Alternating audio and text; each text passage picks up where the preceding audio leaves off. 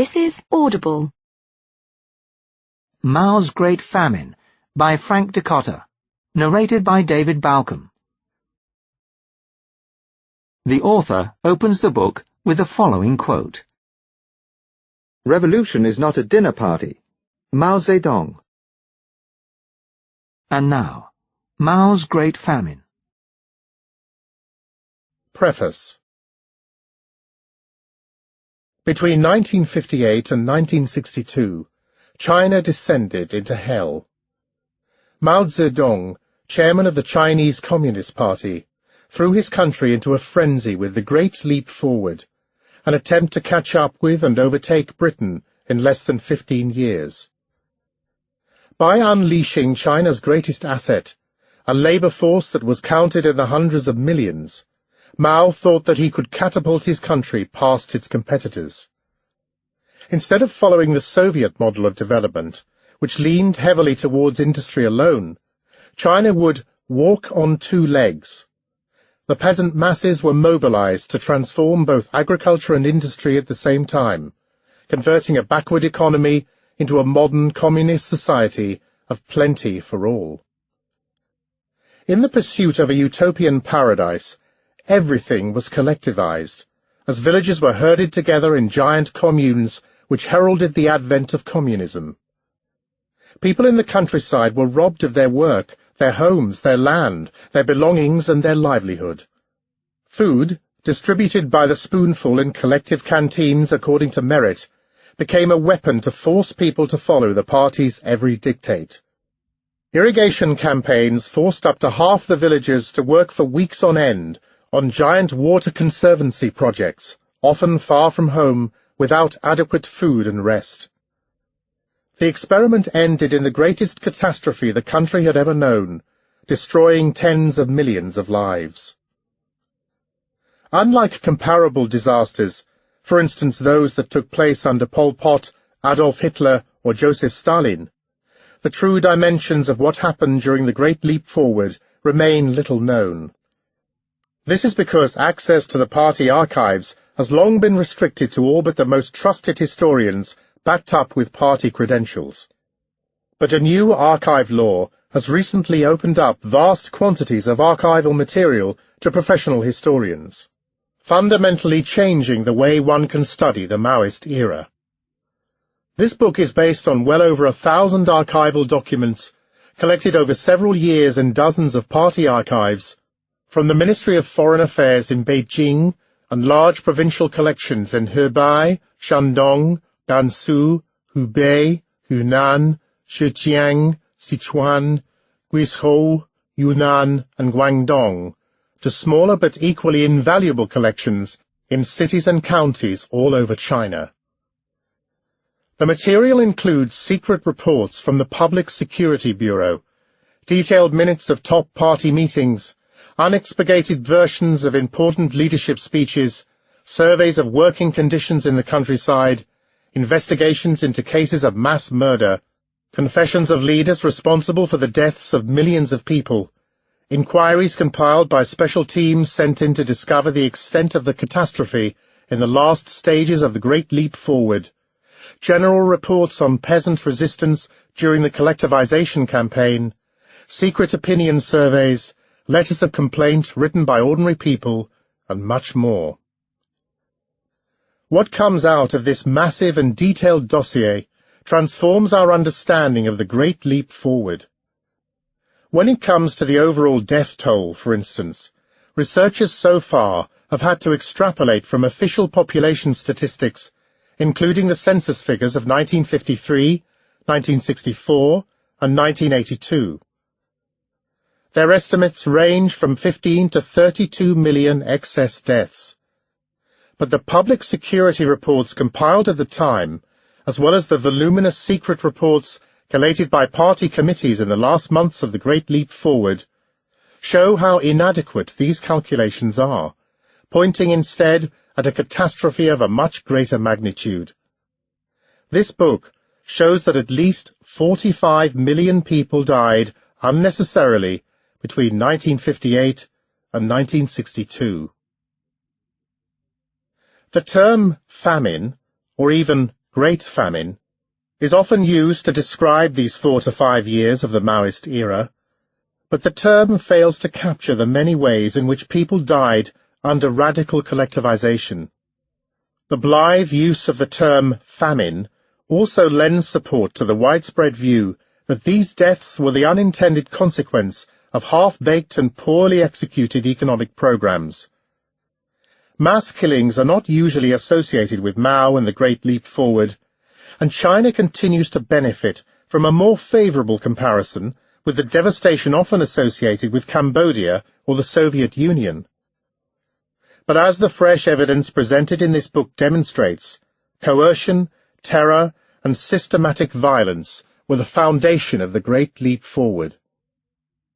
Thanks to the often meticulous reports compiled by the party itself, we can infer that between 1958 and 1962, by a rough approximation, 6 to 8% of the victims were tortured to death or summarily killed, amounting to at least 2.5 million people. Other victims were deliberately deprived of food and starved to death. Many more vanished because they were too old, weak, or sick to work, and hence unable to earn their keep. People were killed selectively because they were rich, because they dragged their feet, because they spoke out, or simply because they were not liked, for whatever reason, by the man who wielded the ladle in the canteen. Countless people were killed indirectly through neglect, as local cadres were under pressure to focus on figures rather than on people, making sure they fulfilled the targets they were handed by the top planners. A vision of promised abundance not only motivated one of the most deadly mass killings of human history, but also inflicted unprecedented damage on agriculture, trade, industry, and transportation. Pots, pans, and tools were thrown into backyard furnaces to increase the country's steel output, which was seen as one of the magic markers of progress. Livestock declined precipitously, not only because animals were slaughtered for the export market, but also because they succumbed en masse to disease and hunger, despite extravagant schemes for giant piggeries that would bring meat to every table. Waste developed because raw resources and supplies were poorly allocated, and because factory bosses deliberately bent the rules to increase output. As everyone cut corners in the relentless pursuit of higher output, factories spewed out inferior goods that accumulated uncollected by railway sidings. Corruption seeped into the fabric of life, tainting everything from soy sauce to hydraulic dams. The transportation system creaked to a halt before collapsing altogether, unable to cope with the demands created by a command economy. Goods worth hundreds of millions of yuan accumulated in canteens, dormitories, and even on the streets, a lot of the stock simply rotting or rusting away. It would have been difficult to design a more wasteful system, one in which grain was left uncollected by dusty roads in the countryside as people foraged for roots or ate mud. The book also documents how the attempt to leap into communism resulted in the greatest demolition of property in human history, by far outstripping any of the Second World War bombing campaigns. Up to 40% of all housing was turned into rubble, as homes were pulled down to create fertilizer, to build canteens, to relocate villages, to straighten roads, to make room for a better future, or simply to punish their occupants. The natural world did not escape unscathed either. We will never know the full extent of forest coverage lost during the Great Leap Forward, but a prolonged and intense attack on nature claimed up to half of all trees in some provinces. The rivers and waterways suffered too. Throughout the country, dams and canals, built by hundreds of millions of farmers at great human and economic cost, were for the greatest part rendered useless or even dangerous, resulting in landslides, river silting, soil salinization, and devastating inundations. The significance of the book, thus, is by no means confined to the famine. What it chronicles, often in harrowing detail, is the near collapse of a social and economic system on which Mao had staked his prestige. As the catastrophe unfolded, the chairman lashed out at his critics to maintain his position as the indispensable leader of the party. After the famine came to an end, however, new factional alignments appeared that were strongly opposed to the chairman. To stay in power, he had to turn the country upside down with the Cultural Revolution. The pivotal event in the history of the People's Republic of China was the Great Leap Forward. Any attempt to understand what happened in Communist China must start by placing it squarely at the very center of the entire Maoist period. In a far more general way, as the modern world struggles to find a balance between freedom and regulation, the catastrophe unleashed at the time stands as a reminder of how profoundly misplaced is the idea of state planning as an antidote to chaos. The book introduces fresh evidence about the dynamics of power in a one-party state. The politics behind the Great Leap Forward has been studied by political scientists on the basis of official statements, semi-official documents, or Red Guard material released during the Cultural Revolution. But none of these censored sources reveals what happened behind closed doors.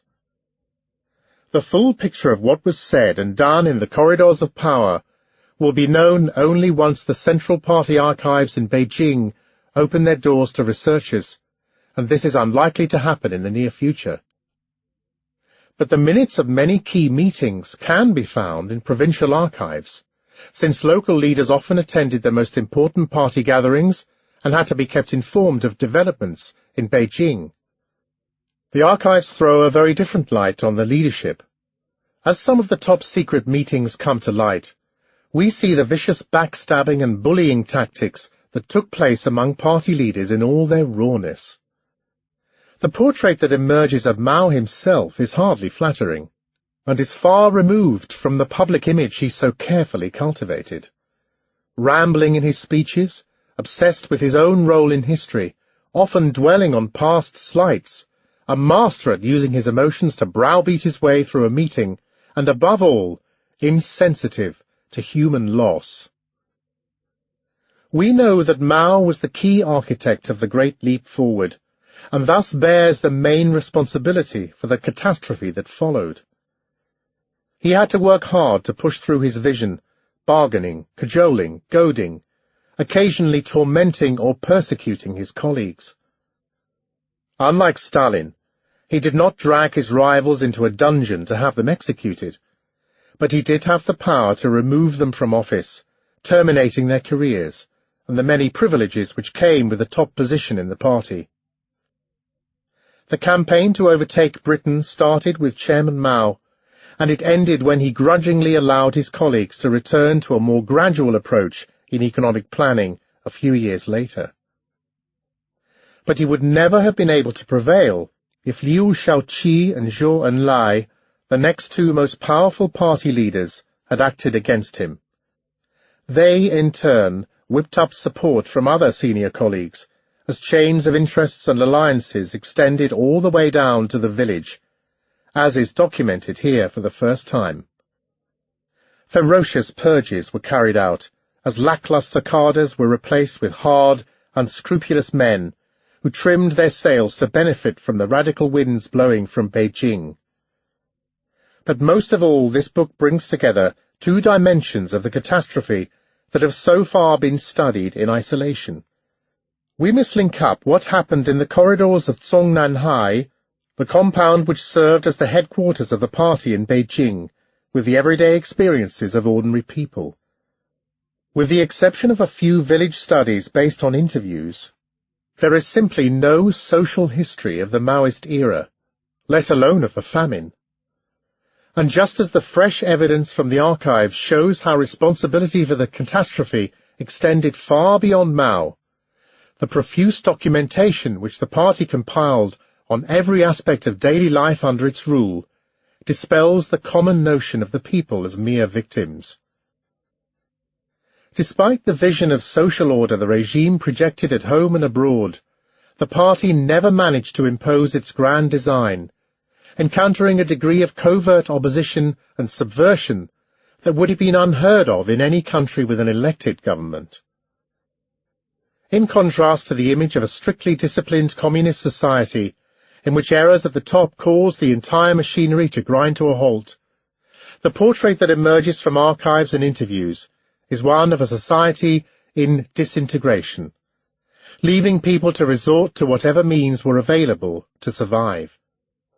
So destructive was radical collectivization that at every level the population tried to circumvent, undermine, or exploit the master plan, secretly giving full scope to the profit motive that the party tried to eliminate. As famine spread, the very survival of an ordinary person came increasingly to depend on the ability to lie, charm, hide, steal, cheat, pilfer, forage, smuggle, trick, manipulate, or otherwise outwit the state. As Robert Service points out, in the Soviet Union, these phenomena were not so much the grit that stopped the machinery as the oil that prevented the system from coming to a complete standstill. A perfect communist state could not provide enough incentives for people to collaborate, and without some degree of accommodation of the profit motive, it would have destroyed itself. No communist regime would have managed to stay in power for so long without constant infringements of the party line. Survival depended on disobedience. But the many strategies of survival devised by people at all levels, from farmers hiding the grain to local cadres cooking the account books, also tended to prolong the life of the regime. They became a part of the system. Obfuscation was the communist way of life. People lied to survive, and as a consequence, information was distorted all the way up to the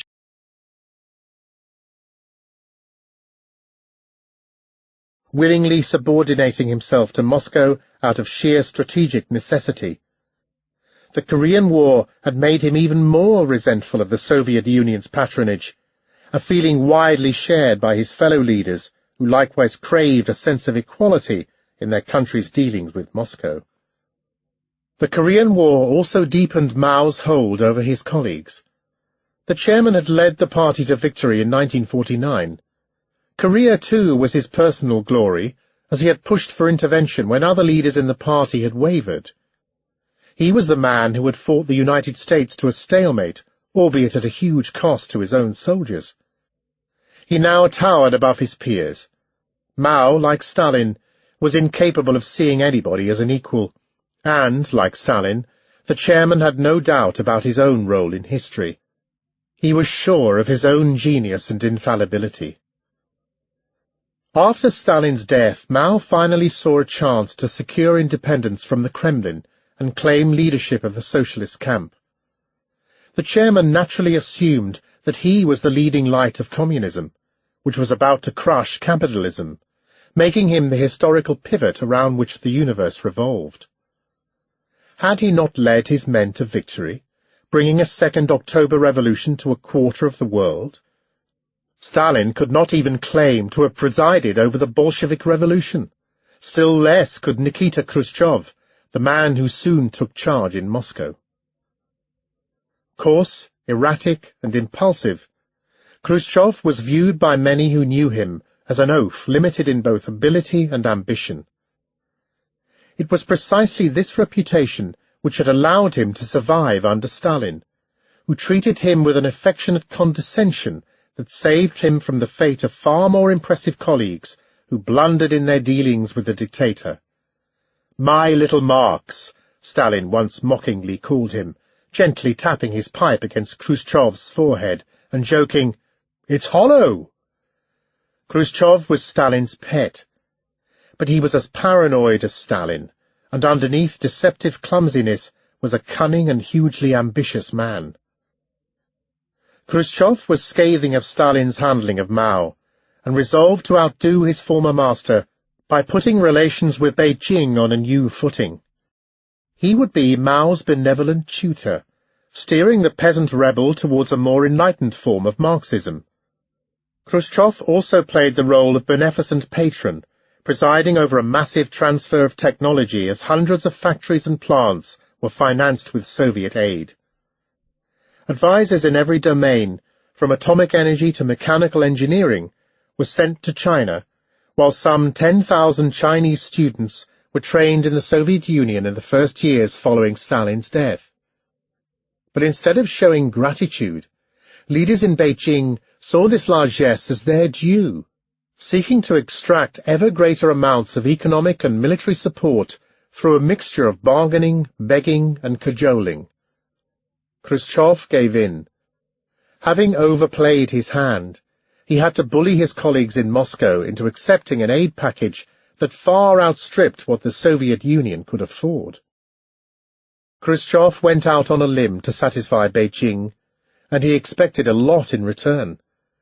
Mao instead treated him with contempt, locking the man into the role of the boorish, immature upstart from which he had been so keen to escape. The key turning point came in 1956, when Khrushchev denounced the crimes of his former master in a secret report delivered at a party congress without consulting Mao. The chairman praised this speech as he sensed that it would weaken Moscow's authority within the communist bloc. But he would never forgive Khrushchev, as he also saw de-Stalinization as a challenge to his own authority, accustomed as he was to interpreting the world with himself at its center. To diminish Stalin was to undermine Mao, who constantly compared himself to the Soviet dictator despite bearing a long list of grievances against him. Mao also thought that he alone occupied a moral position lofty enough to impart judgment on Stalin's mistakes and achievements. An attack on Stalin, furthermore, could only play into the hands of the Americans. Above all, the move against Stalin implied that criticism of Mao was also permissible. Khrushchev's secret speech gave ammunition to those who feared the chairman's growing power and wanted a return to collective leadership. At the Eighth Party Congress in Beijing in September 1956, a reference to Mao Zedong thought was removed from the party constitution. The principle of collective leadership was lauded and the cult of personality was decried. Constrained by Khrushchev's secret report, Mao had little choice but to go along with these measures, to which he contributed himself in the months prior to the Congress. But the chairman felt slighted and did not hide his anger in private. Mao encountered another setback when his economic policy, known as the Socialist High Tide, was halted in late 1956 at the second plenum of the Party Congress. A year earlier, an impatient Mao, displeased with the slow pace of economic development, had repeatedly criticized those who favored a more cautious tempo as women with bound feet. He prophesied a leap in agricultural output brought about by the accelerated collectivization of the countryside, and in January 1956 called for unrealistic increases in the production of grain, cotton, coal, and steel. The socialist high tide, later referred to by some historians as the little leap forward, rapidly ran into trouble. Industrial production in the cities suffered from all sorts of shortages and bottlenecks, as the required funds and raw materials for increased output were unavailable. In the countryside, collectivization was met with widespread resistance as farmers slaughtered their animals and hid the grain. Famine appeared in some provinces by the spring of 1956. Trying to control the damage created by the shock tactics of their chairman, Premier Zhou Enlai, an economic planner Chen Yun, called for an end to rash advance, Mao Jin, and tried to reduce the size of collective farms, revert to a limited free market, and allow greater scope for private production in the countryside. Frustrated, Mao saw this as a personal challenge. Atop a June 1956 editorial of the People's Daily criticizing the socialist high tide for attempting to do all things overnight, forwarded to him for his attention, Mao angrily scrawled, "I will not read this." Later he wondered, Why should I read something that abuses me? His position was further weakened because Khrushchev, in his secret speech, had highlighted the failure of Stalin's agricultural policies, which included collectivization of the countryside. Criticism of Stalin looked like an unintended assessment of Mao's drive towards collectivization. The Eighth Party Congress scrapped the socialist high tide. More humiliation followed after Mao, despite major reservations from other party leaders, encouraged open criticism of the party in the 100 Flowers campaign, launched in April 1957. His hope was that, by calling on ordinary people to voice their opinions, a small number of rightists and counter-revolutionaries would be uncovered. This would prevent the havoc created by de-Stalinization in Hungary, where a nationwide revolt against the Communist Party in October 1956 had forced Soviet forces to invade the country, brutally crush all opposition, and install a new government with Moscow's backing.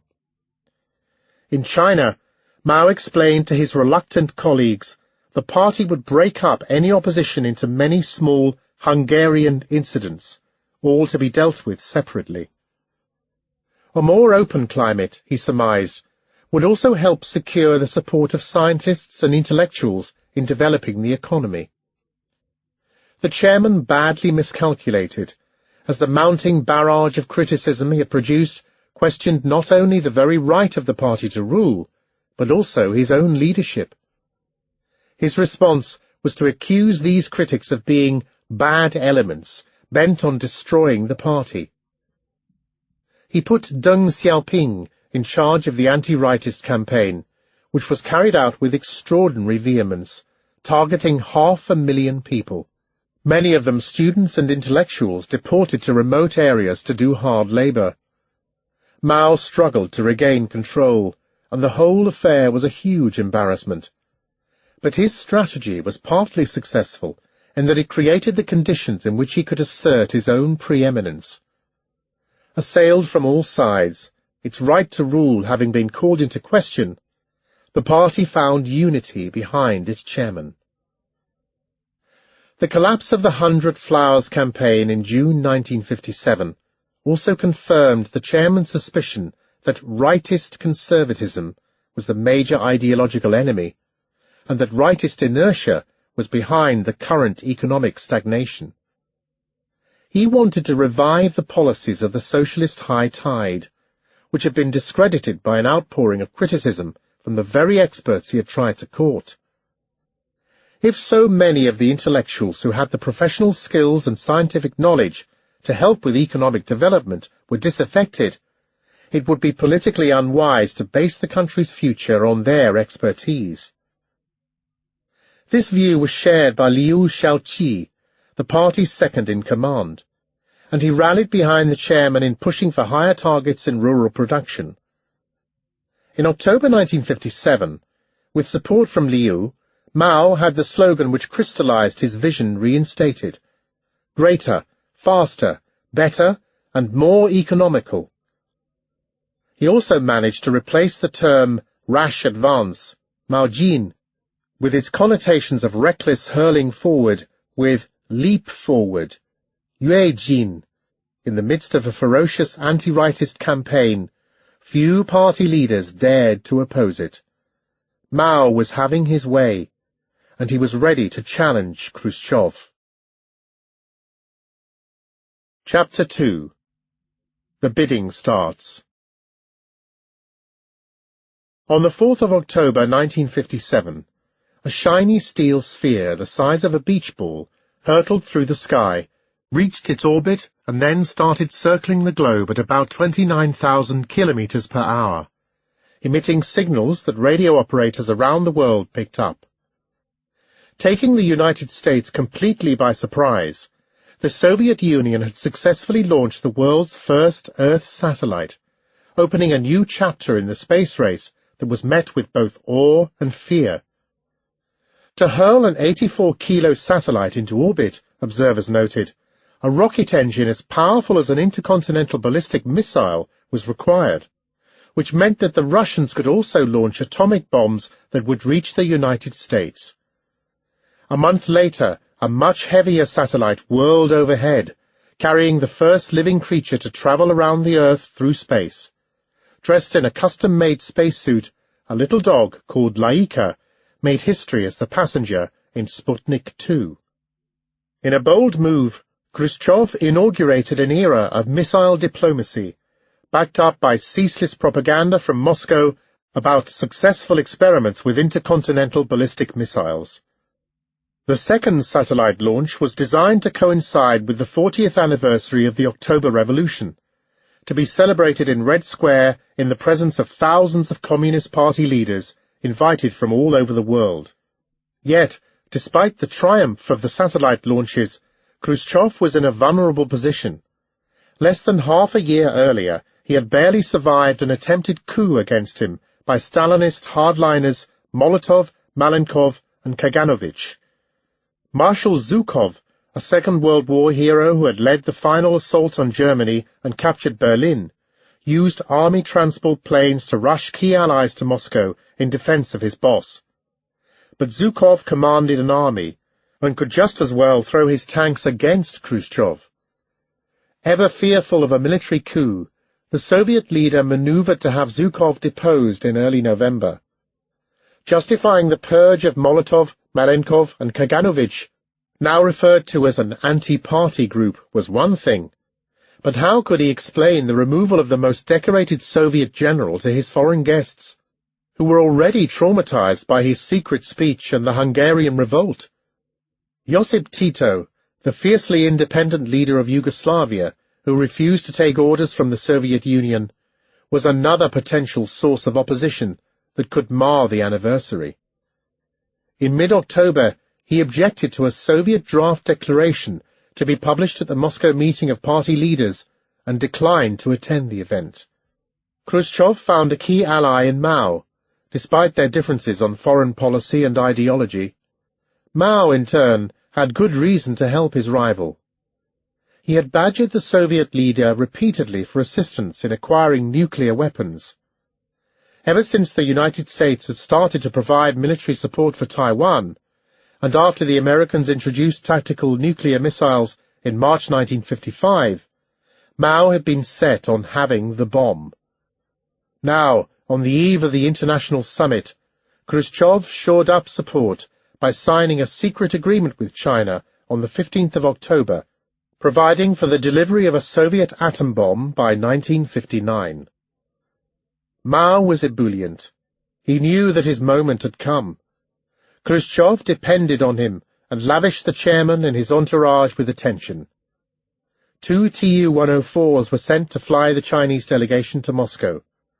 The Soviet leader, flanked by some of the most senior party bosses, warmly greeted Mao at Vnukovo Airport and personally escorted him to his quarters.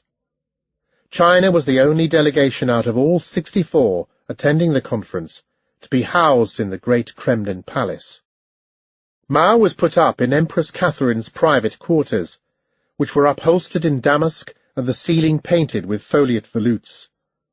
The entire west wing was extravagantly furnished, with tall columns topped by bronze capitals, walls draped in water silk or panelled in walnut, gilded stucco on vaults and thick carpets throughout. Mao seemed oblivious to it all, and used his own chamber pot. On the 7th of November came the public climax of the anniversary gala. As Mao stood next to Khrushchev on top of the Lenin Mausoleum to review the 4-hour parade through Red Square, the Soviet armed forces showed off their new weapons. People waved Chinese flags and shouted, "Long live Mao and China!" Despite all the privileges accorded,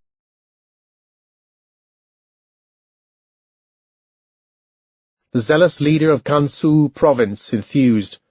From start to finish, the chairman criticized rightist conservative thinking. Mao set the tone on the opening day of the meeting. "Don't mention this term, opposition to rash advance, again, all right? This is a political problem. Any opposition would lead to disappointment, and 600 million discouraged people would be a disaster." Over several days, Mao repeatedly lost his temper as he badgered the planners, accusing them of pouring cold water on the enthusiasm of the people and holding back the country. Those guilty of opposing rash advance were a mere 50 meters away from the rightists. Wu Lengzi, editor of the People's Daily, which had published the critical editorial on the 20th of June, 1956, was at the very top of the list of leaders summoned by Mao. The chairman's verdict? Vulgar Marxism, vulgar dialectics. The article seems to be anti-leftist as well as anti-rightist, but in fact it is not anti-rightist at all, but exclusively anti-leftist. It is sharply pointed against me. Huge pressure was applied to the assembled leaders, and even for hardened men accustomed to the rigours of party life, the stress was soon to prove too much. Huang Qing, chairman of a commission responsible for technological development, and former husband of Mao's wife, collapsed after the chairman took him to task. Lying in bed, staring at the ceiling and mumbling incomprehensibly, he gave the doctor a bewildered look, begging for forgiveness. "Save me! Save me!" Put on a plane for medical treatment, he fell to his knees to kowtow before Li Fuchun, who was accompanying him to Guangzhou. Placed in a military hospital, he jumped through a window and broke a leg. He died in November 1958, aged 47. But the real target for Mao's ire was Zhou Enlai. On the 16th of January, Mao brandished in front of the Premier a copy of Kurt Xingxi's The New Shanghai Rides the Wind and Breaks the Waves, accelerating the construction of socialism. "Well, Enlai, you are the Premier. Do you think you could write anything as good?" he asked scornfully. "I couldn't," the Premier muttered, straining to absorb the attack. Then, after the ritual of public humiliation, came the blow. "Aren't you opposed to rash advance?" "Well, I am opposed to opposition to rash advance." A number of leftist party leaders joined the fray. Kurt Xingxi and Li Jingxuan, the radical leader of Sichuan, tore into the Premier. 3 days later, Zhou made a lengthy speech of self-criticism, taking full responsibility for the reversal in 1956, admitting that it was the result of rightist conservative thinking, and accepting that he had deviated from the chairman's guiding policy. Mao's notion that mistakes made by the party should not be overemphasized, being only 1 finger out of 10, was enshrined in the meeting's manifesto, thus marginalizing those who had attacked the little leap forward. Zhou Enlai, whose suave, soft-spoken, slightly effeminate manners made him the ideal choice as China's foreign emissary, had a talent for landing right side up. He could be all modesty and humility when required. Before the communist victory, the nationalists used to call him Buddha Weng, the Chinese name for the weighted toy tumbler that always lands upright. Early in his career as a revolutionary, Zhou had resolved never to challenge Mao. His decision was made after both had clashed in an incident that had left Mao seething with resentment.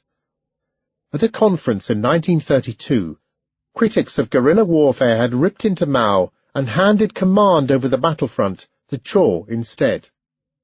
The result was a disaster, as a few years later nationalist troops mauled the Red Army, forcing the communists on the long march away from their base areas. In 1943, as Zhou realized that Mao's authority had become supreme, he proclaimed his undying support to the chairman. "The direction and leadership of Mao Zedong," he declared, "is the direction of the Chinese Communist Party." But Mao did not let him off the hook so easily. Zhou's loyalty was tested in a series of self-criticism meetings in which he had to admit to his political crimes, labeling himself a political swindler who lacked principles. It was a grueling experience in self-abasement, but one from which Zhu emerged as the chairman's faithful assistant. From here onwards an uneasy and paradoxical alliance developed. Mao had to keep Zhu at bay as a potential contender for power. On the other hand, he needed him to run the show. Mao lacked interest in matters of daily routine and organizational detail, and he was often abrasive with other people. Zhou was a first-rate administrator with a knack for organization, a smooth operator skilled at forging party unity. As one biographer puts it, Mao had to draw Zhou close even as he raised the whip, and sometimes lashed the man he could not live without. The whipping did not stop at Nanning. 2 months later, in Chengdu, the final days of a party gathering were devoted to rectification seminars. But first Mao spewed disdain on the blind faith with which the planners had been following Stalin's economic path. A heavy emphasis on large industrial complexes, a sprawling apparatus of bureaucrats, and a chronically underdeveloped countryside. As early as November 1956, he had lambasted some of his colleagues for uncritically thinking that everything in the Soviet Union is perfect, that even their farts are fragrant. Creative thinking was needed to find China's own path to communism, rather than rigid adherence to Soviet methods, now frozen into socialist dogma. China should walk on 2 legs, simultaneously developing industry and agriculture, tackling heavy as well as light industry. And Mao, as the leader on that road, now demanded full allegiance. What is wrong with worship? The truth is in our hands. Why should we not worship it? Each group must worship its leader. It cannot but worship its leader, Mao explained. This was the correct cult of personality. The message was immediately picked up by Ke Qingxi, who quivered enthusiastically. We must have blind faith in the chairman. We must obey the chairman with total abandon. Having consecrated his own cult of personality, Mao handed over the proceedings to Liu Shaoqi, his political crony. While virtually all the participants offered self-criticisms, the situation must have been agonizing for Zhou. Both men were intensely competitive, and Liu may have seen Zhou as a threat to his prospects of taking over from the chairman. That day Liu outdid Zhou in adulation of the leader. Over the years I have felt Chairman Mao's superiority. I am unable to keep up with his thought. Chairman Mao has a remarkable knowledge, especially of Chinese history, which no one else in the party can reach. He has practical experience, especially in combining Marxist theory and Chinese reality. Chairman Mao's superiority in these aspects is something we should admire and try to learn from. Zhou, for his part, felt intense pressure to appease the chairman, who had stripped him of his authority in economic planning after Nanning. Again, he submitted a long confession about his errors, but his offerings failed to impress Mao. In May, at a formal gathering of over 1,300 people, Zhou Enlai and the party's economic czar, Chen Yun, were summoned to prepare yet another self-examination. No longer knowing what would satisfy Mao, Zhou spent days in self-imposed isolation, struggling to find the right turn of phrase. After a telephone conversation with Chen Yun, who was in a similar predicament, he sank into such dejection that his mind simply went blank. All he could do was mumble a few words followed by long silences as he stared at his secretary. That evening, late at night, his wife found him sitting slumped at his desk. Trying to help, the secretary penciled in a passage about Zhou and Mao having shared the boat through many storms. When Zhou later pored over the document, he angrily rebuked the secretary, tears welling in his eyes, accusing the man of knowing too little about party history. In the end, Zhou grovelled, lavishing praise on the chairman in front of the assembled party leaders, and telling the audience that Mao was the personification of truth, and that mistakes occurred only when the party became divorced from his great leadership. A few days after this display, Zhou handed Mao a personal letter promising to study his writings earnestly and to follow all his directives. The chairman was finally satisfied. He declared Zhou and the others to be good comrades. Zhou had saved his job.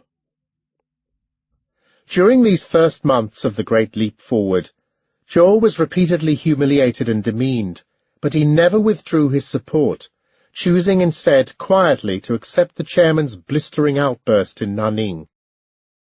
Zhou Enlai did not have the power to overthrow his master, but he did have the planners behind him, and he could have stepped back at the cost of his career. But he had learned to accept humiliation at the hands of the chairman as a way of staying in power, albeit in his colleague's shadow. Zhou was loyal to Mao, and as a result, the many skills of the servant went to abet his master. Mao Tse-tung was the visionary, Zhou Enlai the midwife who transformed nightmares into reality. Always on probation, he would work tirelessly at the Great Leap Forward to prove himself.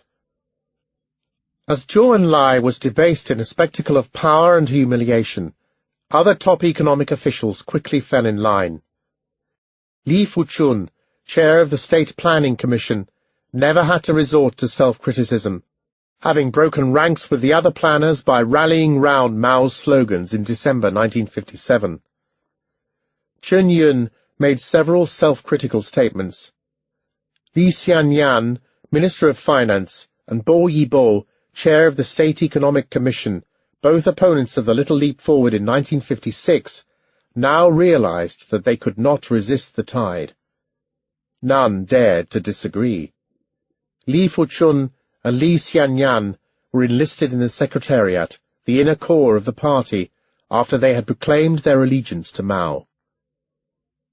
To increase the political pressure on the top echelon, the chairman also presided over a shift in power from the centre to the provinces. Nanning was the first in a series of impromptu conferences called by Mao, who strictly controlled the list of participants, set the agendas, and dominated the proceedings, allowing him to cajole his followers towards the Great Leap Forward. He brought the Secretariat to the provinces, rather than summon the provinces to come to the more formal sessions of established bodies like the State Council in Beijing. By doing so, he tapped into a deep current of dissatisfaction among provincial leaders. Tao Luqia, first secretary of Shanxi, spoke for many local cadres when he expressed his impatience with the country's widespread poverty. Mao's vision of a China which was poor and blank resonated with idealists who believed in the party's capacity to catapult the country ahead of its rivals. When you are poor, you are inclined to be revolutionary. Blank paper is ideal for writing. Radical provincial leaders lapped up their leader's vision. Wu Qipu, leader of Henan, heralded a continuous revolution to crush rightist opponents and leap forward. Zheng Xisheng, long-term veteran of the People's Liberation Army and leader of Anhui, provided the slogan, "Battle hard for 3 years to change the face of China." But most of all, having witnessed the ritual abasement of their superiors on their own turf, the provinces were encouraged to launch their own witch hunts as a wind of persecution blew through the country. Mao could be cryptic, leaving his colleagues guessing at the nature of his message, but this time there was plenty of pressure from Beijing concerning the right direction. To make sure that the purges against rightist elements were carried out thoroughly, Mao sent his bull terrier Deng Xiaoping to a series of regional meetings. Instructions were clear. In Gansu, Deng explained, the struggle against vice-governors Sun Tianqiai, Chen Chengyi, and Yang Dajun had to be unequivocal. Gansu boss Zheng Zhongliang wasted no time, and a few weeks later he announced that an anti-party clique had been uncovered inside the party provincial committee. Coincidentally, its leaders were Sun Tianqiai, Chen Chengyi, and Liang Dajun. They were accused of denying the achievements of the socialist high tide in 1956, attacking the party, denigrating socialism and promoting capitalism, among other heinous crimes. These were powerful leaders toppled with the support of Beijing. The purges, however, were carried out at all levels of the party, silencing most critical voices.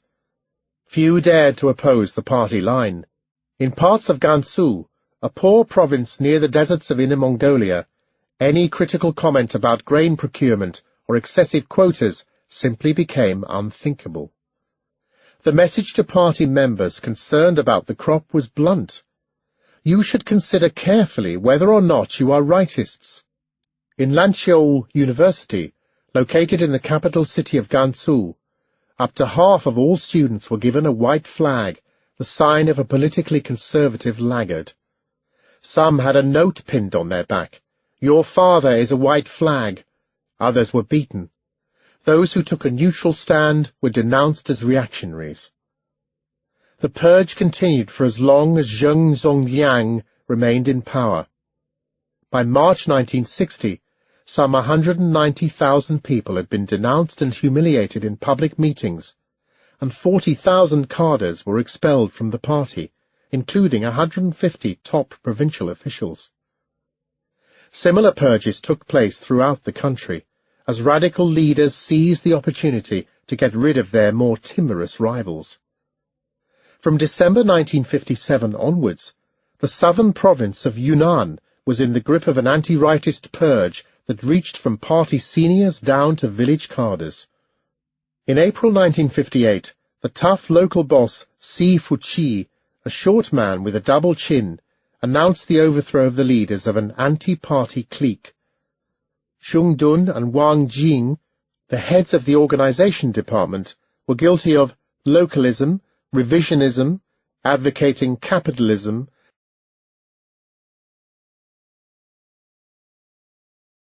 accusations leveled against them was that they had expressed doubts about the speed and extent of the water conservancy movement. For every 50,000 hectares of irrigated land, they had claimed, 100 villagers paid with their lives. Their removal from power allowed local boss Zhang Zhongliang to take the lead and respond to the call from Beijing. Some 3.4 million farmers, close to 70% of the Gansu workforce, were deployed on irrigation projects that cut across one of the country's most arid provinces. Many of the villagers were made to build small dams and reservoirs, but these were not enough to satisfy the leadership.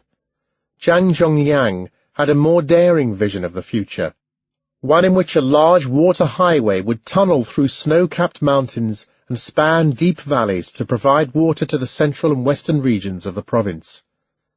The Tao River, quite literally, would move up the mountains, as it was diverted up the hills before flowing 900 kilometers from the Jijuan Gorges to Xinjiang. As clean drinking water would be brought to parched villages across the province, Gansu would be turned into a giant park as lush and green as the Summer Palace in Beijing. Work started in June 1958 and attracted support from the country's leadership. In September 1958, Marshal Zhu Zi used his calligraphy to signal the momentous nature of the project. The inscription read, "Raising the Tao River up the mountains is a pioneering undertaking by the people of Gansu in transforming nature." But the project was bedeviled by problems from the start. Soil erosion caused frequent landslides, reservoirs filled with silt, rivers turned to mud.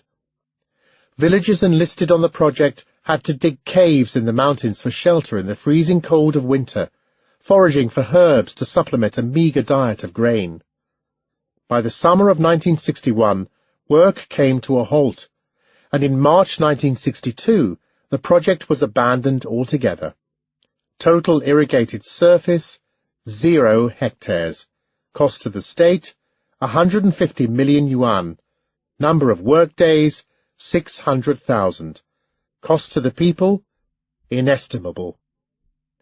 At its peak, some 160,000 people had been made to work on the project, and most of these were villagers diverted away from agricultural work. At least 2,400 died, some in accidents, but many more as a result of a brutal regime which forced workers to slave day and night in order to reach ever higher targets. Such was the frenzy with which cadres pushed villagers that Tongwei, an impoverished county in the mountains situated at the heart of the project, would have one of the highest death rates in the country. Slow starvation and widespread physical punishment changed this desolate place into a sight of horror. Targets in water conservancy were measured by the number of tons of earth a province could move. This magic number, entirely unrelated to the actual usefulness of the projects being undertaken, was then compared nationwide in a spirit of emulation which determined the political clout of a province. Liu De-run, Deputy Director of the Office of Water Conservancy, established specifically to supervise the campaign, later recalled that our daily work consisted of making phone calls to the provinces, inquiring about the number of projects they were building, how many people were involved, and how much earth they had moved. With hindsight, some of the data and figures we gathered were obvious exaggerations, but no one back then had the energy to check them out. In this campaign the tone was set by Beijing, and in the capital Mao made sure that everybody got involved. Some 30 kilometers north of Beijing, in a serene and sparsely populated valley, defended from the northern winds by several hills, many of the Ming emperors and their wives lay buried in their underground mausoleums. Protected by statues of elephants, camels, horses, unicorns, and other mythical beasts, which in turn were followed by human sculptures in a funeral cortege, these emperors were now accused of having built vast palaces for themselves, while their subjects were exposed to the torrents rushing down from the bare slopes of the mountains. In January 1958, the soldiers of the People's Liberation Army started work on a reservoir near the tombs. By damming a river in the valley, a regular supply of water would help the people. Shock troops were provided by the army. Work proceeded around the clock, manpower being furnished by factories and institutions from the capital, while the press and the radio brought constant coverage to the public. The Ming Tombs Reservoir was to be the flagship of the Great Leap Forward, an example to be emulated by the rest of the country. Soon tens of thousands of volunteers from the capital joined the effort, including students, cadres, and even foreign diplomats. Work went on in all weathers, and proceeded at night by the light of torches, lanterns, and pressure lamps. Hardly any machinery was used. The people who turned up were given picks, shovels, baskets and poles to dump the rubble in railway wagons, which were shuttled to the dam where it was ground into gravel. Hewn stone was lifted by block and tackle. Then, on the 25th of May 1958, Mao appeared in front of the crowds and posed for the photographers with a bamboo pole slung across his shoulders, 2 buckets filled with earth dangling from the pole. The photos appeared on the front page of every newspaper, galvanizing a nation. Jan Rowiński, a young student from Poland, participated in the building of this reservoir. He and other volunteers were given a pole with 2 baskets which they filled with rubble, working their way around the track with straw hats for protection against the summer sun. The workers were divided into units of 10 with an overseer who reported to a group of 100, who in turn answered to the next man up the chain of command. Everybody slept in tents put up by the military or in peasant huts, with banners proclaiming that 3 years of hard work is 10,000 years of happiness. Rowiński was quick to realize that the emperors, denounced for exploiting the common people, had probably used similar tactics to build the Great Wall, the Imperial Canal, and the Ming tombs, fusing tens of thousands of laborers armed with nothing but a bamboo pole into a docile but efficient workforce. Mikhail Klochko, a foreign advisor who had volunteered to help, was also skeptical, noting that the few spadefuls of earth he had shoveled around had little propaganda value, although it did provide a welcome opportunity for hundreds of workers to take a few minutes' rest as they gathered around and gawked at the foreigner digging. Most of the work was disorganized, and a few hundred men with excavators and lorries would have done a more efficient job than the thousands of workers compelled to participate, all having to be transported, billeted, and fed for weeks on end. The haste with which the project was executed resulted in major miscalculations, and in April 1958 leaks appeared in the reservoir. a Polish expert on soil solidification, was flown in from Gdansk to freeze the ground, preventing the water from escaping. At long last, the dam was formally opened with a brass band and officiating dignitaries praising Mao and paying tribute to the voluntary workers. As the reservoir was built in the wrong location, it dried up and was abandoned after a few years. Work at the Ming tombs may have been an exciting event for some foreign students, but most people dreaded the back-breaking work. Mao himself started perspiring after half an hour of digging in the sun, his face turning bright red. "So little effort, and already I'm dripping with sweat," he said, before retiring to the command tent for some rest. His immediate entourage, secretaries, bodyguards, and private doctor, were also sent to the reservoir by Mao. "Just work until you are exhausted. If you really can't stand it, just let me know." Group 1, as they were known, remained a privileged elite, sleeping on quilts on the floor of a classroom when everybody else spent the night on reed mats outdoors. They were also spared the scorching heat of early summer, being assigned a night shift by the general in charge. Li Chitsui, Mao's personal doctor, was healthy and still young at 38 years of age, but the digging and carrying was the most arduous work he had ever done in his life. After 2 weeks he was exhausted, aching in every limb and trembling with cold at night. Every reserve of energy in his body had been used up. Nobody in Group 1 wanted to continue, not even the strong bodyguards. But who would want to be labelled a backward element by suggesting that they quit? Mercifully, they were ordered back to Zhongjianghai. But outside the capital, the pressure was much greater, and villagers were the ones who bore the brunt of the campaign. They were not called off after a mere 2 weeks of work to return to the luxuries of an elite cadre lifestyle. They were marched off in groups to construction sites far away from home and family, made to perform exhausting labour all day long for months on end, sometimes throughout the night without any rest, poorly fed and barely clothed, and exposed to the elements, come snow, rain, or heat. Yunnan provides a good example of what happened far away from the glare of publicity. Some villages in the subtropical province started work on reservoirs in the winter of 1957-8, but the local party boss was unimpressed. In early January 1958, Xi Fuzi, the man who a few months later so ruthlessly purged his colleagues in the anti-rightist movement, complained loudly that far too many farmers were laggards who failed to perform their collective duties in the slack winter months. 8 hours of work a day was a strict minimum for every adult, while the amount of food consumed by workers on irrigation projects should be curtailed. Then, on the 15th of January, the People's Daily listed Yunnan as one of the worst performers in the water conservancy campaign.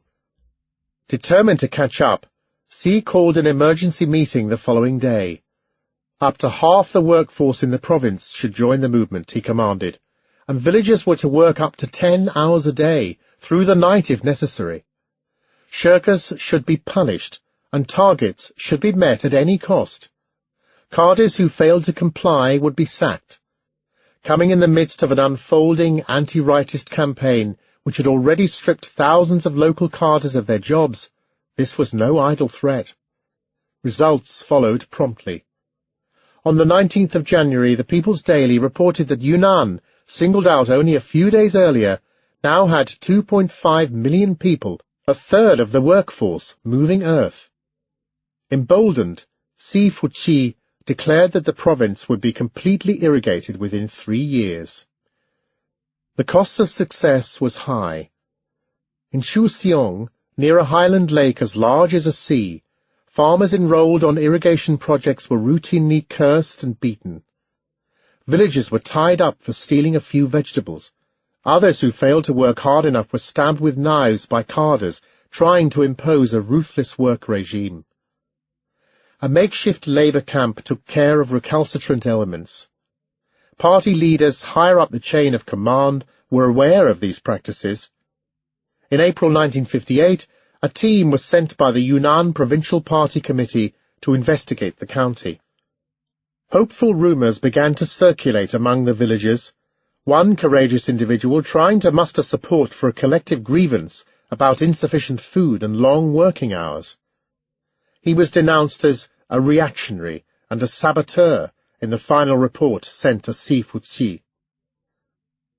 Some 130 kilometres to the east of the provincial capital, Kunming, in the midst of a primeval forest with craggy mountains shaped out of sand and stone by erosion, Luliang County had been savaged by the Provincial Party Committee for giving in to farmers' rightist demands for grain in 1957.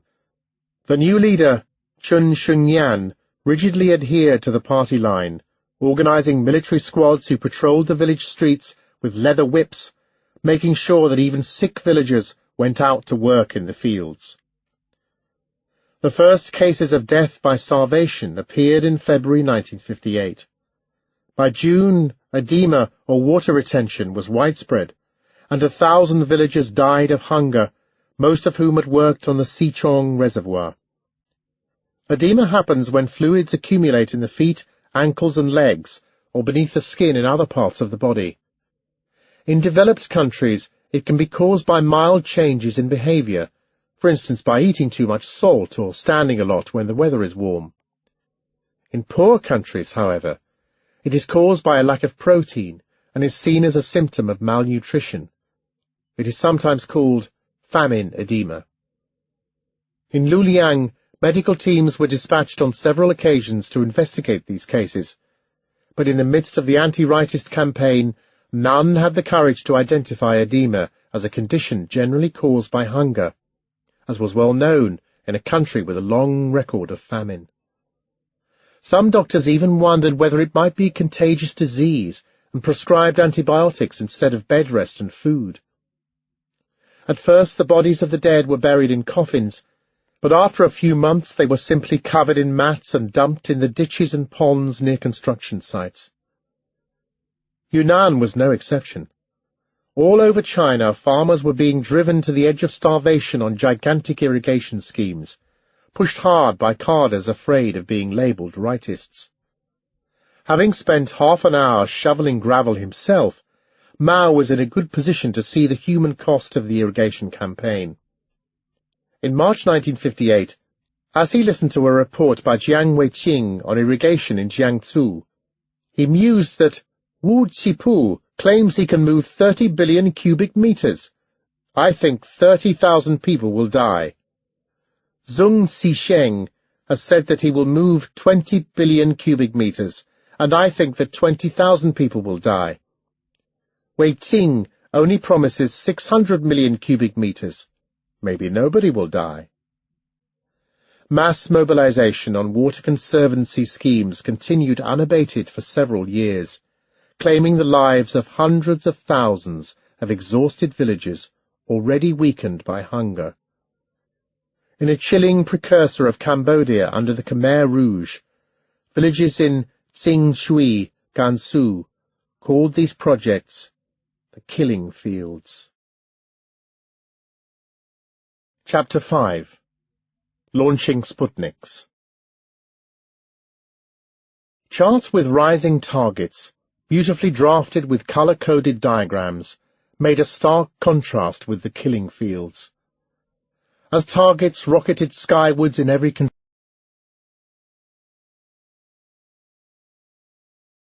the ground, the pressure was unremitting, wild boasts and false figures vying for attention.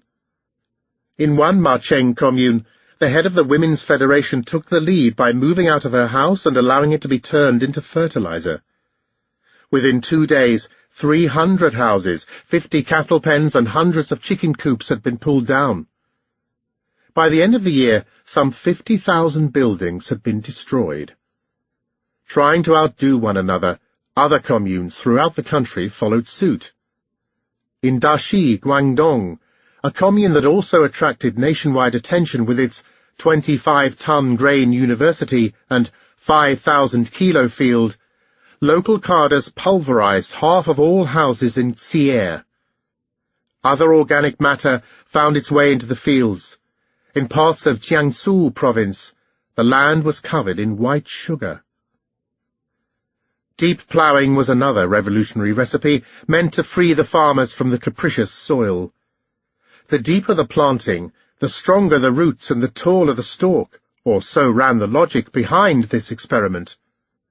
"Use human waves and turn every field over," commanded Mao.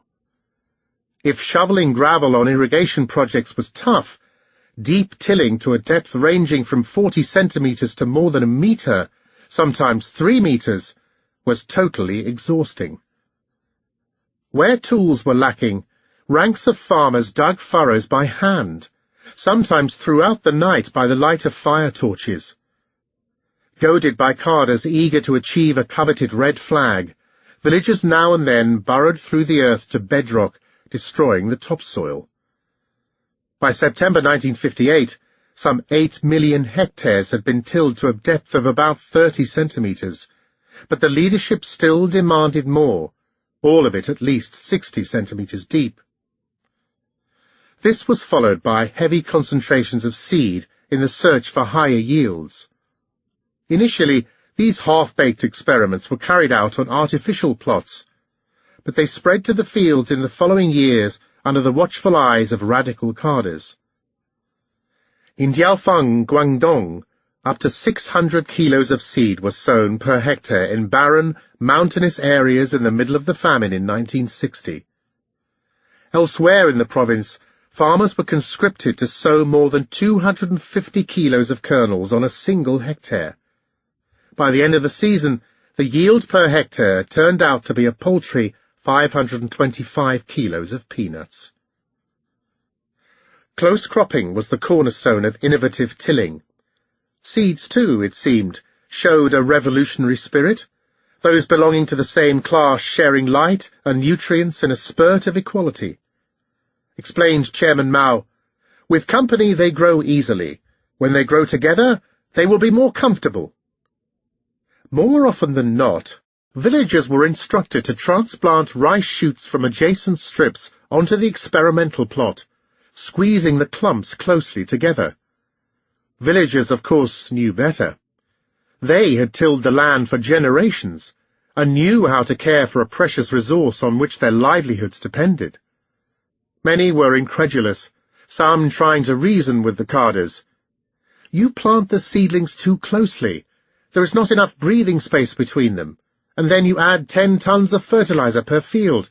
It will suffocate them to death." But advice was ignored. "It's a new technique. You don't understand." Most villagers, having witnessed a series of anti-rightist campaigns since 1957, were too wily ever to object in public. Every survivor who was interviewed for this book told a similar story. "We knew about the situation, but no one dared to say anything. If you said anything, they would beat you up. What could we do?" Another explained, "Whatever the government said, we had to follow. If I said something wrong, if what I said was against the general line, then I would be labeled as a rightist. No one dared to say anything." What happened in a village in Kuxian country, Tse-tung, provides a good example. Large cauldrons of gruel were set up in the fields, and nobody was allowed to leave, be they pregnant mothers who needed to feed their children or elderly people wishing to take a rest. People had to slog throughout the night, since carders had blocked off all exits back to the village. Those who objected to close planting were beaten by party activists. One stubborn old man who somehow failed to show enough enthusiasm was yanked by his hair and pushed face down into the ditch. Then the villagers were ordered to pull out the seedlings and start all over again. Visits were carefully stage-managed. In Macheng, villagers were warned never to say a bad word about the Great Leap Forward in front of visitors.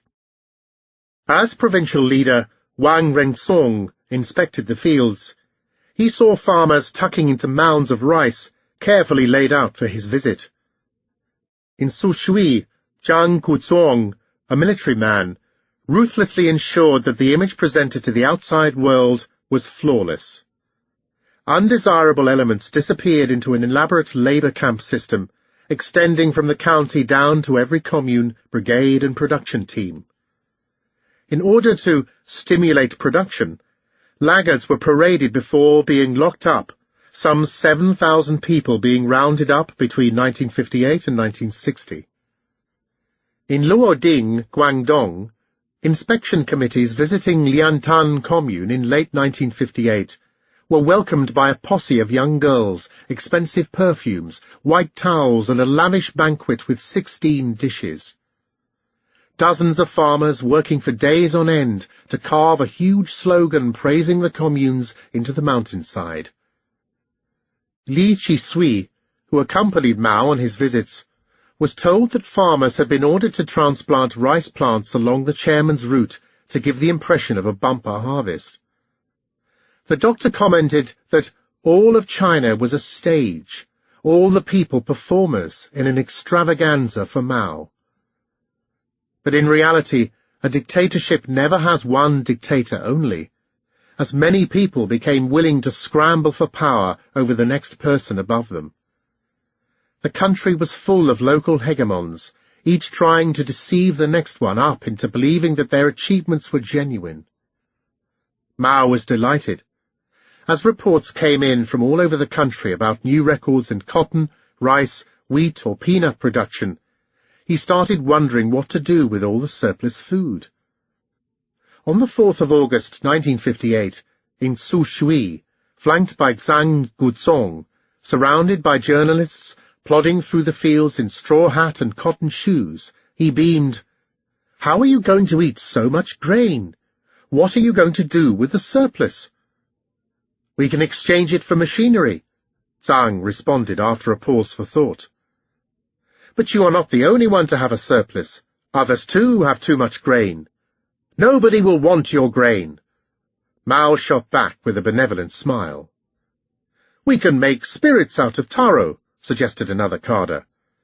"But every county will make spirits. How many tons of spirits do we need?" Mao mused. "With so much grain, in future you should plant less, work half-time, and spend the rest of your time on culture and leisurely pursuits. Open schools and a university, don't you think? You should eat more. Even 5 meals a day is fine." At long last, China had found a way out of grinding poverty, solving the problem of hunger and producing more food than the people could possibly eat. As reports came in from all over the country, pointing at a bumper harvest twice the size of the previous year, other leaders joined in the chorus. Tan Jianlin, in charge of agriculture, toured the provinces to galvanize the local leadership.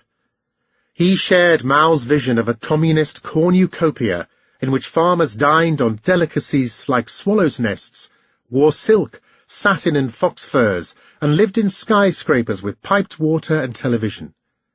Every county would have an airport. Tan even explained how China had managed to leave the Soviet Union in the dust. "Some comrades will wonder how we managed to be so fast, since the Soviet Union is still practicing socialism instead of communism. The difference is that we have a continuous revolution. The Soviet Union doesn't have one, or follows it loosely. Communization is the communist revolution." Chen Yi, on the other hand, opined that since enough grain could be stored over the next couple of years, farmers should then stop growing crops for 2 seasons and devote their time instead to building villas with all modern amenities. Local leaders were just as enthusiastic. In January 1959, the State Council had to put a stop to the deluge of people, letters and gifts sent by communes to Beijing to testify to new records set in agriculture. The chairman was inundated. Chapter 6. Let the Shelling Begin. The remains of Laika, the stray dog catapulted into orbit days before the celebration marking the October Revolution, were burned up as Sputnik 2 disintegrated on re-entering the atmosphere in April 1958. As the space coffins circled the Earth, the world below it changed. Fired by the missile gap the Russians had exposed, President Eisenhower sent ballistic missiles to Great Britain, Italy, and Turkey. Khrushchev responded with submarines carrying nuclear missiles. But for his threat to be credible, a submarine base in the Pacific Ocean was needed, which in turn required a radio transmitter station. Moscow approached Beijing with a proposal to build long-wave radio stations on the Chinese coast, suggesting that they might serve a joint submarine fleet. On the 22nd of July, Soviet Ambassador Pavel Yudin sounded out the chairman with a proposal. Mao flew into a rage. During a stormy meeting, he attacked the hapless ambassador, claiming, "You just don't trust the Chinese, you only trust the Russians. Russians are superior beings, and the Chinese are inferior, careless people. That's why you came up with this proposal. You want joint ownership. You want everything as joint ownership. Our army, navy, air force, industry, agriculture, culture, education.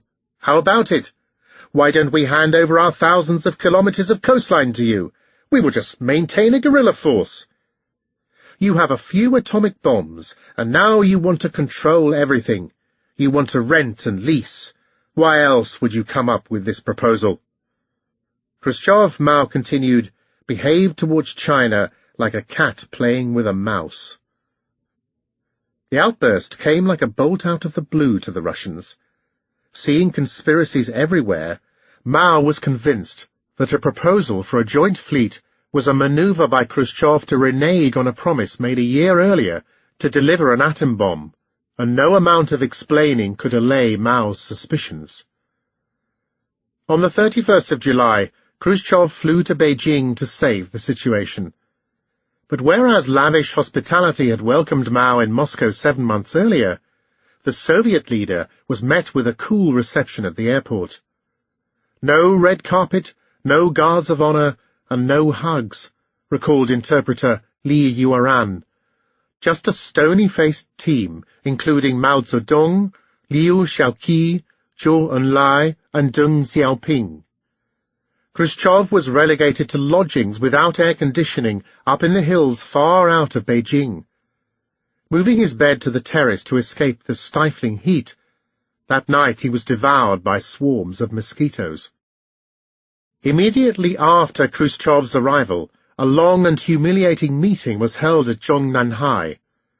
The Soviet leader was forced to explain Yudin's démarche at great length, and took pains to diffuse a visibly irritated Mao. Impatient, Mao at one point jumped out of his chair to wave a finger in Khrushchev's face. "I asked you what a common fleet is. You still didn't answer me." Khrushchev became flushed and strained to stay calm. "Do you really think that we are red imperialists?" he asked in exasperation, to which Mao retorted that there was a man who went by the name of Stalin who had turned Xinjiang and Manchuria into semi-colonies. After more squabbling about real or perceived slights, the idea of a joint fleet was finally abandoned. More humiliation followed next day, as Mao, clad only in a bathrobe and slippers, received Khrushchev by the side of his swimming pool in Zhongnanhai. Mao realized that Khrushchev did not know how to swim, and put the Soviet leader on the defensive. After spluttering about with a bulky lifebelt in the shallow end, Khrushchev ended up crawling out of the pool and floundered on the edge, clumsily dangling his legs in the water, while Mao swam back and forth, showing off different strokes to his guest, before turning onto his back and floating comfortably in the water.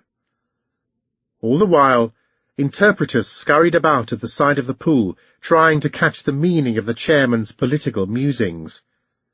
Later, Mao explained to his doctor that this had been his way of sticking a needle up Khrushchev's arse. Mao had started a bidding war with Khrushchev in Moscow half a year earlier. Now, treading water as his guest sat defeated by the side of the pool, the chairman talked about the success of the Great Leap Forward. "We have so much rice that we no longer know what to do with it," he bragged, echoing what Liu Shaoqi had told Khrushchev a few days earlier at the airport when reviewing the country's economy. "What we worry about now is not so much lack of food, but rather what to do with the grain surplus." A baffled Khrushchev diplomatically replied that he was unable to help Mao with his predicament. "We all work hard, yet never manage to build up a good reserve," Khrushchev thought. "China is hungry, but now he tells me there is too much rice." Over the years, Mao had taken the measure of Khrushchev. Now he bossed him around, dismissing the need for a submarine base and brushing aside a request for a radio station. The Soviet delegation went home empty-handed. But this was not the end of it, as Mao was determined to take the initiative in world affairs. A few weeks later, on the 23rd of August, without advance warning to Moscow, Mao gave the order to start shelling the offshore islands of Quemoy and Matsu in the Taiwan Strait, controlled by Chiang Kai-shek, triggering an international crisis. The United States responded by reinforcing its naval units and arming a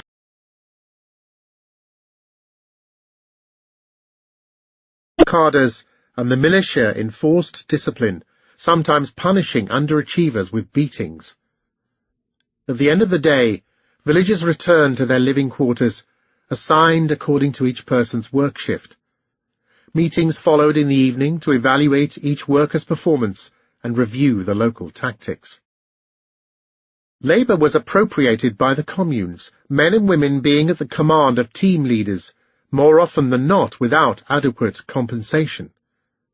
Explained Party Secretary Zhang Xianli in Macheng, "Now that we have communes, with the exception of a chamber pot, everything is collective, even human beings." This was understood by poor farmer Lin Zhengqi to mean, "You do whatever you are told to do by a cadre."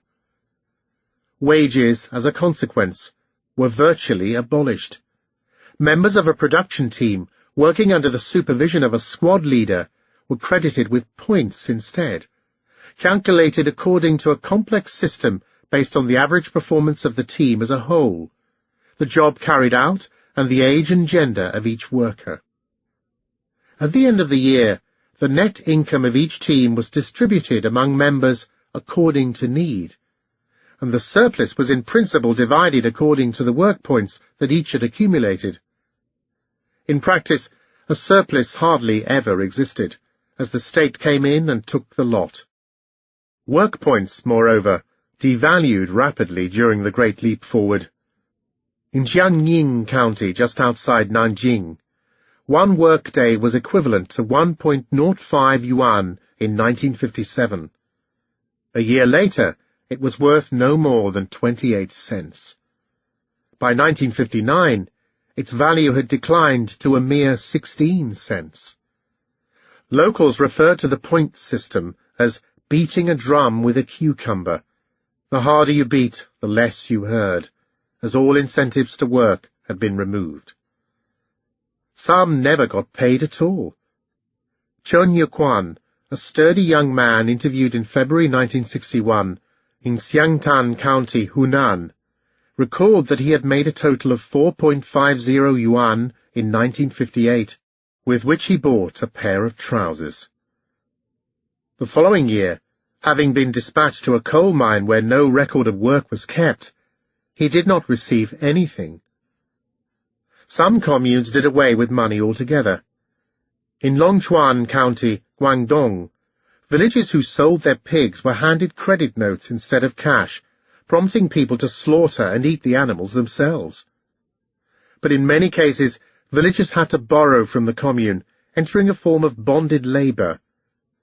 Li Yeye, who had to feed his chronically ill wife and 5 children by carrying manure all day long, never had any cash. People like us had no money. We were constantly in debt. We had to pay back our debt to the commune. Feng Dabai, a barber from northern Sichuan, who looked after a family of 9 during the famine, had to borrow so much food that he was still paying off his debt 50 years later. In the most radical communes, private plots, heavy tools and livestock all had to be turned over to the collective. In many cases, people were allowed to keep nothing but the bare essentials. As Li Qingquan, the leader of Sichuan, put it, "Even shit has to be collectivized." In response, villagers tried to salvage as much of their property as possible. They slaughtered livestock, hid grain, and sold assets. At the very start of the movement, Hu Yongming, a farmer from the humid, hilly northeast of Guangdong, killed 4 chickens, followed on day 2 by 3 ducks. Then came 3 female dogs, the puppies being slaughtered next. Finally the cat was eaten. Many did the same, as farmers devoured poultry and livestock. Throughout the villages of Guangdong, chicken and ducks were eaten first, followed by hogs and cows. Local officials, keen on numbers, thought that the consumption of pork and vegetables alone increased by some 60% with the advent of the communes, as locals consumed the produce of their private plots in fear of collectivization. A common saying in Guangdong was, "What you eat is yours, what you don't is anyone's." A similar scenario followed in the cities, although attempts to impose urban communes were generally abandoned until a few years later. In the first few weeks of October 1958, over 500,000 yuan was withdrawn from the bank in one single district in Guangzhou. In Wuhan, there was a run on the bank, a fifth of all savings having been cashed within 2 days of the foundation of the East Commune. Some workers in small enterprises even sold the sewing machines on which they relied for their livelihoods, others tearing up the floorboards of their homes for timber to be sold as fuel. Afraid that their savings would be confiscated, once parsimonious people started to indulge in conspicuous consumption. Ordinary workers bought expensive brands of cigarettes and other luxury goods. Some even splurged on extravagant banquets. Rumors fired collective fears. It was said that in some villages each person was allowed only a blanket, everything else being communal. Even clothes have numbers. In the drive to increase production and meet even higher targets, homes were also confiscated. The commune, after all, needed bricks for the canteens, dormitories, nurseries, and retirement homes planned on paper. In Macheng, as we have seen, houses were initially pulled down for fertilizer, a trend made worse by the advent of the people's communes. Throughout the county, villagers started sharing houses, some families ending up in makeshift sheds. Recalcitrant farmers were told that no grain rations will be issued to those who do not move out. In some villages, a grandiose vision of modernity justified the elimination of old houses. In Guishan commune, 30 dwellings were pulled down to make way for a utopian plan in which paved streets and skyscrapers would replace the mud huts lining dusty lanes. Not a single new house was built, and some families ended up living in pigsties or abandoned temples, with rain leaking through the roof and wind blowing through porous walls built of mud and straw. "Destroying my home is even worse than digging up my ancestor's gravestone," one villager cried. But few dared to complain.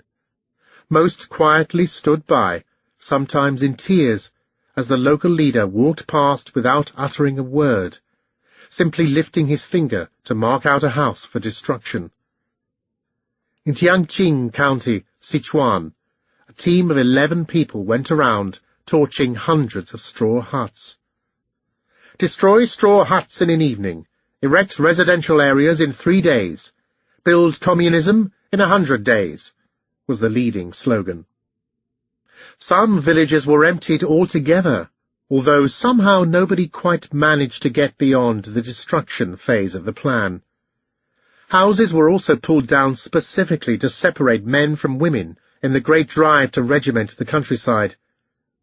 In Jingying, Gansu, some 10,000 dwellings were pulverized during the Great Leap Forward on the order of provincial boss Zhang Zhongliang. Most of the displaced people ended up not in dormitories as envisaged by model communes, but living on the streets, destitute. Except for the most deprived villages, most people did not like the canteens, if only because sprawling collectives run on a shoestring could hardly cater to individual whims, tastes, and diets. Some people had to walk for many kilometers to reach the collective facilities.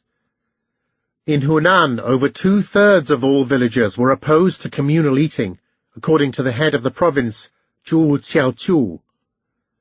Across the county, cadres had to apply pressure to get the villagers into the canteens.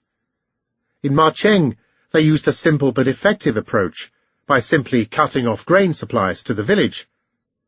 But families who had hoarded their own provisions still failed to turn up. They were denounced as rich peasants, intent on sabotaging the people's communes.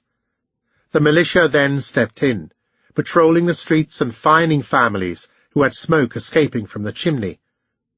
The final step was house-to-house confiscation of food and utensils. Once they sat down, villagers tucked in with a vengeance, all the keener as the new facilities had been set up with funds, food and furniture taken from the village. In one commune in Macheng, some 10,000 pieces of furniture, 3,000 hogs, and 57,000 kilos of grain, as well as countless trees, chopped down from private plots for fuel, went into the canteens. Their labour exploited, their possessions confiscated, and their homes demolished, villagers were presented with an opportunity to share in their leader's vision. Communism was around the corner, and the state would provide. To each according to his needs was taken literally, and for as long as they could get away with it, people ate as much as they could. For about 2 months, in many villages throughout the country, people stretched their bellies, following Mao's directive at Sushui. You should eat more. Even 5 meals a day is fine. Especially in regions where crops other than food were grown, for instance cotton, restraint was less pronounced, as the grain was provided by the state. Workers stuffed themselves, some being scolded for lack of appetite. Leftover rice was poured down the toilet by the bucket load. In some teams, people held competitions to see who could eat the most, children being reduced to tears for failing to keep up. Others took Mao at his word, launching a Sputnik by having 5 meals a day. Food that would have fed a village for half a week vanished in a day. In Jiangning County, Jiangsu, some villagers gobbled down a kilo of rice in a sitting. Extravagance in consumption was even greater in the cities, some 50 kilos of rice ending up in the gutter on a single day in late 1958 in a Nanjing workshop.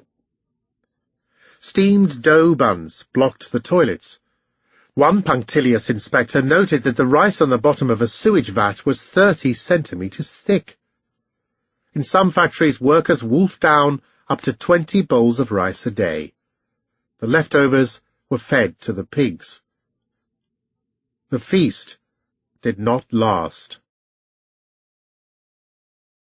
Chapter 8. Steel Fever. Stalin had financed industry at the expense of agriculture, as punishing procurements drained the countryside of all wealth. In search of an alternative to the Soviet model, Mao instead wanted to bring industry to the village.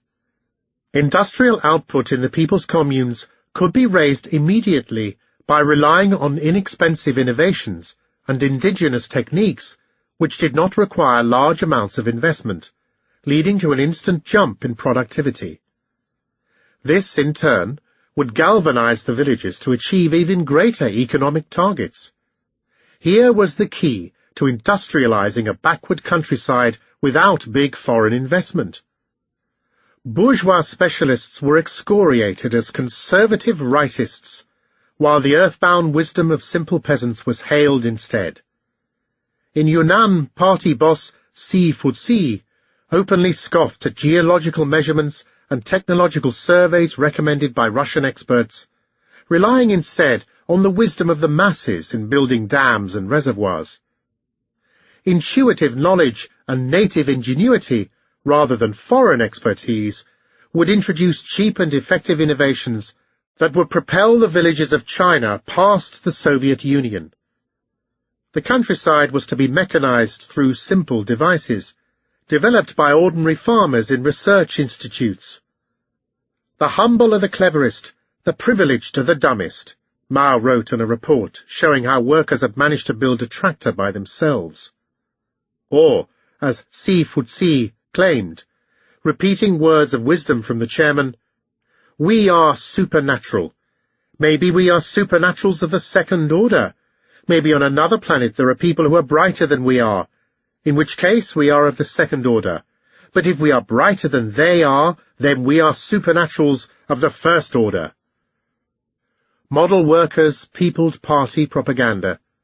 He Ding, a poor farmer from Hunan, who never had a day of schooling in his life, devised a system of wooden earth carriers moving on overhead cables with an automatic dump and return mechanism, which reduced the amount of labor needed to build a reservoir by 8 times. Wooden conveyor belts, wooden threshing machines, and wooden rice planting machines all were hailed as everyman miracles.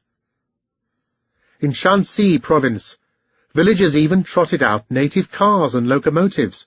Every part was made of wood. Most of these were innocent enough, but the waste could reach huge proportions. In Jiaofeng commune, Guangdong, some 22,000 beams, trusses and floorboards were torn out of people's homes overnight in a movement to mechanize the commune. The carts produced were so ramshackle that they fell to pieces the moment anyone tried to use one. But the real benchmark was steel. Here was material worthy to stand for socialism. Hard, shiny, industrial, modern and working class. Stalin stood for a man of steel, willing to smash all the enemies of revolution to smithereens. Smoking factory stacks, whirring machine tools, the hooting of factory whistles, towering blast furnaces glowing a deep red with fire. These were the consecrated images of a socialist modernity. Alexei Gazdev, the worker poet, wrote, "We grow out of iron," as man coalesced with iron in a fusion announcing a world in which machine became man and man was a machine. Steel was the sacred ingredient in the alchemy of socialism. The amount of steel produced was a magic figure recited with religious fervor in socialist countries. Steel output magically distilled all the complex dimensions of human activity into a single precise figure that indicated where a country stood on the scale of evolution. Mao may not have been an expert on industry, but he seemed able to rattle off the steel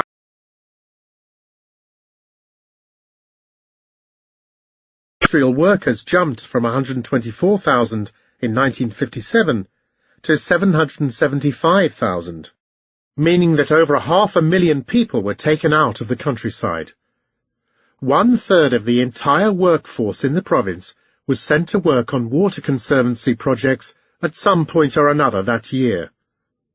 To put it differently, out of the 70,000 working adults in rural Jining, Yunnan, 20,000 were deployed on irrigation schemes, 10,000 on building a railway, 10,000 in local factories, leaving only 30,000 to produce food.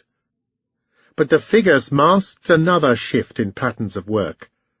As most of the men left the village, women had to work in the fields. Many had almost no experience in maintaining complex rice paddies, planting the seedlings unevenly and allowing weeds to invade the fields. In Yonggrun County, 1/5 of the crop rotted as a consequence.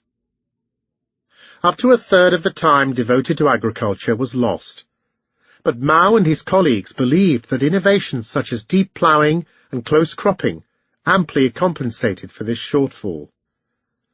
On the other hand, in the continuous revolution hailed by the leadership, farmers were deployed along military lines, moving from the industrial field in the slack season back to the agricultural front during the harvest. As Si Futsi put it, a continuous revolution means ceaselessly coming up with new tasks.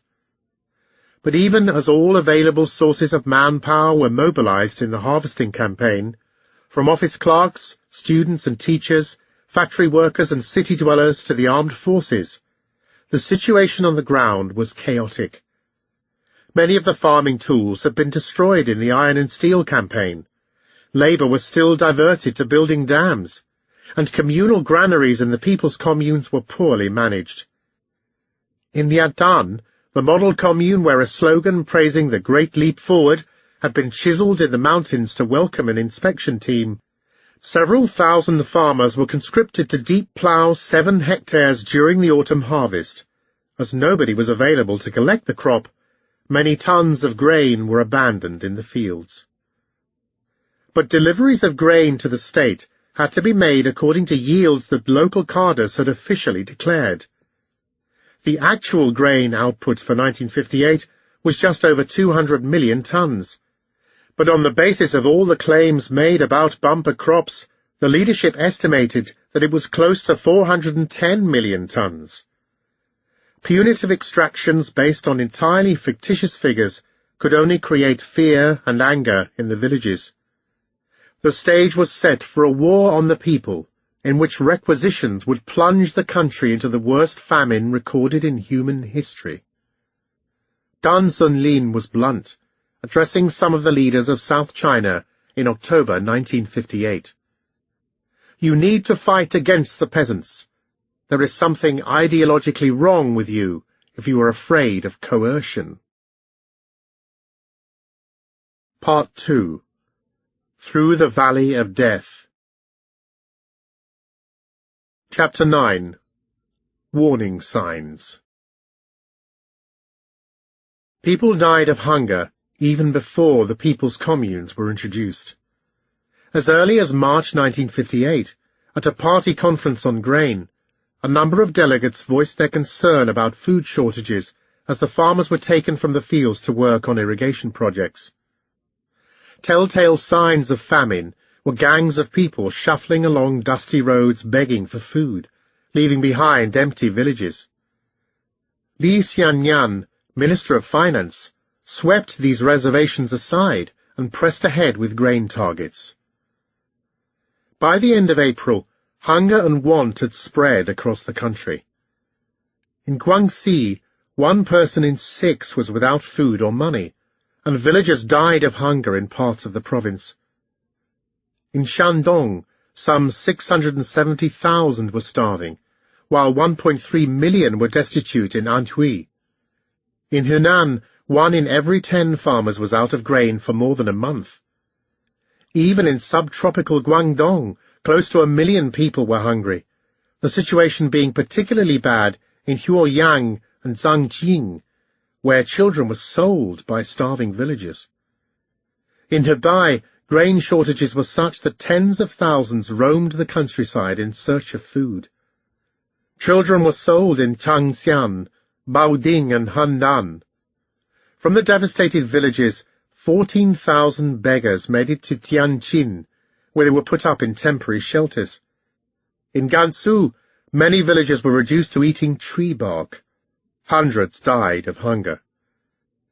This was spring famine, and it could be explained as a temporary aberration, but in parts of the country hunger got worse over the summer. Such was the case in Luliang, Yunnan.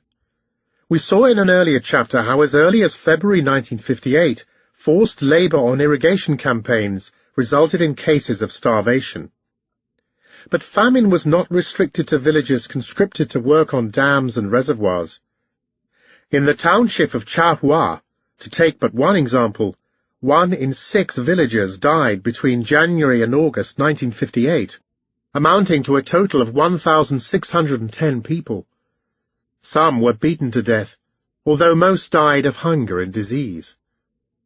The county boss, Chen Shengyan, had been brought in to replace a party official purged for having been soft on grain requisitions in 1957.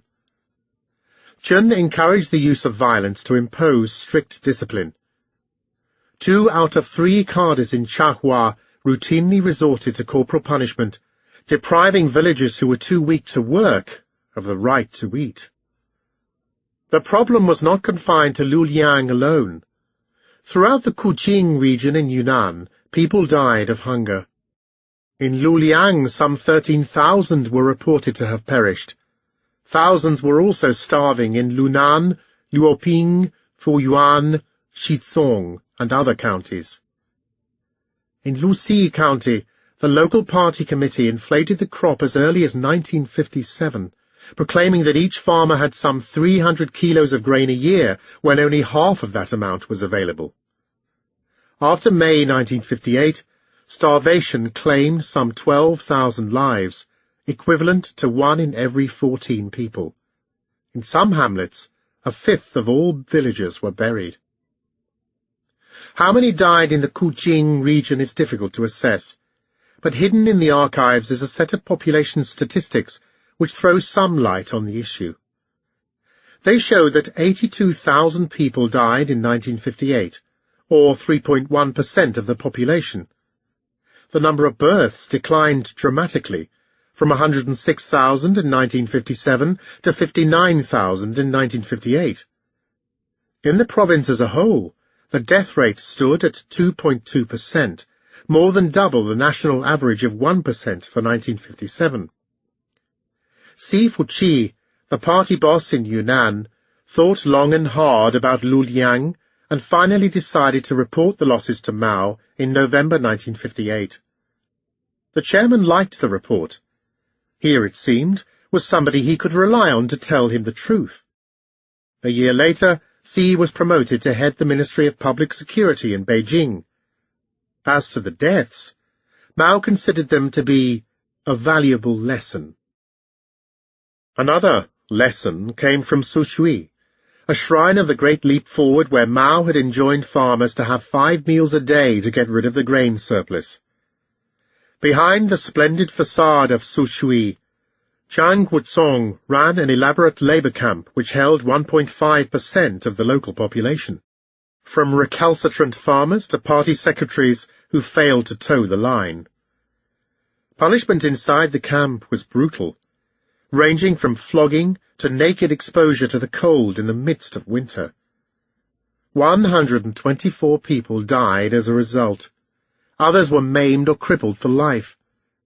Outside the camp, some 7,000 people were tied up, beaten, spat upon, paraded, forced to kneel or deprived of food, resulting in another 212 deaths. Li Qiangsheng, the apparently affable head of the Dasi Gechuang Brigade, who had welcomed Mao and many other visitors to his showcase village, regularly beat farmers, some being hung up to freeze to death during the winter. Despite all the violence, the crop yield was nowhere near what Zhang had promised. When Zhou Enlai passed through Hebei in December 1958, he was approached by a humbled Zhang, who confided that Sushui had produced only 3,750 kilos per hectare, a far cry from the 15 tons he had boasted over the summer. Sushui, in effect, was starving. Zhou promised to help. Much, but not all of this, came to light in a report written in October 1958 by the Office of Confidential Affairs at Mao's behest. Mao circulated the document to others in the Central Committee, writing at the bottom that these kinds of problems may not be restricted to one commune alone. But as Jiang Guozong fell from grace, the chairman embraced the county of Anguo, 80 kilometers south of Sushui, as a model instead. After listening to reports about farmers producing 2,300 kilos of grain a year each, he contemplated the output of Hebei province soaring from a mere 10 million tons in 1957 to 50 million by 1959. When Hebei boss Liu Zihu warned Mao that some of these figures might be inflated, The chairman brushed off these concerns and airily stated that errors were inevitable. Mao received numerous reports about hunger, disease, and abuse from every corner of the country, whether personal letters mailed by courageous individuals, unsolicited complaints from local cadres, or investigations undertaken on his behalf by security personnel or private secretaries. Su Shui and Lu Liang are two telling examples. Others will be invoked elsewhere in this book, while many more remain buried in the central archives in Beijing, closed to all but a few researchers hand-picked by the party. By the end of 1958, Mao did make a few gestures to appease concern about widespread abuse on the ground. In the comments he circulated about the Lu Liang report, he accepted that the living conditions of villagers had been neglected at the expense of increased output. But to him, Lu Liang was merely a lesson that somehow magically immunized the rest of the country against similar mistakes. In the case of Su Shui, Mao simply switched his allegiance to the next county down the road, willing to outdo others in extravagant production claims. As we will see in Chapter 11, Mao did slow down the pace of the Great Leap Forward between November 1958 and June 1959, but he was unwavering in his pursuit of utopia. The Great Leap Forward was a military campaign fought for a communist paradise in which future plenty for all would largely compensate for the present suffering of a few. Every war had its casualties. Some battles would inevitably be lost, and a few ferocious clashes might exact a tragic toll that could have been avoided with the benefit of hindsight, but the campaign had to press on.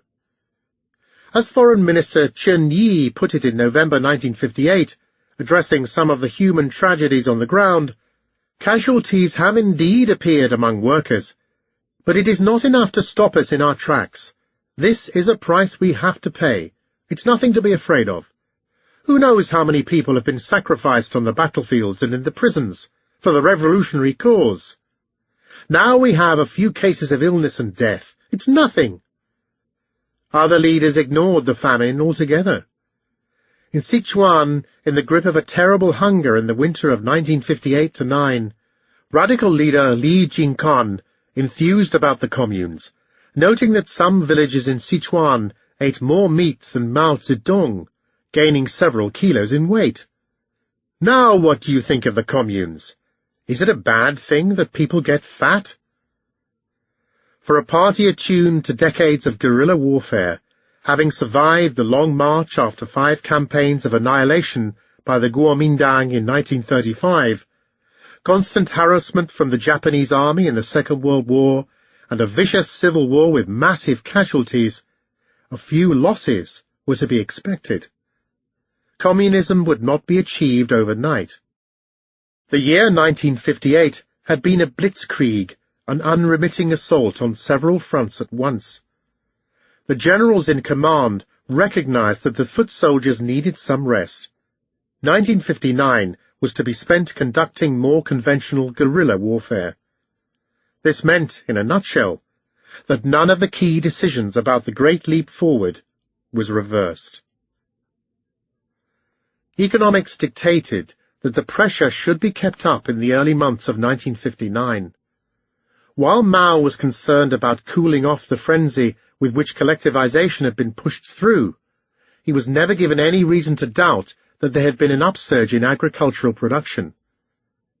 In a joint report that was sent to him, the top economic planners, Li Xianyan, Li Fuchun, and Bo Yibo, confirmed that when it comes to grain, cotton, and edible oils, output has increased hugely compared to last year as a result of a great leap forward in agricultural production, and we only need to carry out our work and earnestly resolve any problems that may arise in order to get ahead. According to the planners, the biggest problem was that the countryside was not sending enough food to the cities. The amount of grain procured for the urban population, which had swollen to some 110 million people, had increased by a quarter in the second half of 1958, reaching a total of 15 million tons, but it was not enough. In December, Peng Jun, the bald and vigorous mayor of Beijing, rang the alarm bell, followed by central planner Li Fuchun. Nanning and Wuhan, he noted, had no more than a few weeks of reserves, while Beijing, Shanghai, Tianjin, and the province of Liaoning had procured barely enough to last for another 2 months. At least 725,000 tons should have been stored in December, but a mere quarter of that amount had actually been delivered, with large shortages from provinces such as Hubei and Shanxi. All 3 cities, as well as Liaoning, were placed under special protection, and provinces that declared a surplus, Sichuan, Henan, Anhui, Shandong, and Gansu, were required to transfer an extra total of 415,000 tons. Insufficient grain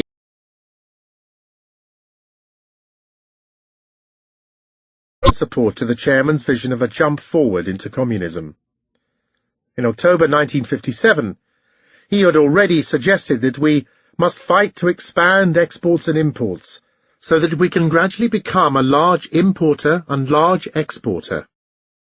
A few weeks later, he argued that if we want to build socialism, we need to import technology, equipment, steel, and other necessary materials. Larger imports and larger exports, an idealistic policy that ran roughshod over the actual capacity of the country to export foodstuffs and materials, became a major catchphrase in 1958. It suited Mao, who could show off the success of his policies on the international stage. Once he had asserted his authority over his colleagues and silenced those who were critical of the Great Leap Forward, few leaders thought it wise to argue in favor of financial discipline. As the projected output of industry and agriculture was ceaselessly revised upwards, so the quantity of imports rose. In other words, a tightening of foreign trade was feasible only once Mao recognized the failure of the Great Leap Forward. Politics was in command, and an overshoot in imports was seen not as a sign of budgetary indiscipline, but as an indication of boundless faith in the power of the masses to transform the economy. The purpose of spending on capital goods imported from abroad was to create the capacity to produce machinery and manufactured goods, catapulting the economy into a dramatically higher level of industrial development, which would ultimately free China from its economic dependence on the Soviet Union. Mao had few opponents at home. Abroad, in the Soviet bloc, leaders may have harbored doubts about the Great Leap Forward, but increased quantities of foodstuffs shipped from China suited them well. Khrushchev, after all, was shifting the emphasis in the Soviet economy away from heavy industry towards the needs of consumers, and defiantly promising to overtake the USA in per capita production of meat, milk, and butter. In East Germany, Ulbricht was desperate to stop the flow of people who voted with their feet by escaping to West Germany. He too made extravagant claims, announcing at the Fifth Party Congress in 1958 that a socialist society was in the making, as the per capita quantity of consumer goods would soon catch up and overtake that of West Germany, a process envisaged to be completed by 1961. In the meantime, he collectivized the countryside, causing severe food shortages which only increased reliance on imports from China. East German leaders may have had doubts about the size of the 1958 crop in China, but they were keen on more foodstuffs. Not only did rice become a staple food in East Germany during the Great Leap Forward, but the margarine industry depended on imports of edible oils from China. Trade delegates pushed hard for greater imports of animal fodder, tobacco, and peanuts. Such was the pressure that in June 1959, a Chinese trade representative was forced to explain that the fodder exported for pigs in Germany was needed to feed people in China. China not only exported more to its Soviet bloc allies, but also started dumping products in Asia and Africa.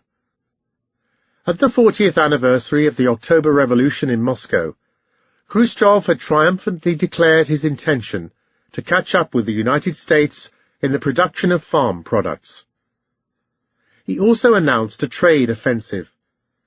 "We declare war on you in the peaceful field of trade," he threatened, starting a worldwide economic initiative designed to cripple U.S. foreign trade and lure the economies of developing nations into the Soviet embrace.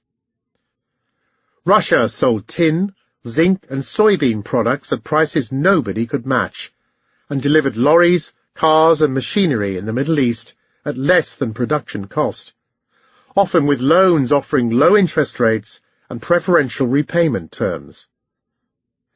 In a planned economy which subordinated economics to politics, the Soviet Union could overpay for raw materials, ignore market prices, and sustain heavy losses to win influence around the globe.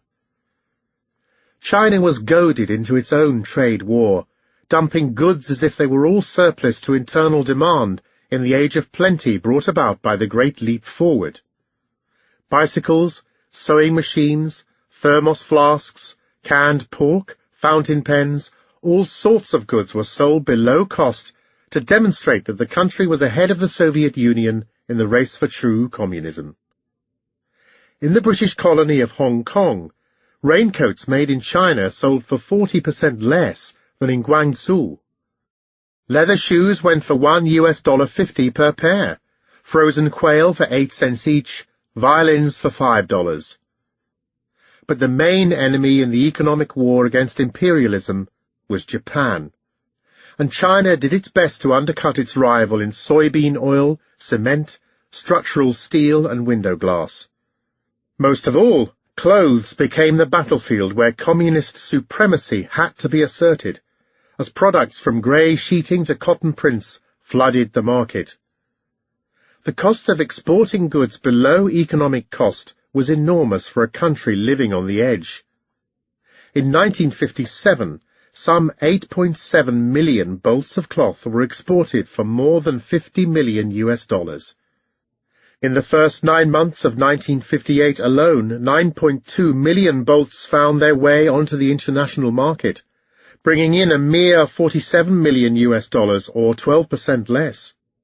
By the end of the year, as poor farmers in the countryside were facing a winter without cotton-padded clothes, some 14 million bolts had been sold abroad below cost. All that was done in order for China to be able to claim the title of the world's third largest exporter of cloth, instead of being fifth. As Ye Chi-tuang acknowledged at a party conference on foreign trade at the end of 1958, flooding the market with goods below cost had been a disaster, as more had been sold than before, but for far less revenue. We really hurt ourselves, we frightened our friends, and we awakened our enemies. I hear that in the Ministry of Foreign Trade some people sign contracts in a very casual way. Who allowed you to export that much? Zhou Enlai inquired, distancing himself from the scheme. We thought that we had a big cotton crop and would not encounter any problems, so we did not ask for permission, interjected Ma Yimin, an administrator from the Ministry of Foreign Trade. But neither the cotton crop nor the grain crop, nor, for that matter, industrial output, was anywhere near what had been pledged during the Great Leap Forward. China had a yawning trade deficit. Promised deliveries to socialist allies were not met. Only a third of an agreed 2,000 tons of frozen poultry had been handed over to East Germany in 1958, and Walter Ulbricht demanded the rest in time for Christmas. East Germany was owed some 5 to 7 million rubles, Hungary 1.3 million, Czechoslovakia 1.1 million, and all of them requested compensation in the shape of rice, peanuts, or animal hides. Zhu agreed to free up an extra 15,000 tons of rice and 2,000 tons of peanuts for Hungary and Czechoslovakia. He also brushed aside Zhu De's policy of large imports, large exports. Noting a shortfall of 400 million yuan in exports to the Socialist bloc for 1958, he declared that we are against large imports and large exports, as foreign trade must be measured. How should the shortfall be addressed? Zhou Enlai was the first to state in November 1958 that "I would rather that we don't eat or eat less and consume less, as long as we honour contracts signed with foreigners. To take goods without anything in return is not in the style of socialism," he added a few weeks later. Deng Xiaoping chimed in, "If everybody could just save a few eggs, a pound of meat, a pound of oil and 6 kilos of grain, the entire export problem would simply vanish." Li Xianyan, Li Fuchun, and Bo Yibo agreed. In order to construct socialism and build a better future, people will agree to eat a little less if we explain the reasons. In order to honour foreign obligations, exports for 1959 were substantially increased from 6.5 to 7.9 billion yuan, while imports grew only 3% to 6.3 billion. Grain earmarked for foreign markets, for instance, was doubled to 4 million tons. Some readers may think that this was merely a few percentages of the total grain output, but in a poor country, a few million tons made the difference between life and death. As Wang Renzong bitterly pointed out in 1961, when the country was groping for a way out of the famine, Hubei province, of which he was leader, received 200,000 tons from Beijing to fight mass starvation in 1959, but the state exported more than 4 million tons the same year. The responsibility for reaching export targets was passed on to provincial leaders, each region being given a proportion of the national target. But in the winter of 1958-9, provincial bosses were confronted with growing shortfalls. By January 1959, a mere 80,000 tons of grain for export had been procured nationwide. The following month, Hubei refused to provide more than 23,000 out of a planned 48,000, while Li Jingquan agreed to come up with 2/3 of Sichuan's quota, making up the rest in a variety of inferior grains. In Anhui, Zheng Xixiang approved the delivery of only 5,000 out of a planned 23,500 tons.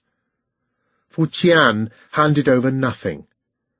In other export commodities too, most provinces met only half of their export quota, and regions such as Guizhou, Gansu, and Qinghai slipped to below 1/3 of their obligations. Complaints about non-delivery reached Beijing. Hospitals and kindergartens in Leningrad, for instance, were out of rice in the middle of winter.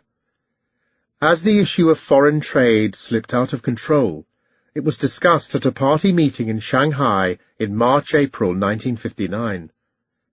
Mao stepped in and recommended vegetarianism as a solution. We should save on clothing and food to guarantee exports. Otherwise, if 650 million people start eating a little more, our export surplus will all be eaten up. Horses, cows, sheep, chicken, dogs, pigs. 6 of the farm animals don't eat meat, and aren't they all still alive? Some people don't eat meat either. Old Su didn't eat meat, and he lived till he was 80. I heard that Huang Yanpei didn't eat meat. He too lived to 80. Can we pass a resolution that nobody should eat meat, and that all of it should be exported? Having heard the chairman's command, Peng Zhen, the mayor of Beijing, was willing to go even further, suggesting that the consumption of grain be cut as well in order to increase exports.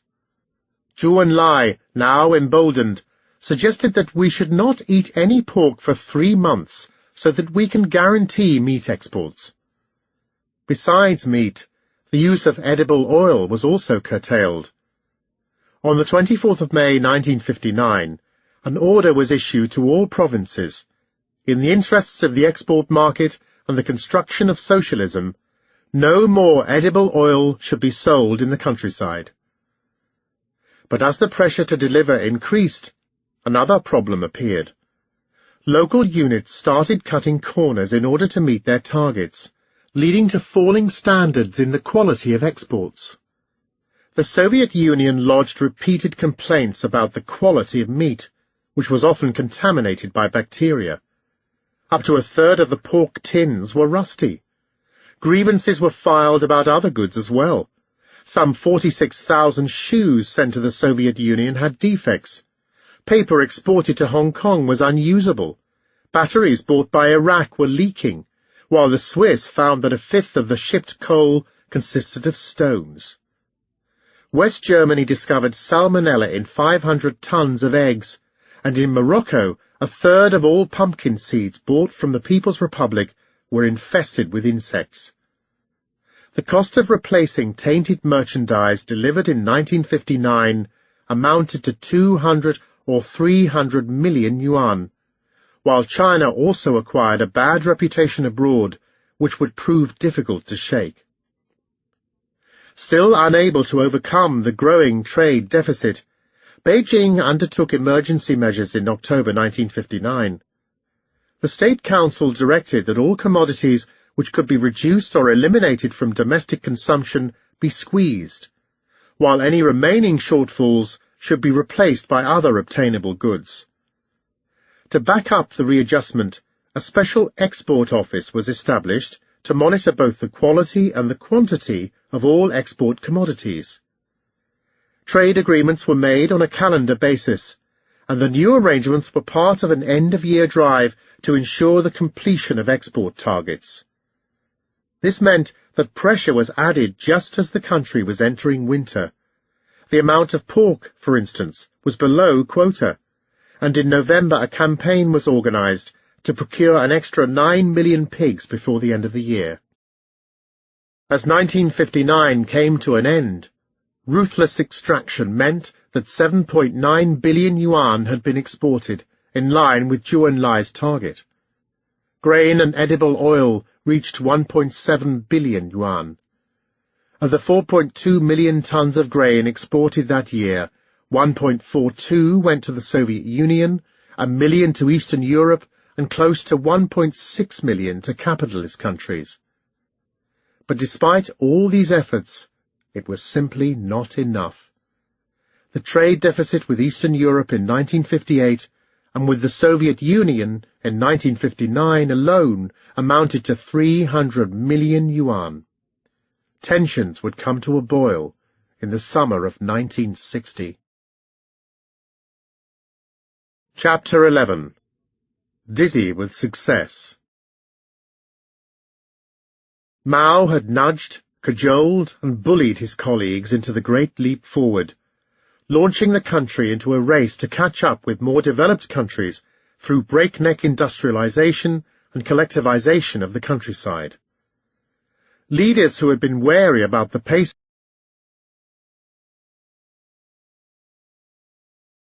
were able to carry out the task. As to meat, he praised the decision taken by Hebei and Shandong to ban the consumption in the countryside for a period of 3 months. This is good. Why can the whole country not do the same? Edible oils should be extracted to the maximum. He brushed aside an interjection by a colleague suggesting that the state should guarantee 8 meters of cloth per person a year. Who has ordered that? And as we saw in the last chapter, Mao also reversed the priority given to the local market. Exports trumped local needs and had to be guaranteed. We should eat less. A firm, Chua-chin, and ruthless Chua-hen approach was warranted in times of war when confronting practical problems. When there is not enough to eat, people starve to death. It is better to let half of the people die so that the other half can eat their fill. Mao's word was the law. But what was the meaning of some of his more obscure pronouncements? For instance, he who strikes first prevails, he who strikes last fails. Tan Sun-lin, put in charge of agriculture by the party's secretariat, clarified this in June 1959 in a telephone conference on procurements. He explained that the grain should be taken before the farmers could eat it. Speed was of the essence, as each side tried to get to the crop first. But this saying of "he who strikes first prevails" should be used only by county and regional party secretaries. If it were used below that level, it could easily lead to misunderstandings. Wang Rensong, the man who had told Mao how Cardus had inflated the crop figures, had the following recommendation. "We will try peaceful means before we resort to force. If they still fail to comply with the state's unified planning, then we will apply the necessary measures, from a formal warning to dismissal or even removal from the party." Signs of famine had appeared in 1958. In the first half of 1959, starvation became widespread, as villages were hit by increased procurements ordered by the state. Even a zealot like Tan Sun-lin estimated that as early as January, some 5 million people were suffering from famine edema, 70,000 having starved to death. Zhou Enlai put the latter figure at 120,000. Both men were far below the mark, but had little incentive to investigate further. Mao was aware of the famine, but downplayed it by circulating reports that villages in distressed regions were getting enough food, up to ½ kilo a day in model province Henan. On the ground, local cadres were unsure how to respond, bewildered by the shifting and contradictory signals emerging from Beijing. At the top, the leadership was taken aback by Mao's outburst in Shanghai. It was an omen of things to come. Chapter 12. The End of Truth. A vast mountain range runs across the north of Jiangxi province, with summits and craggy peaks rising 1,500 meters above sea level. Mount Lushan itself is in an area of sedimentary rocks and limestone, out of which gullies, gorges, caves and rock formations have been carved by water and wind, giving it a wild and rugged character much admired by visitors. Forests of fir, pine, camphor and cypress, clinging to cliffs and crevices, compete with waterfalls for attention, while temples and pagodas offer views as far as the sand dunes on the shores of the Boyang Lake down in the Yangtze Valley. A temperate climate gives much-needed respite during the stifling heat of summer. Before the Revolution, Europeans also trekked to the region during the winter months, to toboggan and ski. An English missionary first bought the Guling Valley in 1895, and over the following decade several hundred bungalows, built of soft granite hauled up from the valley, turned Lushan into a sanatorium and summer residence for foreigners. Chiang Kai-shek, leader of the ruling Kuomintang, acquired an attractive villa where he and his wife spent many summers in the 1930s.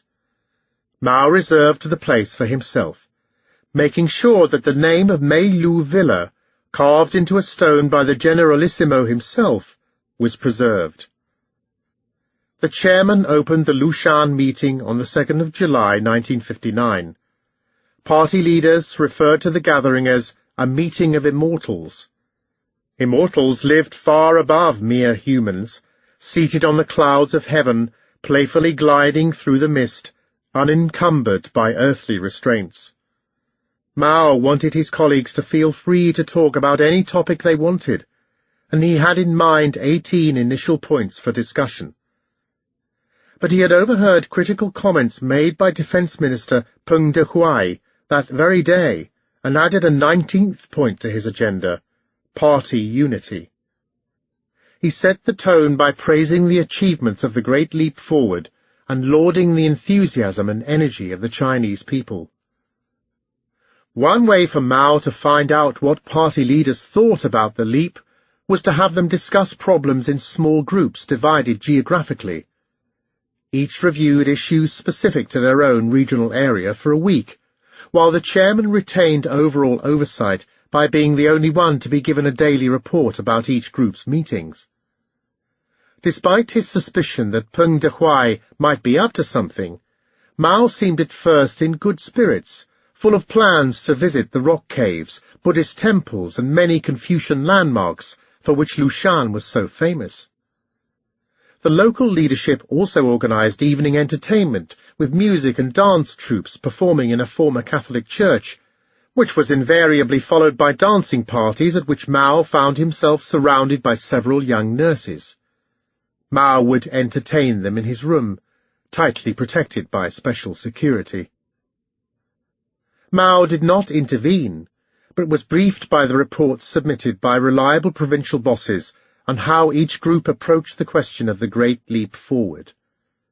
Many of the conference participants believed that the Lushan gathering would push further for economic reform, as problems with the Great Leap Forward had already been discussed at previous meetings, and some measures had been taken to tackle a situation sliding out of control.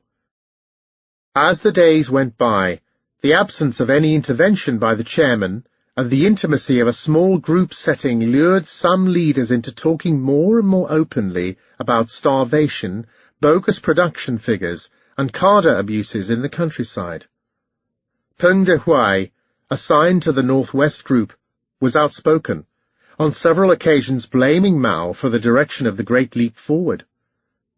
"We all have a share of responsibility, including Mao Tse-tung. The steel target of 10.7 million tons was set by Chairman Mao, so how could he escape responsibility?"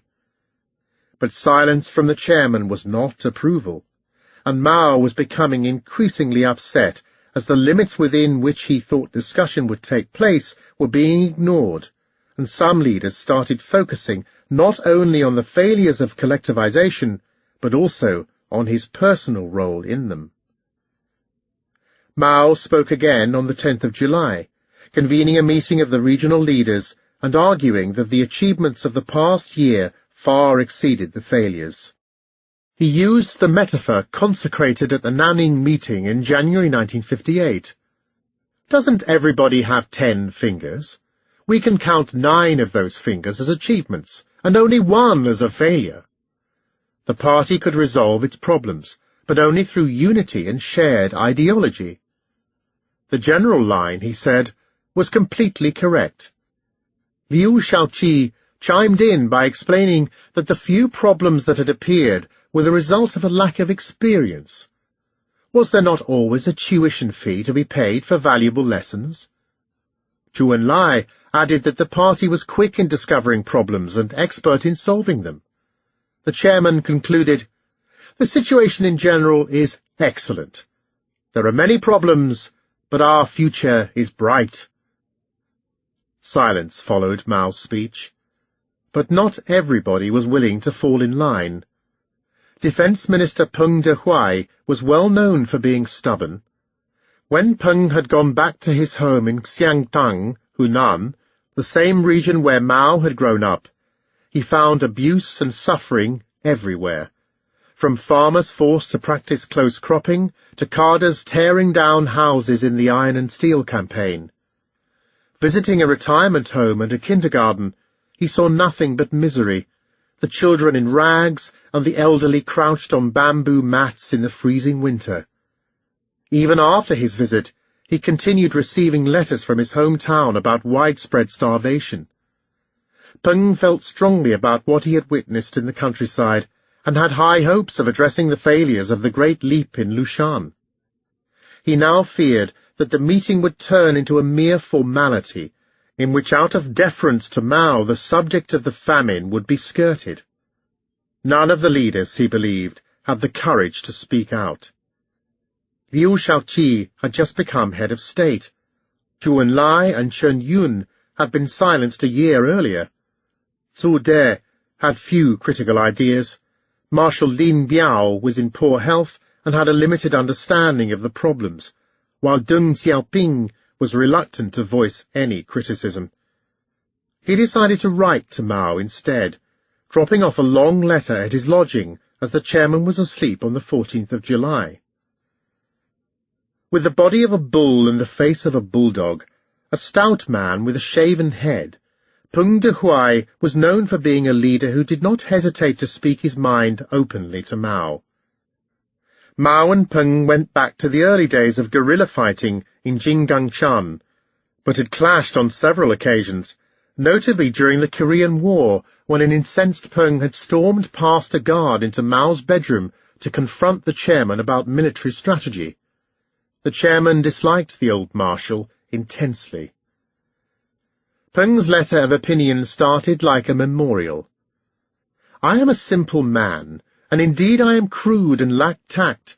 For this reason, whether this letter is of value or not is for you to decide. Please correct me wherever I am wrong.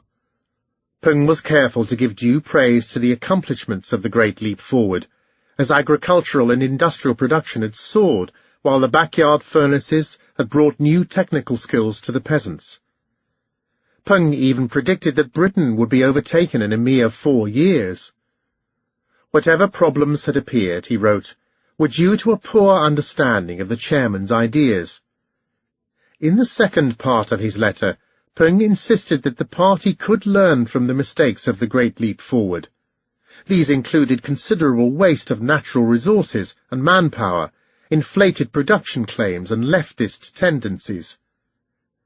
His letter was balanced and prudent, all the more so in light of what was to come in the following days, yet it managed to incense Mao. Peng's mention of petit bourgeois fanaticism leading to leftist errors had touched a raw nerve in the chairman. Just as offensive was an ironic statement according to which dealing with economic construction does not come quite as easily as bombing Khmer Moi or dealing with Tibet. According to his doctor, Mao did not sleep all night. 2 days later, he called a Politburo standing committee in his villa, receiving the leaders in a bathrobe and slippers. Rightist elements outside the party had attacked the Great Leap Forward, Mao explained, and now people from within the ranks were undermining the movement as well, claiming that it had done more harm than good. Peng Dehuai was one such person, and his letter was to be distributed to all 150 participants at the Lushan meeting for discussions in small groups. He then asked Liu Shaoqi and Zhu Enlai to call in reinforcements from Beijing. Peng Chen, Chen Yi, Wang Kecheng, and others were to join the meeting as soon as possible. Most senior cadres by now understood how serious the situation had become, and spoke out against Peng. Zhang Zhongliang, the Gansu leader, claimed that the success in his province illustrated the wisdom of the Great Leap Forward. Tao Zhu, Wang Renzong, and Chen Zengren, all of whom had a stake in the leap, also agreed. But several did not. Wang Kecheng, Army Chief of Staff, arriving the following day from Beijing, unexpectedly spoke in favor of Peng Dehuai. As Huang would admit in the weeks to come, he had been unable to sleep because of the scale of starvation in the countryside. Tan Zunlin, who could always be counted on, exploded. "Have you eaten dog meat? Meaning, are you hot in the head? Are you suffering from fever? All this nonsense. You should know that we asked you to come to Lushan to help us out." Others wavered too. Zhu Xiaochu, the first party secretary of Henan province, praised the letter, although he agreed that it contained a few barbs. The turning point was a bombshell dropped by Zhang Wentian in a stunning attack on Mao and the Great Leap Forward on the 21st of July. Zhang Wentian had defied Mao's leadership in the early 1930s as a member of the opposing faction, but later rallied to the chairman's cause. As Vice Minister of Foreign Affairs, he carried considerable weight, and Mao could only see his support of Peng as an alliance between the Ministry of Defense and the Ministry of Foreign Affairs. Zhang spoke for several hours on the 21st of July, despite frequent heckling from Mao's supporters. Contrary to established party rituals, he brushed aside the achievements in a short opening paragraph and stormed straight into a close examination of the problems caused by the Great Leap Forward. Targets were far too high, claims about the crop were bogus, and as a consequence people were dying of hunger. The cost of the backyard furnaces was 5 billion yuan, to say nothing of a crop lost because peasants were too busy smelting iron to collect the harvest from the fields. Zhang denounced slogans such as "Let all the people smelt steel" as absurd. Stoppages in production were frequent. Foreigners complained about the low quality of products made in China, damaging the country's reputation. Most of all, the Great Leap Forward had made no difference in the countryside. Our country is poor and blank, and the socialist system gives us the conditions to change this rapidly, but we are still poor and blank. Mao encouraged leaders to pull the emperor off his horse, Zhang conceded, yet nobody dared.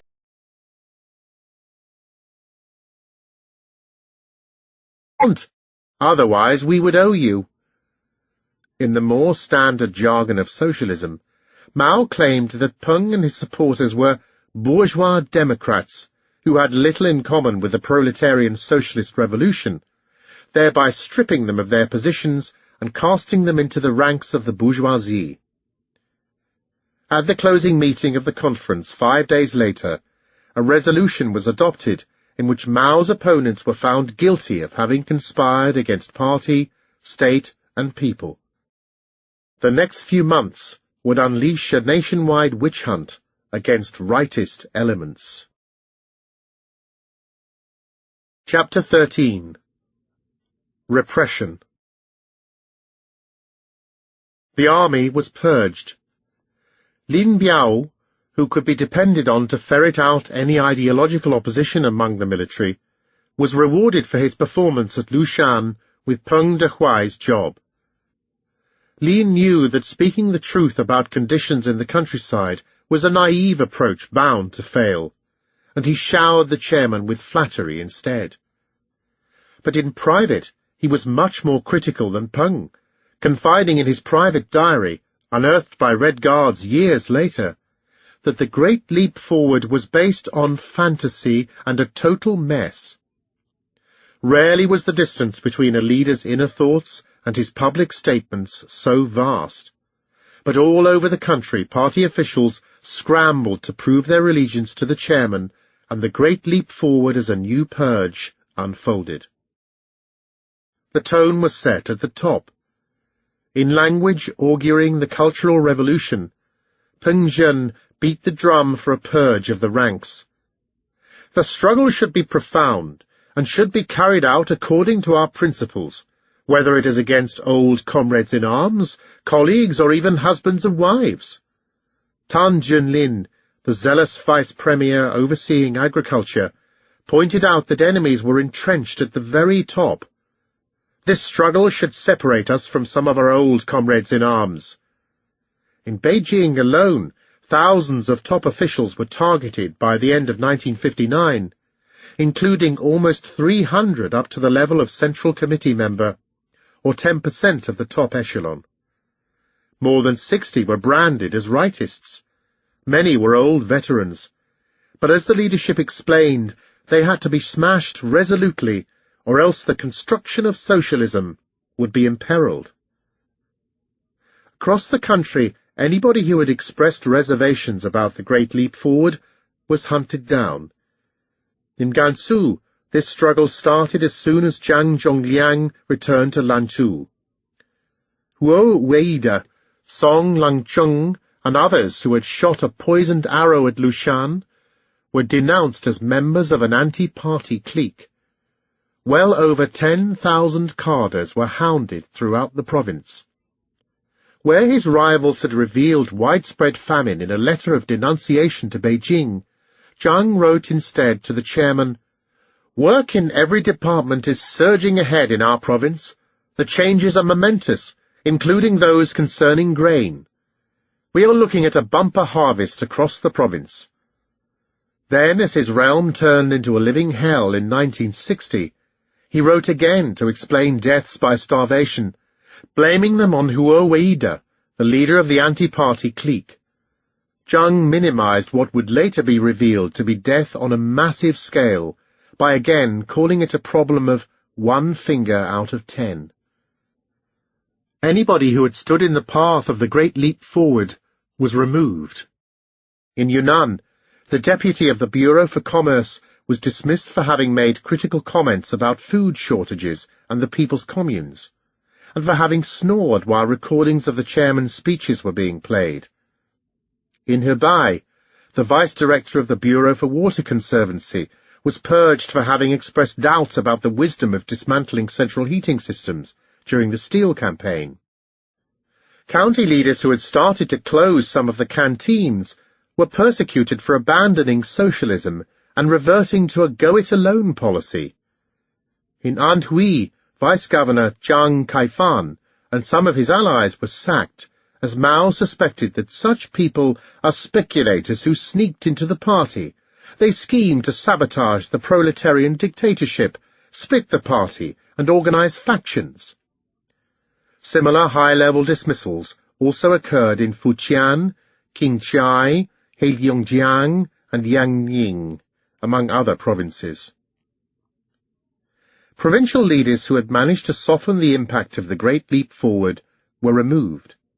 Under constant fire from Mao and his acolytes for his caution, Zhu Xiaochu, the reluctant leader of Henan province, had relented and inflated the crop projections in 1958. But he rarely lost an opportunity to put a damper on the enthusiasm of local cadres during inspection trips. In Changde, he had openly scoffed at all the bragging about grain output. He questioned the supply system. Approached by a woman who complained about the local canteen, he had suggested that she simply walk out and cook a meal back home. He had refused point-blank to have anybody in Henan follow the example set by Ma Cheng, seeing the Sputnik fields as a dangerous diversion from pressing agricultural tasks.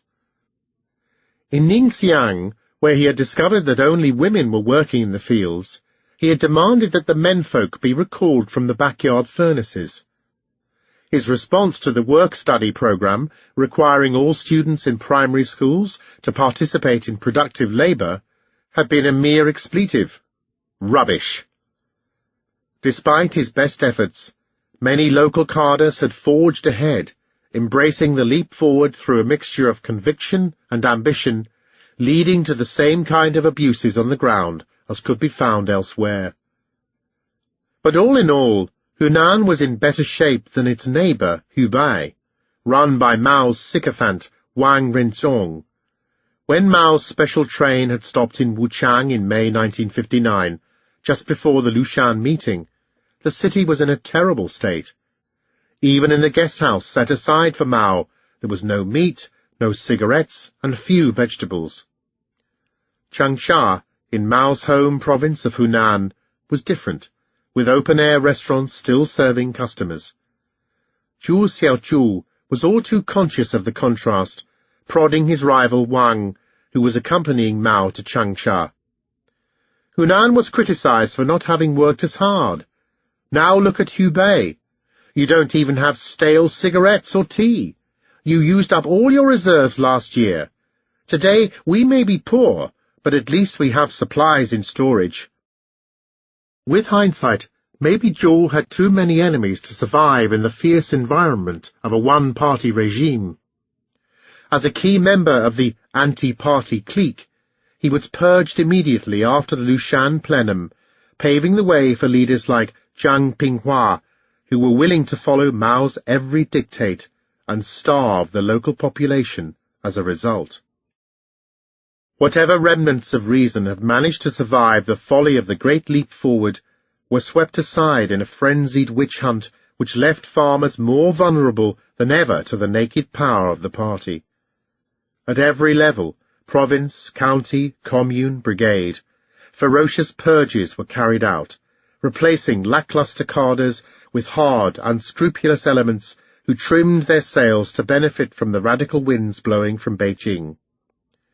In 1959-60, some 3.6 million party members were labelled or purged as rightists, although total membership surged from 13,960,000 in 1959 to 17,380,000 in 1961. In a moral universe in which the means justified the ends, many would be prepared to become the chairman's willing instruments, casting aside every idea about right and wrong, to achieve the ends he envisaged. Had their leadership reversed course in the summer of 1959 at Lushan, the number of victims claimed by famine would have been counted in the millions. Instead, as the country plunged into catastrophe, tens of millions of lives would be extinguished through exhaustion, illness, torture, and hunger. War on the people was about to take on a wholly new dimension as the leadership looked away, finding in the growing rift with the Soviet Union a perfect pretext to turn a blind eye to what was happening on the ground. Chapter 14. The Sino-Soviet Rift. Mikhail Klochko received his recall telegram on the 16th of July 1960. Together with some 1,500 Soviet advisers and 2,500 dependents, he was ordered to pack up and leave by his embassy in Beijing. His hosts were courteous to the last, having been instructed to provide every assistance possible, as well as to obtain, by any means possible, all the technical information that the Russians had not already handed over. At a banquet for the departing advisers, Foreign Minister Chen Yi thanked them warmly for their immense help and wished them good health. On a more sour note, a Soviet delegate complained, "We've done so much for you, and you are not content." After Mao had initiated an international crisis by shelling Quemoy and Matsu 2 years earlier, Khrushchev started to reconsider his offer to deliver a sample atom bomb to China. Nuclear disarmament talks between the Soviet Union and the United States prompted him to delay honoring his pledge, and in June 1959 he finally reneged on his promise altogether.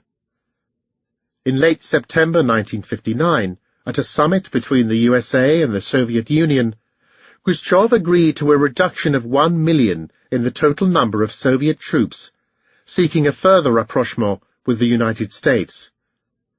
Relations further deteriorated when Khrushchev visited Beijing a few months later to commemorate the 10th anniversary of the People's Republic. The Soviet delegation clashed with their hosts over a series of issues, including a border dispute between China and India, as Moscow attempted to act as an intermediary between the two countries instead of backing its ally Beijing. In the spring of 1960, Beijing started openly to challenge Moscow for the right to lead the socialist camp, denouncing Khrushchev in increasingly vituperative terms for his revisionism and his pursuit of appeasement with imperialists. Angered, the Soviet leader retaliated by pulling all Soviet advisers out of China. The withdrawal came as a blow to Mao. It led to the collapse of economic relations between the two countries, the cancellation of scores of large-scale projects, and a freeze in high-end military technology transfers. As Jung Chang and John Halliday point out in Mao, the Unknown Story, the population should have benefited from these cancellations, as less food would now have to be exported to pay for expensive projects. But where the agreements allowed for repayments to be made over 16 years, Mao insisted on settling up ahead of schedule. Times were really tough in Yan'an during the war. We ate hot peppers and nobody died, and now that things are much better than in those days, we want to fasten our belts and try to pay the money back within 5 years. On the 5th of August 1960, even before the departure of all Soviet specialists was completed, provincial leaders were warned by phone that the country was not exporting enough, as it was heading towards a deficit in the balance of payments of 2 billion yuan. Every effort had to be made to honor the Soviet debt within 2 years, and this had to be done by increasing exports of grain, cotton, and edible oils as much as possible. The true scale of early repayments to the Soviet Union has only just come to light with the opening of the archives in the Ministry of Foreign Affairs in Beijing, where an army of accountants kept detailed records of how shifting exchange rates, the changing gold content of the ruble, renegotiations of trade agreements, and the calculation of interest rates affected repayments to the Soviet Union. They show that Moscow lent some 968.6 million rubles to Beijing between 1950 and 1955, not including interest. By the time of the recall of Soviet experts, some 430.3 million rubles was still owed. But as a consequence of the trade deficit, further loans were contracted during the following years, and by the end of 1962, the total owed by Beijing stood at 1,407 million rubles, 1,275 million in loans, plus interest estimated at 132 million. Some 1,269 million of this was amortized by 1962. In other words, while the total debt increased from 968 to 1,407 million rubles, China managed to pay off roughly $500 million between 1960 and 1962, as tens of millions of Chinese died of famine. It may be that this amount was actually smaller, as the figure provided for 1960 did not include interest, which was presumably repaid on top of capital. But even if we allow for a correction of 10%, the fact remains that large sums of money were paid to the Soviet Union. In 1960, some 160 million rubles was sent to clear part of the debt, while in 1962, about 172 million rubles were returned. The figure for 1961 is missing, but it is likely to be similar. Large amounts of exports were also used to amortize the debt, meaning that by the end of 1962, China owed the Soviet Union only 138 million rubles. China insisted on paying 97 million in 1963, clearing the debt by 1965. But the Russians never asked for an accelerated repayment. On the contrary, they agreed in April 1961 that 288 million rubles in unpaid balances should be refinanced as a new credit, with the payments taking place over 4 years, the first in 1962 being no more than 8 million. As the moratorium on the trade deficit worked like an unplanned loan, it actually meant that China was given more economic aid by the Soviet Union than any other country had received during a single year to date. The real damage done to the economy by the recall of all experts was minor, since few civilian specialists worked in agriculture. And even if some industrial projects were delayed by the withdrawal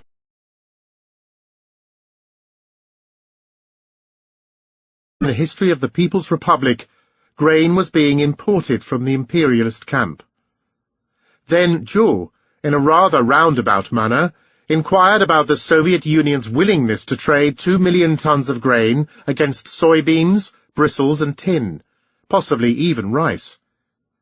Only a third would be paid up front. The rest would follow over the next 2 years. Coming just after the delegation had balked at a trade deficit of 70 million rubles, the timing of the request was poor. "Do you have any foreign currency?" the Soviet side asked bluntly, forcing Zhou to admit that China had none, and that it was selling silver. The delegation left the issue hanging in the air, and nothing further happened for several months, till finally someone dropped a hint by telling Deng Xiaoping that the Soviet Union was experiencing difficulties and was not in a position to help. The loss of face for China must have been tremendous. Delaying tactics in the midst of calamity were also adopted by Moscow when Zhou Enlai asked for an extra 20,000 tons of petrol in July 1961. Khrushchev waited for 4 months until after the 22nd Soviet Party Congress before acceding to Beijing's request. Political leverage was also extracted from a swap of grain agreed upon in June 1961. Out of all the wheat Beijing purchased from Canada, 280,000 tons were earmarked for the Soviet Union, which in turn exported a similar amount to China. After the wheat had been shipped directly to Russia from Canada, the Soviets acted as if the import came from North America, at the same time listing their export of grain to China in the published trade statistics for the year 1961. In the eyes of the world, with foreign experts raking over published statistics for signs of a rift between the two socialist giants, it looked as if the Soviet Union was feeding China. Not all of the grain purchased abroad was intended for home consumption. The rice bought from Burma, for instance, was shipped directly to Ceylon to meet outstanding commitments. Some 160,000 tons also found their way to East Germany to address the trade deficit with socialist allies. And China, in the midst of famine, continued to be generous to its friends. 2 cargoes of wheat carrying some 60,000 tons were shipped directly to Tirana from Canadian ports as a gift. Since Albania had a population of about 1.4 million, this amount provided as much as 1/5 of domestic requirements. Pupo Shati, Tirana's chief negotiator in Beijing, later recalled that he could see the signs of famine in Beijing, but the Chinese gave us everything. When we needed anything, we just asked the Chinese. I felt ashamed. Other countries, aside from Albania, also received rice for free at the height of the famine. For instance, Guinea, the recipient of 10,000 tons in 1961. China never ceased to cultivate its international image with liberal aid and cheap loans to developing nations in Asia and Africa. One reason why Beijing increased foreign donations during the Great Leap Forward was to prove that it had discovered the bridge to a communist future.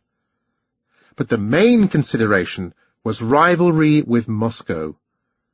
In an age of decolonization, Khrushchev had started competing for the allegiance of developing nations, trying to draw them away from the United States into the Soviet orbit by lavishing aid on prestige projects such as dams and stadiums. Mao wanted to challenge him for leadership in Asia and Africa. Dismissive of the Kremlin's notion of peaceful evolution, on which relations with the developing world were premised, he encouraged instead a militant theory of revolution, aiding communist revolutionaries in such countries as Algeria, Cameroon, Kenya, and Uganda in determined competition with Moscow. How much help was given in times of famine? Overall, China provided 4 billion yuan to foreign countries from 1950 to July 1960, of which 2.8 billion was free economic aid and 1.2 billion came as interest-free or low-interest loans. Most of this was granted from 1958 onwards. In 1960, as a new body called the Foreign Economic Liaison Bureau, with ministerial rank, was created to cope with increased donations, aid to foreign countries was fixed at 420 million yuan. The following year, as Beijing refused new loans or even deferment of payments offered by socialist allies aware of China's predicament, some 660 million yuan was slated for foreign aid. The beneficiaries included Burma at $84 million and Cambodia at 11.2 million, while Vietnam was granted 142 million rubles and Albania 112.5 million rubles. These sums were made available as the overall income of the state shrank by 45% to 35 billion yuan, cuts having been made in a number of areas, including 1.4 billion in health and education. Such generosity meant that on the ground, where people were starving, grain was still being exported in 1960, some of it for free. In fact, with a policy of export above all else, Chukuo Di, just about every province had to export more than ever before. Hunan was instructed to export goods to the value of 423 million yuan, or 3.4% of the total output value of the province. The produce to be exported, including 300,000 tons of rice and 270,000 pigs. In the 5 months following Zhou Enlai's decision in August 1960 to curb the export of food to the socialist camp, well over 100,000 tons of grain were procured in Guangdong and sent to Cuba, Indonesia, Poland and Vietnam, representing about a quarter of the 470,000 tons requisitioned in the province during that period. As provincial boss Tao Zhu explained after formal diplomatic relations were established with Fidel Castro's regime in September 1960, delivering grain to the people of Cuba, besieged by American imperialism, was a matter of international reputation. Factory workers in Guangzhou were less enthusiastic about selfless assistance to the developing world. Already bitter about the lack of cotton, exported and put on sale in the department stores of Hong Kong, they openly wondered, why export to Cuba when we don't have enough to eat? Even in places as far away as Gansu, villagers protested that they had to go hungry because Mao was shipping rice to Cuba. At a party gathering in Bai-Dai-he the following month, the leadership decided to send Castro a further 100,000 tons of rice, worth 26 million yuan, in exchange for sugar. Could China have accepted aid instead of spending all its foreign currency on grain imports? President John Kennedy, apparently, noted coolly that Beijing was still exporting food to Africa and Cuba, even in a time of famine, adding that, "We've had no indication from the Chinese Communists that they would welcome any offer of food." The Red Cross did try to assist, but approached Beijing in a blundering way by first inquiring about famine in Tibet, where a major rebellion had just been squashed by the People's Liberation Army. The response was swift and predictable. The country had witnessed an unprecedentedly rich harvest in 1960, there was absolutely no famine, and rumours to the contrary were slanderous. Adding fuel to the fire, Henrik Beer, clumsy Secretary-General of the League of Red Cross Societies, then sent a second telegram from Geneva asking whether this was true as well for China. A furious reply followed from Beijing, pointing out that Tibet and China were not separate entities, but constituted one country, throughout which the government relied on the many advantages of the people's communes to overcome the natural calamities of the previous 2 years. But even had the Red Cross broached the issue in a more tactful way, it is very likely that foreign help would have been refused. When the Japanese foreign minister had a quiet word with his counterpart, Chen Yi, about a discreet gift of 100,000 tons of wheat to be shipped out of the public view, he was rebuffed. Even gifts of clothes by schoolchildren in East Berlin, offered to help typhoon-ravaged Guangdong in 1959, was seen as a loss of face, and embassies were told to accept no further donations. China was willing to patronize the developing world, but would accept help from nobody. Chapter 16. Finding a Way Out. Faced with a bankrupt economy, Zhou Enlai, Li Fuchun, and Li Xianyan, the triumvirate in charge of foreign trade, began in August 1960 to move the trade structure away from the Soviet Union towards the West. In the following months, Zhou Enlai and Chen Yun managed to convince Mao that imports of grain were needed to get the economy back on its feet after the agricultural losses attributed to natural disasters.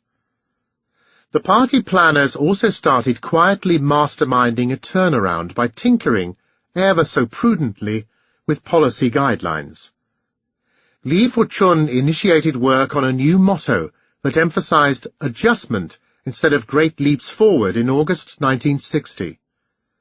In a one-party state where government by slogan held sway, the very notion of adjustment would have been unthinkable only 6 months earlier. Zhou Enlai warily added the term consolidation to make it more palatable to Mao. Li Fuchun would have to navigate carefully to get the new mantra past a mercurial chairman. Then, on the 21st of October 1960, a report from the Ministry of Supervision landed on Li Fuchun's desk. It was about mass starvation in Xinjiang, a region in Wu Jipu's model province of Henan. Where an earlier investigation had mentioned 18,000 deaths in the county of Junyang alone, now the figure had quadrupled to 80,000 deaths. In Suiping, the seat of the hallowed Chaishan commune, 1 in 10 villagers had starved to death. When Li Fuchun handed over the report to Mao Zedong 3 days later, the chairman was visibly shaken.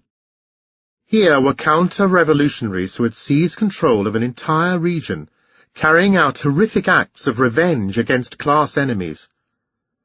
After an urgent meeting with Liu Shaozi and Zhu Enlai, a team was dispatched under the leadership of Li Xianyan, who was joined en route by Dao Zhu and Wang Renzhong.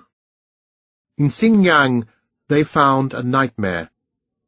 In Guangshan County, ground zero of the famine, they were met by quiet sobs of despair from famished survivors, huddled in the bitter cold among the rubble of their destroyed homes, surrounded by barren fields marked by graves. The hearths were stone cold, as everything from doors, windows, and lintels to the straw roofs had been ripped out for fuel. The food was gone. In a reign of terror after the Lushan plenum, the local militias had rampaged through the villages searching for hidden grain, confiscating everything to make up for the shortfall in output. In a hamlet once humming with activity, 2 children with drumstick limbs and skeletal heads, lying by their cadaverous grandmother, were the only survivors.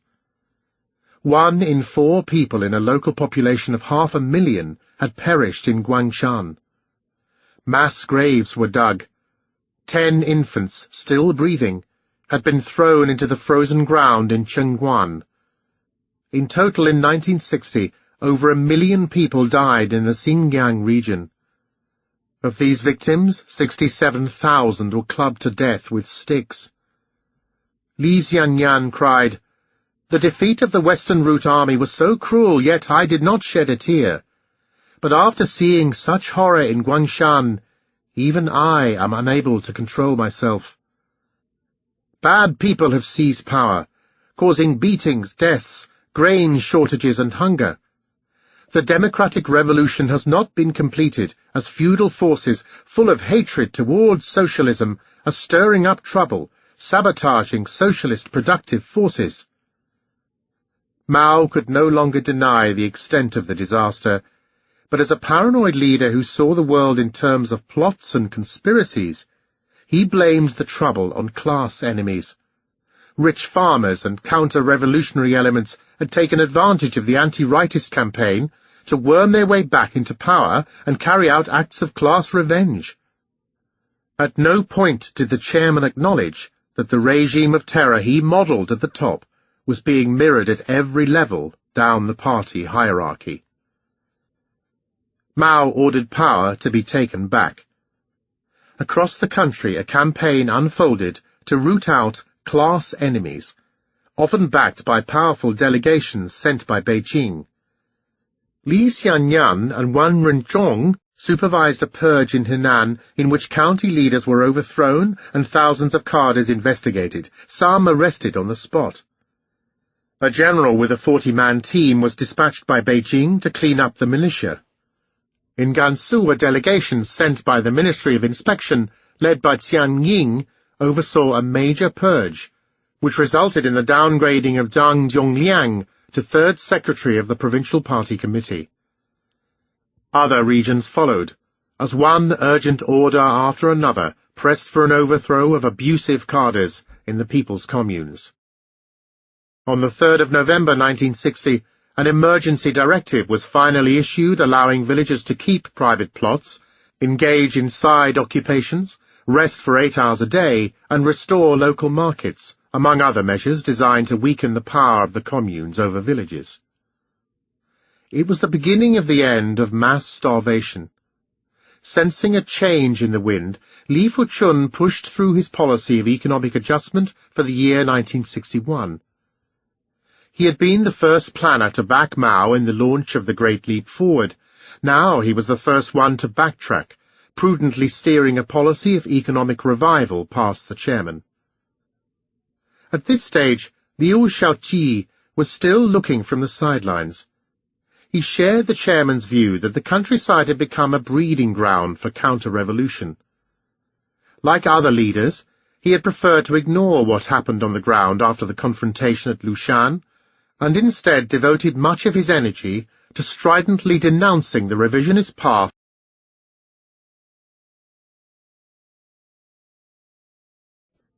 Mao rarely attended the meetings, following them instead through written reports compiled every evening.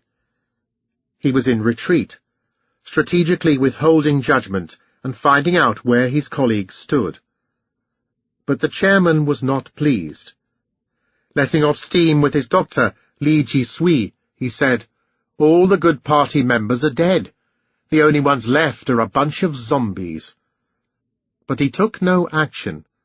At last, party leaders started to discuss among themselves the extent of the damage done by 3 years of forced collectivization. What they discovered was destruction on a scale few could have imagined. Part 3. Destruction. Chapter 17. Agriculture. The term command economy comes from the German Befehlswirtschaft. It was originally applied to the Nazi economy, but was later used to describe the Soviet Union. Instead of allowing dispersed buyers and sellers to determine their own economic activities according to the laws of supply and demand, a higher authority would issue commands determining the overall direction of the economy following a master plan. The command principle entailed that all economic decisions were centralized for the greater good, as the state determined what should be produced, how much should be produced, who produced what and where, how resources should be allocated, and what prices should be charged for materials, goods and services. A central plan replaced the market. As planners took over the economy in China, farmers lost control over the harvest. In 1953, a monopoly over grain was introduced, decreeing that farmers must sell all surplus grain to the state at prices determined by the state. The aim behind the monopoly was to stabilize the price of grain across the country, eliminate speculation, and guarantee the grain needed to feed the urban population and fuel an industrial expansion. But what was surplus grain in a country where many farmers barely grew enough to scrape by? It was defined as seed, fodder, and a basic grain ration set at roughly 13 to 15 kilos per head each month. However, 23 to 26 kilos of unhusked grain were required to provide 1,700 to 1,900 calories per day, an amount international aid organizations consider to be the bare minimum for subsistence. The notion of a surplus, in other words, was a political construct designed to give legitimacy to the extraction of grain from the countryside. By forcing villagers to sell grain before their own subsistence needs were met, the state also made them more dependent on the collective. Extra grain above the basic ration had to be bought back from the state by villagers with work points, which were distributed on the basis of their performance in collective labor. Farmers had lost control not only of their land and their harvest, but also of their own work schedules. Local cadres determined who should do what and for how many work points, from collecting manure to looking after the buffaloes in the fields. As the market was eliminated and money lost its purchasing power, grain became the currency of exchange. Most of it was in the hands of the state. But a more insidious problem lurked behind the notion of a grain surplus, namely the enormous pressure applied to local leaders to pledge ever greater grain sales. The amount sold to the state was determined in a series of meetings which started from the village up, as a team leader passed on a quota to the brigade, where the pledges were adjusted and collated into a bid passed on to the commune, which then negotiated how much it would deliver to the county. By the time a pledge reached the level of the region and the province, The amount had been revised upwards several times as a result of peer pressure. A figure very far removed from reality finally landed on the desk of Li Fuchun, the man responsible for planning the economy and setting national production targets. He, in turn, inflated the target according to the latest policy shifts agreed on by the leadership. That new figure was the party's command. The pressure to show sensational gains in grain output reached a climax during the Great Leap Forward. In a frenzy of competitive bidding, party officials from the village all the way up to the province tried to outdo each other, as one record after the other was announced by the propaganda machine, in turn spurring even more cautious cadres to inflate the figures. Even after the party had tried to rein in some of the more extravagant claims in early 1959, failure to project a substantial leap in output was interpreted as rightist conservatism, in particular during the purges which followed the Lushan plenum. In a climate of fear, village leaders followed orders rather than tried to haggle over quotas. More often than not, a party secretary or deputy from the commune would simply drive up to a strip of land, have a look around, and casually determine the target yield. A team leader explained the process as follows. In 1960, we were given a quota of 260 tons. This was increased by 5.5 tons a few days later. Then the commune held a meeting and added a further 25 tons. After 2 days, the commune phoned us to say that the quota had gone up to 315 tons. How this all happened, we have no idea.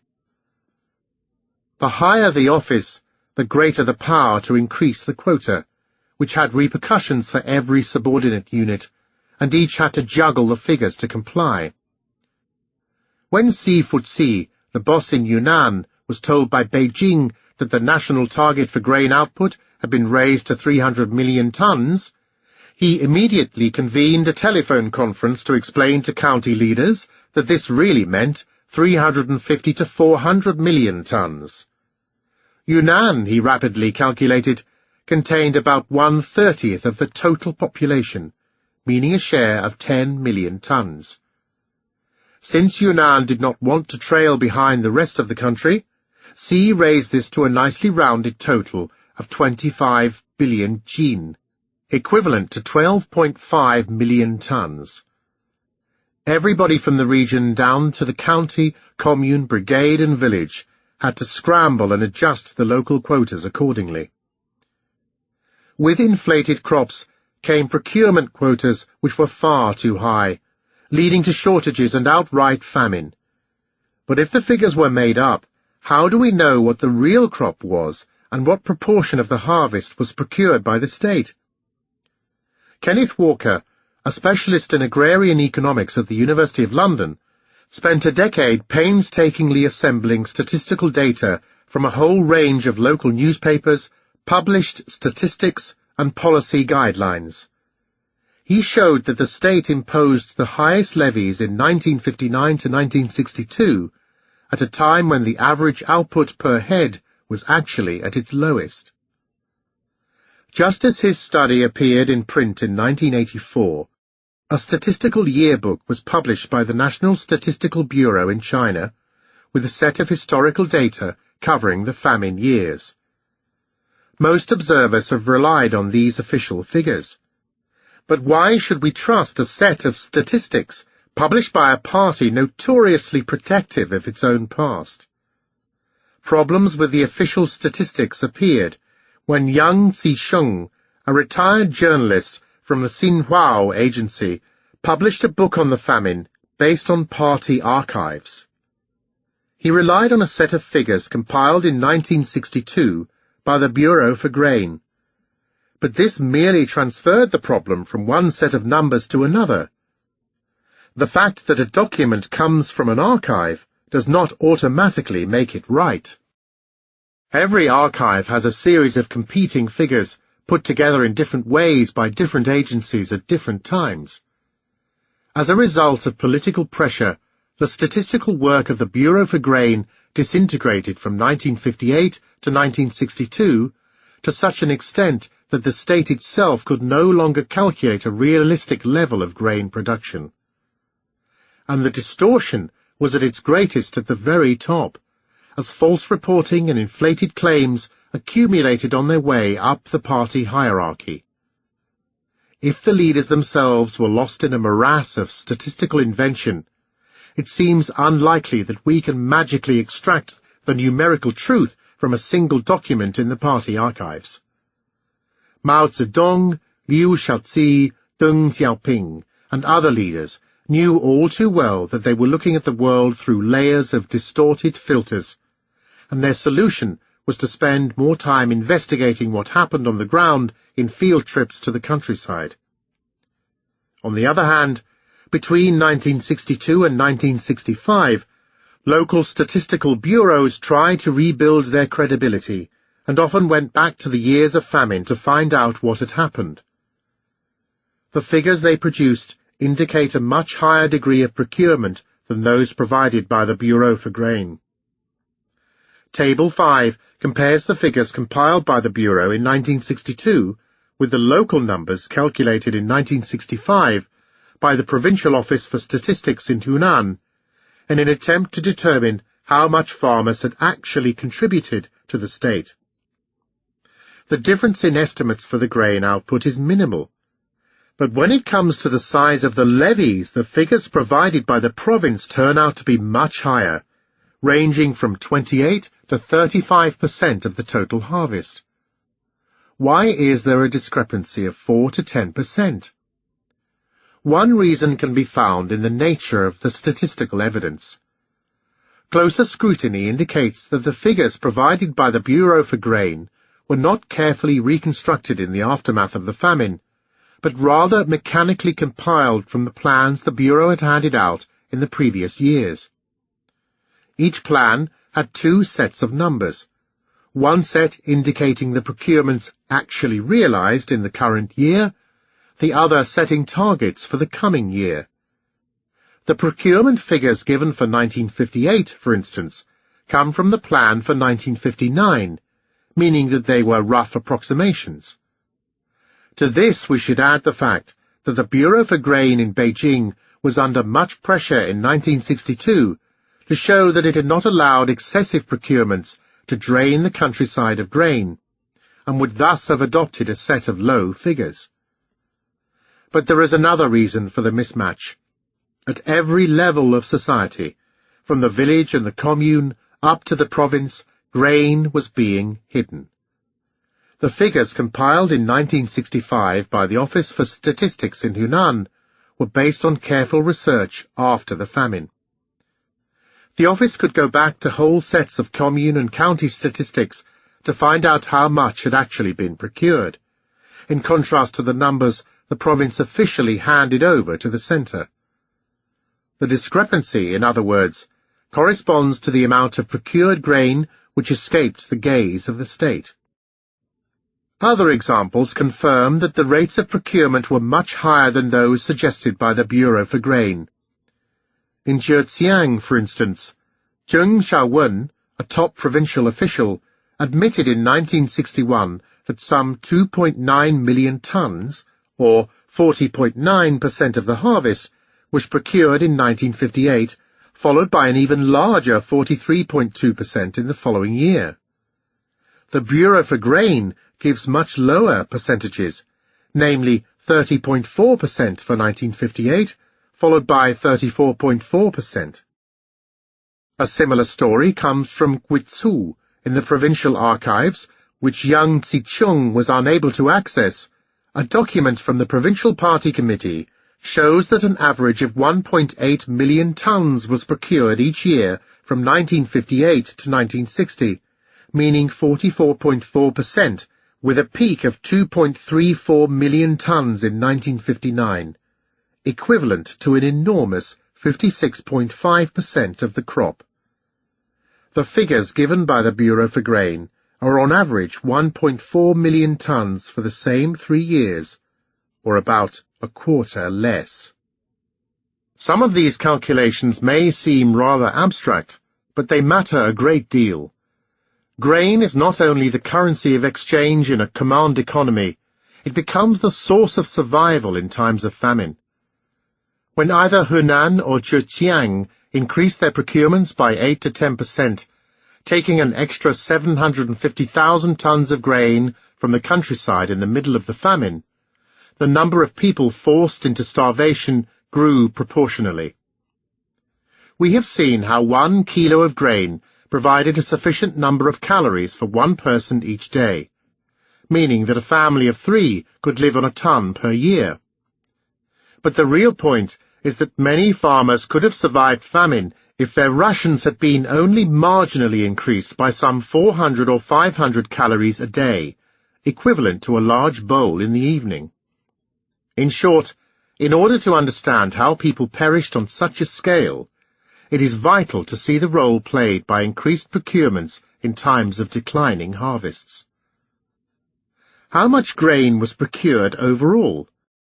No one set of true numbers will ever be discovered in the archives, since every figure was a statement bound by politics and expediency rather than by expertise.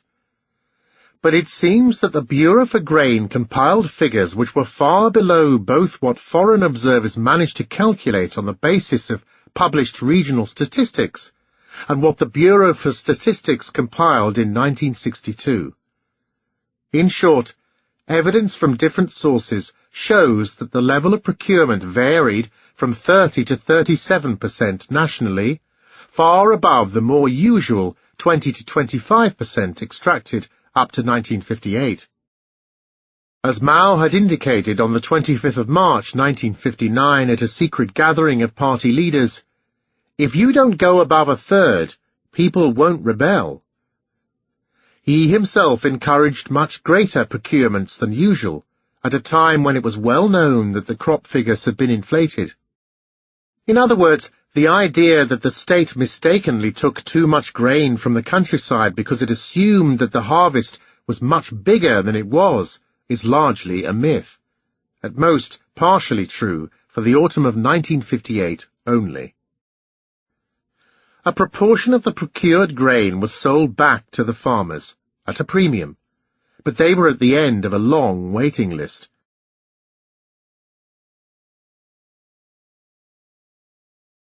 Or corrupted by a high water content. In Changsha, the provincial capital, over half of all stored grain was contaminated. Temperatures in the state granaries were often too high, accelerating the blight, and in turn benefiting the insects which took advantage of the heat and moisture. In Yunnan, the temperature in some of the granaries reached 39 to 43 degrees Celsius. Even far away from the humidity of subtropical China, in the cold winter of the northern plain, rot was common. Just outside the capital, in the middle of the worst year of famine, well over 50 tons of sweet potatoes decayed in a dozen villages in Yangtze County. A further 6 tons putrefied in storage facilities across the Haidian district in Beijing. Significant losses were also caused by fire, through arson or accident. In Yunnan alone, 70 tons of food went up in smoke each month in 1961. More than 300 tons were completely written off each and every month in 1960, and in 1961 due to blight, insects and fire. The Bureau for Security calculated that the grain lost to fire in 1960 alone in that province would have been sufficient to feed 1.5 million people adequately for a whole month. Yunnan was not the worst offender. In the Anshan region, Liaoning province, 400 tons were destroyed each month in 1960, although this figure included only losses that could be attributed to theft and corruption, a topic we will address later. The transportation system was disastrously affected by the programs of the Great Leap Forward. The railway system was paralyzed by early 1959, overwhelmed by the amount of goods the plan directed from one end of the country to the other. Lorries rapidly ran out of fuel. All over the country, grain was going to waste on railway sidings. In the small provincial capital of Kunming, some 15 tons were lost on trains and lorries each month. But this was nothing compared to what happened in the countryside after the harvest. In Hunan, the entire system seized up in the summer of 1959 because of a shortage of hundreds of freight wagons which were needed every day. Lorries were lacking too, so that only half the grain could be transported from the countryside to the main railway stations. Some 200,000 tons of grain accumulated by the roadside, although only 60,000 tons could be loaded every month. In the end, farmers did not even have enough seed left to plant the crop. Travelling by train from Beijing to Shanghai in early spring 1962, foreign visitors noted that swathes of farmland along the tracks were sparsely planted at best, field after field lying fallow. Across the country, once carefully manicured fields now looked desolate, with clumps of stunted wheat or rice withering for lack of fertilizer. Large plots lay abandoned because the farmers had nothing to plant. Everywhere vast amounts of seed, normally put aside for sowing in the following season, had been eaten by desperate farmers. Even in Zhejiang, relatively sheltered from the worst effects of the famine, 1 in 5 villages lacked the seed necessary to plant the fields. In subtropical Guangdong, normally ablaze in every shade of green in spring, 10% of the sprouts routinely rotted, the seed weak and impoverished, the land leached of all nutrients. In some communes in Zhongshan County, half the fields wilted, as fledgling plants turned yellow and then slowly decomposed into a brown mush. As the planners directed an ever larger proportion of the farmland to be cultivated with grain, the output in commercial crops and edible oils plummeted. But unlike grain, there was no notion of a subsistence threshold below which the state should not intervene, and procurements soared as a result. Cotton is a good example. We have already noted how textile products from China flooded the international market in 1958, as the country declared a trade offensive by exporting goods at prices below economic cost. The strategy backfired, but exports of textiles nonetheless increased in order to settle the trade agreements entered into with foreign partners.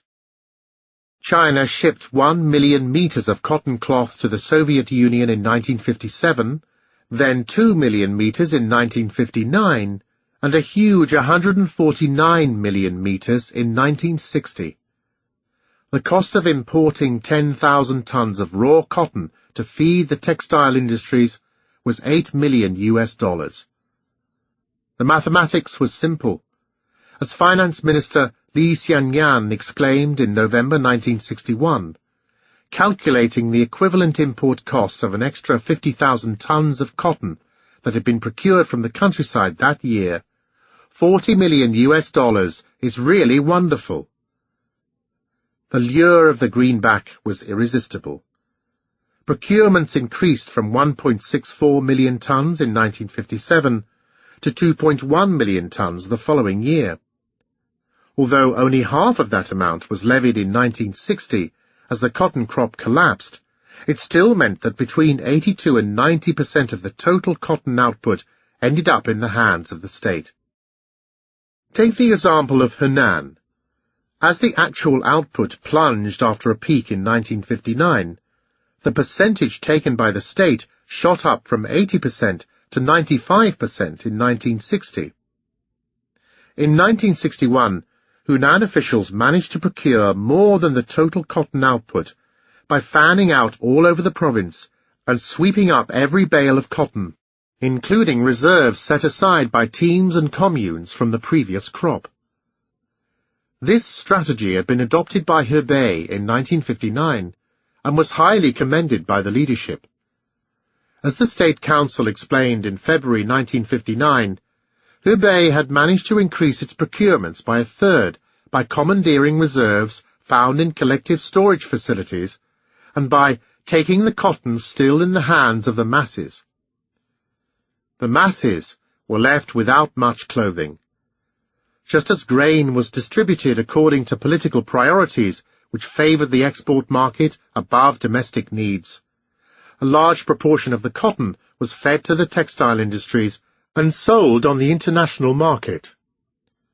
What remained was rationed and distributed in dribs and drabs, following a well-established pecking order which placed party and army at the top, followed by the urban population, each of these categories being further fine-tuned into an intricate hierarchy which had one thing in common. The producers of cotton, namely people in the countryside, were generally excluded. Out of the 3.5 million cotton pieces, jian, produced in 1961, about half were reserved for party and army uniforms, and 1 million were put aside for the export market, leaving 800,000 for a population of 600 million. In Guangzhou, ration coupons were required for towels, socks, shirts, vests, and raincoats. Cotton cloth was rationed to 1 meter a year, those living in the suburbs getting 1/3 less than city dwellers. Before the Great Leap Forward, by contrast, anyone could buy more than 7 meters of cotton a year. By 1960, the situation in the countryside had become so desperate that farmers ate the cotton seeds. In Tse County, Zhejiang, some 2,000 villagers were poisoned in a single month by eating cakes made of seeds, an indication of the extent of despair reached in one of the most sheltered provinces of China. In Hunan, they poisoned over 100,000 people in the region around Xinjiang alone, killing more than 150. Across the land, desperately hungry villagers ate anything they could get their hands on, from leather belts and straw roofs to cotton padding. Spending a month traveling through some of the most devastated regions along the Huai River in September 1961, Hu Yaobang, a party chief and associate of Deng Xiaoping, who would soar to preeminence decades later by steering the country away from orthodox Marxism, reported seeing women and children stark naked. Many families of 5 or 6 shared one blanket. It is hard to imagine if you do not see it with your own eyes. There are several places where we should urgently address this issue, to avoid people freezing to death. Throughout the country, those who died of starvation often did so naked, even in the middle of the winter. Although slaughtered in significant quantities during the Great Leap Forward in 1958, over the years, poultry, pigs, and cattle mainly succumbed to neglect, hunger, cold, and disease. Numbers give a sense of the extent of the devastation. Whereas some 12.7 million pigs were rooting about in 1958, a mere 3.4 million scrawny animals were alive in 1961 in Hunan province. Hubei had 3.8 million pigs in 1961, half of what the province boasted 5 years earlier. 1 million cattle had also vanished. Shandong lost 50% of its cattle during the famine. Neglect was widespread, as incentives to look after livestock were removed once all the animals had been turned over to the people's communes. In Huaxian, just outside Guangzhou, pigs stood in a foot of excrement. In some villages, the pig sheds were destroyed for fertilizer, leaving the animals exposed to the elements. Routine quarantine measures broke down, as veterinary services lay in disarray. Rinderpest and swine fever spread. Chicken flu was common. The winter exacted the highest toll. Tens of thousands of pigs died of hunger in Tse County, Zhejiang, in a single winter month. In December 1960 alone, 600,000 pigs died in Hunan province.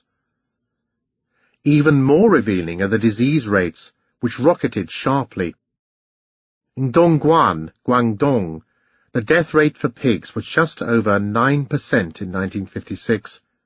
3 years later, a quarter of all pigs died, and by 1960, well over half of all pigs perished. The county was left with 1 million pigs where more than 4.2 million had existed a few years earlier. In Zhejiang, the death rate in some counties was 600%, meaning that for every birth 6 pigs died. The entire herd was soon eliminated. In all of Henan, the situation with livestock was better in 1940, in the middle of the war against Japan, than it was in 1961, according to Zhou Enlai himself. Before the pigs died of hunger, they turned on each other. More often than not, livestock was not segregated by weight, meaning that they were all locked up in a common space where the smaller ones were pushed aside, trampled on, mauled to death, and devoured. In parts of Jiangyin County, for instance, many of the pigs froze to death, but quite a few were cannibalized by larger hogs. When large numbers of pigs are thrown together in a harsh environment, apparently no pecking order develops, and each animal regards all others as its enemy. In Beijing's Red Star commune, where the death rate for livestock was 45%, villagers noticed that hogs ate piglets, as all were confined together indiscriminately. A small proportion of the deaths were caused by innovations in animal husbandry. Like close cropping and deep ploughing, these were supposed to propel the country past its rivals. All sorts of experiments were carried out to increase the weight of pigs, some of them inspired by the fraudulent theories of Trofim Lysenko. A protégé of Stalin, Lysenko rejected genetics and believed that inheritance was shaped by the environment.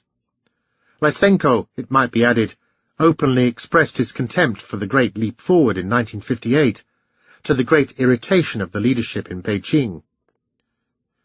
Just as seeds of hybrid varieties were developed for greater resistance, hybrid breeding of livestock was envisaged by senior leaders. Jiang Hua, party secretary of Zhejiang, thus asked the county leaders to take steps to actively shape nature. He suggested cross-breeding sows with bulls to produce heavier piglets. Local cadres, eager to fulfill impossible quotas for meat delivery, also artificially inseminated animals that had not even reached maturity, including ones weighing a mere 15 kilos. A healthy adult pig should weigh between 100 and 120 kilos. Many of the animals were crippled as a result. Despite a precipitous decline in livestock, state procurements were relentless. In Hubei and Shandong, a ban on the slaughter of animals was imposed in the countryside for a period of 3 months in early 1959. As we have seen, Mao applauded the ban, going so far as to suggest that a resolution be passed that nobody should eat meat. All of it should be exported to honor foreign commitments. Mao did not quite get his way, although the rations for the urban population were slashed several times. Even in Shanghai, a city where on average each person consumed some 20 kilos of meat annually in 1953, a mere 4.5 kilos in ration tickets were allocated by the plan in 1960, although in reality much less was available. But party members continued to receive a regular supply of meat. Guangdong was thus ordered in 1961 to deliver 2,500 pigs to the capital, all earmarked for state banquets and foreign guests. This was in addition to the more regular state procurement quotas. The fishing industry was also badly damaged by collectivization, as the equipment was either confiscated or poorly maintained. In Wuxing, a district of the prosperous silk city of Huzhou, situated on the south of Lake Dai, 1 in 5 boats was no longer seaworthy because of insufficient tong oil to repair sprung seams. The number of leaks steadily increased, since the marine nails were no longer being made of forged iron. The overall catch tumbled. On Shaohu Lake, Anhui, a single team of fishermen routinely caught some 215 tons of fish in 1958. 2 years later, no more than 9 tons were hauled aboard.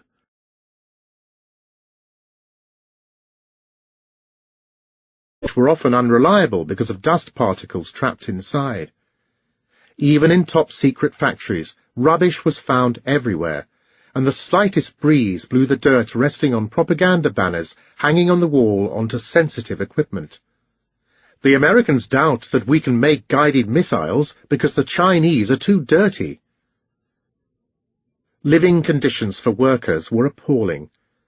Stupendous imports of foreign machinery were meant to catapult the country forward, as gleaming new plants, from steel mills and cement kilns to oil refineries, were purchased from the Soviet Union and Eastern Europe.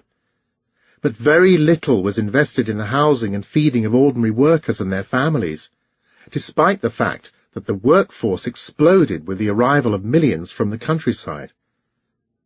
Take the iron and steel plant in Jinan, the capital of Shandong. Established at the height of the Great Leap Forward in 1958, with the most technologically advanced equipment, it should have been a haven for its new recruits. But conditions deteriorated rapidly. There were inadequate toilet facilities, so workers urinated and defecated directly on the factory floor. Filth and stench permeated the premises. Lice and scabies were common. Chaos reigned on the ground. Scuffles were a frequent occurrence, windows were broken and doors smashed in. A pecking order emerged, in which the strongest workers grabbed the best beds in the dormitories. Fear was pervasive, in particular among women, who were commonly teased, humiliated, and abused by local cadres in their offices, in their dormitories, or sometimes on the factory floor, in full view of other workers. None of them dared to sleep or to go out on their own. A similar scene could be found in Nanjing. When the Federation of Trade Unions looked into the lives of iron, steel, and coal workers in 1960, they found filthy canteens infected with insects and rodents. Queues were interminable, up to 1,000 workers lining up in front of a single canteen window at the Lingshan coal mine. As the canteen was open for only an hour, workers would tussle and wrangle for space, sometimes coming to blows. In the Guangtang coal mine, miners who were late were deprived of their meal and had to go down the shafts for a 10-hour shift on an empty stomach. Dormitories were cramped. On average, each worker had a space of 1 to 1.5 square meters, although some slept on boards jammed between beds or against the pillars. Many rested in shifts, having to share a bed. Straw roofs would leak, forcing some of the workers to move their bunk beds around the dripping pools. Others slept under an umbrella. Protective equipment was either lacking or wholly inadequate. Many miners had no shoes and had no alternative but to go down the shafts barefoot. Those made to hew coal in open pits were drenched when it rained, their jackets soaked with water. In the dormitories there were no blankets, and the humidity was so high that clothes would never quite dry. Some of the steel workers who had to work in front of blast furnaces burned their feet because they had no shoes. Further south, in subtropical Guangzhou, the dormitories were so crowded that a bunk bed provided no more than half a square meter per worker. Shoddy construction work meant that the premises were hot and damp during the rainy season, causing mold to spread like a rash, infecting clothes and bedding. The humidity was such that some of the facilities were described as mere ponds, with water dripping from the walls to form puddles on the floor. In the Kuren coal mine, located near Shaoguan, workers cannibalized the pit props and mine timber to build furniture or provide heating. 1 in 7 workers suffered from silicosis, also known as potter's rot, caused by inhalation of dust particles, as no protective masks were provided. The situation was no better in the north. In the capital itself, a detailed study of 4 factories by the Federation of Trade Unions showed that there were 4 times as many workers as before the Great Leap Forward, although dormitory space had failed to keep pace with the increase. In Changxindian, in the Fengtai district, a railway factory allocated just over half a square meter to each of its workers. Throughout Beijing, Workers slept in storage rooms, libraries, and even in air shelters, often on bunk beds arranged in 3 layers. They were packed like sardines, so tightly that there was no room to turn at night. In order to get through a door, workers had to queue up. The toilets were permanently engaged and more often than not blocked. Many would wrap their feces in a sheet of newspaper and chuck the package through a window. Few factories provided sufficient heating. One of the 4 enterprises inspected had none in the bitterly cold winter of 1958-9. Workers would resort to burning coal balls in small stoves, which resulted in several deaths from coal gas poisoning. Influenza was common. Rubbish accumulated everywhere. Theft was widespread. Bullying was rife, in particular in the case of new arrivals. In the Liu Lihe cement plant, separately inspected by the Federation of Trade Unions in March 1959, 3 canteens designed for a total of 1,000 people had to provide for over 5,700 workers. Older workers were simply pushed aside by young men eager to jump the queue, many never eating anything but cold food.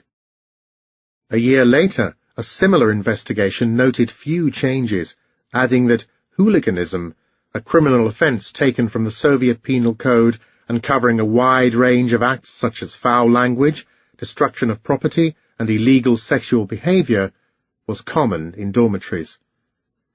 Workers used power and influence to upgrade from one bed to another, finding space for friends and family despite overcrowding.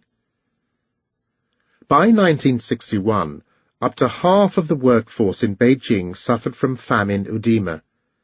Industrial diseases were common, some 40,000 workers having been exposed to silicon dust. A report written by the city's People's Congress estimated that 1 in 10 workers suffered from a chronic disease.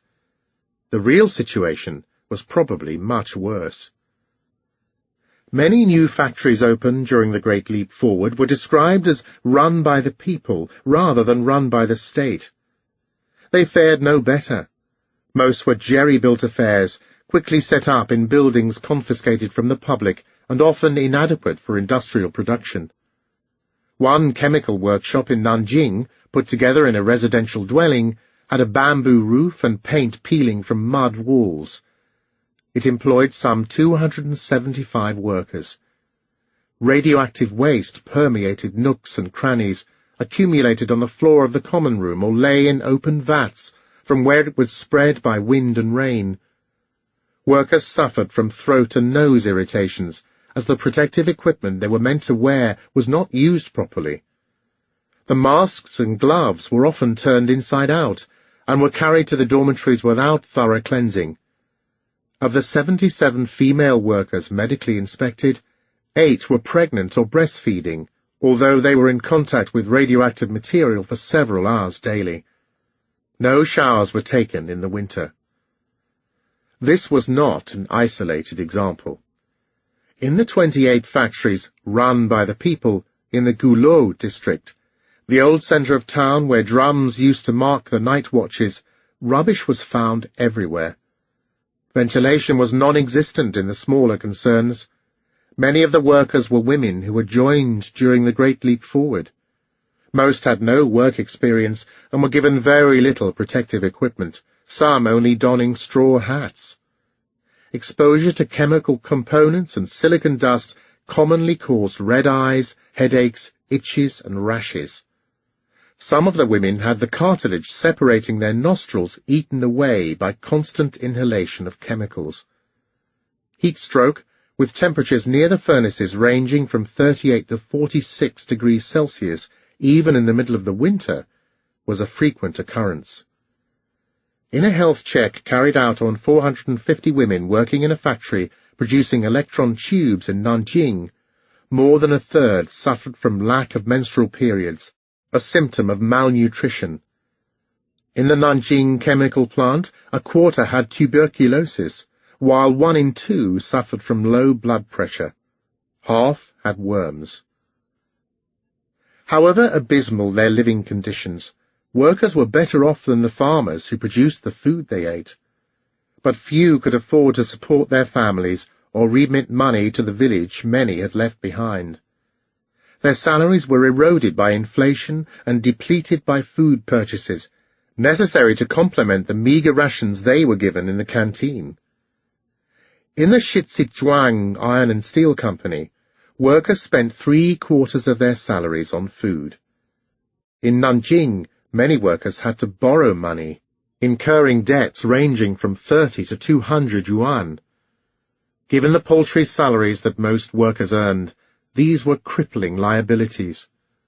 A Grade 3 worker made 43 yuan a month, although the food alone for a family of 5 cost 46 yuan. No savings were made in the canteen, where the fare was often poor and expensive. But few people ever managed to rise to a Grade 3. The majority of salaries ranged from 12.7 to 22 yuan a month. In the more deprived factories, run by the people, over a third of the workforce were paid less than 10 yuan a month. Many had to borrow money or pawn the few personal items they had left, selling spare clothing during the summer only to shiver through the winter. And then came the medical fees, for which workers often had to pay. A close look at one chemical plant in Beijing in 1960 showed that hundreds of workers were in debt as a result of medical treatment. Chong Qingxian looked after his sick wife, but owed some 1,700 yuan by the time she died. He was taken to court and was required to pay 20 yuan each month, leaving him with just over 40 yuan to live on. He was an excellent worker, but many were in a less enviable position, ending up being ruined by the medical fees incurred to treat illnesses caused by appalling working conditions.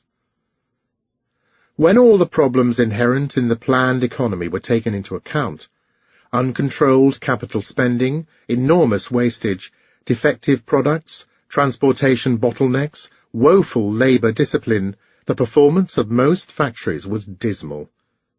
The actual costs were difficult to calculate in the financial morass created by central planning. Not only did accountants cook the books, but sometimes they did not even know how to handle the sums. In Nanjing, some 40 large production units had a total of only 14 accountants, of whom a mere 6 were able to keep track of the money. Many factories did not even maintain a log for outgoings and incomings, and nobody had the faintest idea of the costs incurred. But some approximations indicate the extent of the damage, as the example of steel, which is basically iron reinforced with carbon and hardening metals, shows. In Henan, 2.2 tons of iron were used to produce a ton of steel, meaning enormous waste. The cost of making a ton of steel was 1,226 yuan, which had to be sold at a state-mandated price of 250 yuan, or a loss of about 1,000 yuan per ton. In 1959, the province lost about 4 million yuan each month on steel. Better prepared to make steel in a cost-effective way were the technologically advanced mills and furnaces of Tse-tung.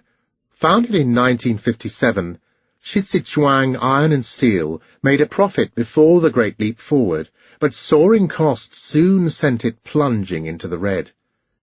In 1958, a ton of steel cost 112 yuan, turning a profit for the plant of some 16 million yuan. In 1959, the cost per ton went up to 154 yuan, pushing the plant into a deficit of 23 million yuan, followed in 1960 by costs of 172 yuan per ton and losses in excess of 40 million yuan. By that time, the plant relied on a variety of poor iron ores coming from mines as far away as Hainan Island. As the losses started piling up, output collapsed. After several years of breakneck growth, the economy moved into a deep slump in 1961. The supply of coal, the fuel of modern industry, dried up. In the coal mines, the equipment had been so badly treated during the Great Leap Forward that most of it was defective. New machinery often did not last longer than 6 months, on account of the low-grade brittle steel used in its production. The miners themselves were leaving in droves, disgusted at the soaring cost of food and housing, fed up with the shortages of such basic items as soap, uniforms, and rubber shoes. And even if the coal was hauled out of the mines, fuel shortages consigned much of it to pile up unused. The 4 big coal mines in Guangdong province produced some 1.7 million tons of coal in 1959, but managed to transport less than 1 million. In Gansu, the radical leadership of Zhang Zhongliang made sure that coal production soared from 1.5 million tons in 1958 to 7.3 million tons in 1960, at considerable human cost. But after the petrol ran out, some 2 million tons were abandoned in the mines. As coal production plummeted, factories around the country came to a standstill. In Shanghai in December 1960, the China machinery plant worked at 1/3 of its capacity because of a lack of electricity. The No. 1 cotton mill had 2,000 workers idle all day long. In the first half of 1961, the mandated amount of coal delivered to Shanghai was decreased by 15%, but 1/3 of that reduced amount was never actually delivered. Close to half of all the iron and timber needed to feed the city's heavy industry was missing as well. Because it was an industrial center of strategic importance, Shanghai was given the highest priority by the planners. The situation was worse elsewhere, as the shortcomings of the economy spiraled out of control. In Shaoguan, the heavy industry city of Guangdong, a survey of 32 state enterprises in the summer of 1961 showed that production had nosedived, with soap down by 52% on the previous year, bricks by 53%, pig iron by 80%.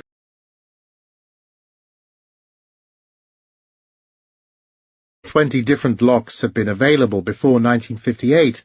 By 1961, only a dozen survived. Most were so similar that one key could open several padlocks. But prices for all products were higher, generally by about 1/3, in some cases double. The same could be said of foodstuffs. Since the launch of the Great Leap Forward, some 2,000 food peddlers had been forced to change jobs in Nanjing. Previously, individual hawkers had an intimate knowledge of complex market conditions and efficiently transported the vegetables to key delivery points in the city. But now a clumsy and rigid command economy only compounded the problems caused by famine in the countryside. The trade in surplus goods and waste material, thriving before 1949, also disintegrated. Lauding the widespread practice of recycling every conceivable object, Diabol observed before the fall of the empire that poverty encouraged care to be given to the most insignificant trifle, turning everybody into a merchant. But the exact opposite happened during the famine. Obsession with a master plan produced mountains of waste on the ground, since few people were given any incentives to recycle. In Guangzhou, some 170 tons of waste material, from iron oxide to graphite powder, was heaped about the city in the summer of 1959. Before the Great Leap Forward, every scrap of metal or shred of cloth would have been recycled by a small army of independent peddlers, who made sure that rags, cans, plastic, paper and tires reached a potential buyer. Many abandoned the trade after they'd been forced to enroll in a large and unresponsive collective. While the rubbish accumulated, shortages of the most basic necessities became endemic. In Nanjing, everything was scarce by the summer of 1959, even ordinary objects such as shoes and pots. Queues, the hallmark of socialism, were part of everyday life. As famine set in, they grew longer. In Jinan, some factory workers took 2 days off work to wait in line to buy grain. Li Shujun queued for 3 days, but failed even to get a ticket, which had to be exchanged for a number, which in turn had to be exchanged for grain, all in different queues. In Shanghai, too, working men and women had to queue for the few goods which reached the shops. The ritual started before daybreak, as everybody knew that the shops would be empty by the afternoon. Patience could wear thin. Fights broke out when some people used bricks to mark their place in a queue, and these were then kicked over by others. In Wuhan, where up to 200 people had to wait in a single queue all night to buy rice towards the end of 1960, tempers flared and scuffles erupted. The state, rather than the market, determined the price of goods. This was supposed to stabilize prices and enhance the purchasing power of the people. But farmers bought manufactured goods at inflated prices, although they were forced to sell grain and other foodstuffs to the state at rock-bottom prices, often so low that they made a loss, as we have seen. A colossal transfer of wealth took place from the countryside to the cities. A sense of the scale of this was indicated by Lan Ling, an official with the inspectorate in Tsingtao.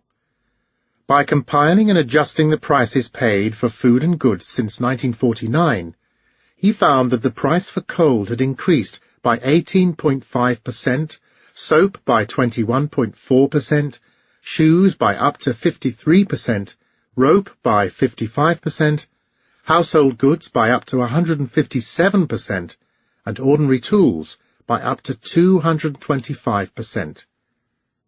In contrast, the price paid by the state for grain had actually decreased, ranging from 4.5% for wheat to 10.5% for maize.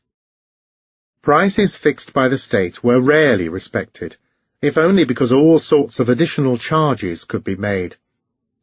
A detailed inspection by the People's Congress in Guangzhou found that there could be up to 40 different transfer prices for the exact same type of metal bar. In the steel and iron industry, many of the prices actually charged were 50% higher than those mandated by the state.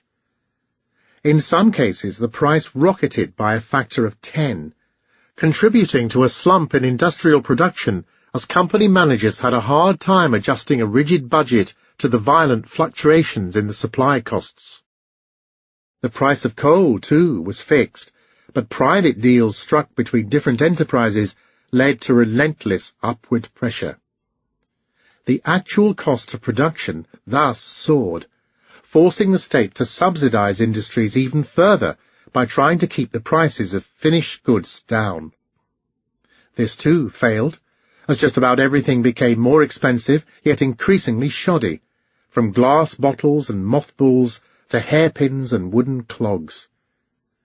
In Wuhan, as everywhere else, the cost of a water bucket, an iron kettle, or a small fruit knife had doubled in a year or so since the launch of the Great Leap Forward. In the smelting capital of the new China, an iron pot cost 22 yuan, when 5 yuan would have sufficed in 1957. As Li Fuchun acknowledged in the summer of 1961, annual inflation was at least 10% for everything from food and commodities to services, but it reached 40 to 50% in some places.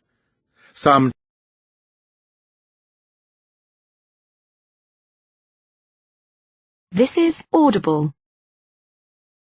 Mao's Great Famine by Frank Decotta. Narrated by David Balcombe. Chapter 20. Housing. Every dictator needs a square. Military parades are at the heart of state rituals in communist regimes. Power is evinced by a show of military might, with leaders gathering on the rostrum to greet the cadenced tread of thousands of marching soldiers and model workers, while jet fighters scream and whine overhead. Stalin had the Resurrection Gate on Red Square bulldozed and Kazan Cathedral demolished in order to make room for heavy tanks to clatter past Lenin's tomb. Mao was Khrushchev's guest of honor at the 40th anniversary of the October Revolution, celebrated in Red Square in 1957, but he had no intention of lagging behind his rival. Tiananmen Square had to be bigger, he decided. Was China not the most populous nation on earth? The square was expanded to hold 400,000 people in 1959, as a maze of medieval walls, gates and roads were levelled to create a vast concrete area the size of 60 football fields. The expansion of Tiananmen Square was one of 10 gigantic achievements designed to overawe Khrushchev on the 10th anniversary of the Chinese Revolution, to be celebrated in October 1959 in the presence of hundreds of foreign guests, one edifice for each year of liberation. A brand new railway station, capable of handling 200,000 passengers a day, was built in a matter of months. A great Hall of the People appeared on the western side of Tiananmen Square, a museum of Chinese history on the eastern side. The Zhonghua Gate was erased to make room for the monument to the people's heroes, a granite obelisk some 37 meters high at the center of the square.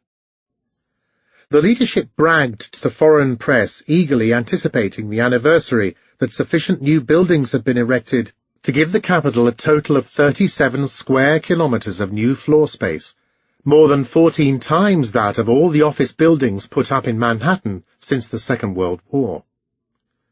It was an empty boast, as Beijing was turned into a giant Potemkin village designed to fool foreign visitors. But there was no denying that the party was spellbound by a vision in which soaring skyscrapers of steepled glass and concrete would transform Beijing overnight, relegating to oblivion the shameful mud huts and grey brick houses clustered along narrow lanes. Plans were drawn up for the systematic destruction of the entire city within 10 years. At one point, even the imperial palace was threatened by the wrecking ball. Tens of thousands of houses, offices and factories were pulled down as the capital became a giant building site permanently covered in dust. Foreign embassy staff were taken aback by the rate of demolition, as some of the buildings that were pulverized had only recently been completed. "The general picture is one of chaos," commented an observer. All work was concentrated in Tiananmen Square, whilst elsewhere long-established building sites were deserted. More often than not, pillars and beams went up for the first and second floor, and were then abandoned because of shortages of materials, leaving skeletal frames to stand forlorn as so many monuments to delusion. While most of the prestige buildings were ready in time for the October 1959 celebrations, they came at considerable cost. The planners were effective at creating an illusion of order on paper, but chaos reigned on the ground. In a fitting tribute to the folly of the Great Leap Forward, defective steel was incorporated into the party's new nerve centre. Close to 1,700 tons of the steel beams used for the Great Hall of the People were either bent out of shape or insufficiently thick. Threaded steel produced in Tianjin was so weak that it had to be discarded. Across the square, thousands of bags of cement were wasted, while a third of the equipment used on the building site was routinely out of order. And even at the heart of power, the party could not get more than 3/4 of the workforce to arrive on time in the morning. When they finally got to their posts, many slacked and skimped. A team of 20 carpenters called in from Wenzhou took 3 days to install 15 window casements. Only one actually fitted. Across the country, vast amounts of money were lavished on prestige buildings. Stadiums, museums, hotels and auditoria were built specifically to mark the 10th anniversary of liberation in 1959. In Harbin, 5 million yuan was spent on a National Day hotel, more than the total cost of the Beijing hotel. A further 7 million was thrown at a National Day stadium. In Tianjin, too, a National Day stadium was planned, with seats to hold 80,000 spectators. Stadiums went up in Taiyuan and Shenyang, among other cities. Jiangsu decided to allocate 20 million yuan to National Day projects. Every local dictator, it seemed, wanted to have his 10 pet projects in slavish imitation of the capital. The accoutrements of power in Beijing were widely duplicated at lower levels, as many leaders aspired to become a smaller version of Mao Tse-tung. Another reason was that officials were accountable to their bosses higher up in Beijing, not to the people below them. Big, tangible structures and flashy projects were a sure way to foster the illusion of effective governance. In Lanzhou, the capital of impoverished Gansu, provincial boss Zhang Zhongliang pushed for 10 big edifices, although this rapidly spiraled up to 16 schemes, including a People's Hall designed to be exactly half the size of the Great Hall of the People in Tiananmen Square, a People's Square, an East Railway Station, a Culture Palace for workers, a Culture Palace for minorities, a stadium, a library and a luxury hotel, as well as new buildings for the Provincial Committee, the Provincial People's Congress, a television tower, and a central park. The cost was set at 160 million yuan. Thousands of houses were destroyed, leaving many of the inhabitants homeless in the middle of the winter. Very little was achieved. After construction work was stopped in the wake of Zhang Zhongliang's fall from power in December 1960, nothing but rubble remained in the center of the city. Dozens of other prestige buildings were also started without any sort of approved plan. One example was a brand-new Friendship Hotel for foreign experts. The number of guests was misjudged by a factor of 3, so that in the end the 170 foreigners were given an average of 60 square meters of luxurious accommodation, while villagers were dying of cold and hunger just outside Lanzhou. After the recall of Soviet experts, the building was eerily quiet. A step further down the ladder of power was the Commune, and there was no shortage of radical leaders willing to transform them into models of communist utopia. In Huaminglu, where Li Shaozi was born, Party Secretary Hu Renxin initiated his own 10 construction projects. These included a pig city, a giant pig shed stretching for 10 kilometers along the main road. Many hundreds of houses set back from the street were destroyed to make room for the project. Stopping here on an inspection tour in April 1961, as we have seen, Liu Shaozi found nothing but a few dozen scrawny animals.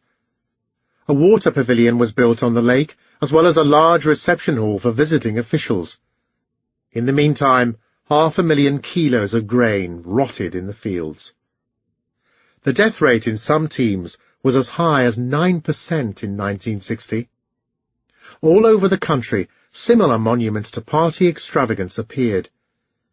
In Jiaofang Commune, Guangdong, where thousands starved to death, some 80 houses were ripped up for timber and bricks, all of which were earmarked for a People's Hall spacious enough to convene a gathering of 1,500 people. In the 3 years up to September 1961, a total of 99.6 billion yuan was spent on capital construction, to which had to be added a further 9.2 billion in housing projects ostensibly earmarked for ordinary people. Most of the money ended up being invested in prestige buildings and offices with no tangible benefit for anyone but party members. But that did not take into account all sorts of accounting tricks used to fund even more construction. In Guizhou, the Zunyi region appropriated some 4 million yuan of state funds, including financial assistance for the poor, to indulge in a building spree, sprucing up leading cities with new buildings, dancing halls, photo studios, private toilets and elevators. In Tongzi County, funding reserved for 6 middle schools was embezzled to set up a brand-new theatre. Li Fuchun, on reviewing the many billions spent on prestige projects without state approval, felt sheer despair. People cannot eat their fill, and we are still building skyscrapers. How can we communists have the heart to do that? Does it still look like communism? Is it not empty talk when we go on all day long about the interests of the masses? As private property became a thing of the past, collective units moved into the mansions that had once been the pride and joy of the moneyed elite.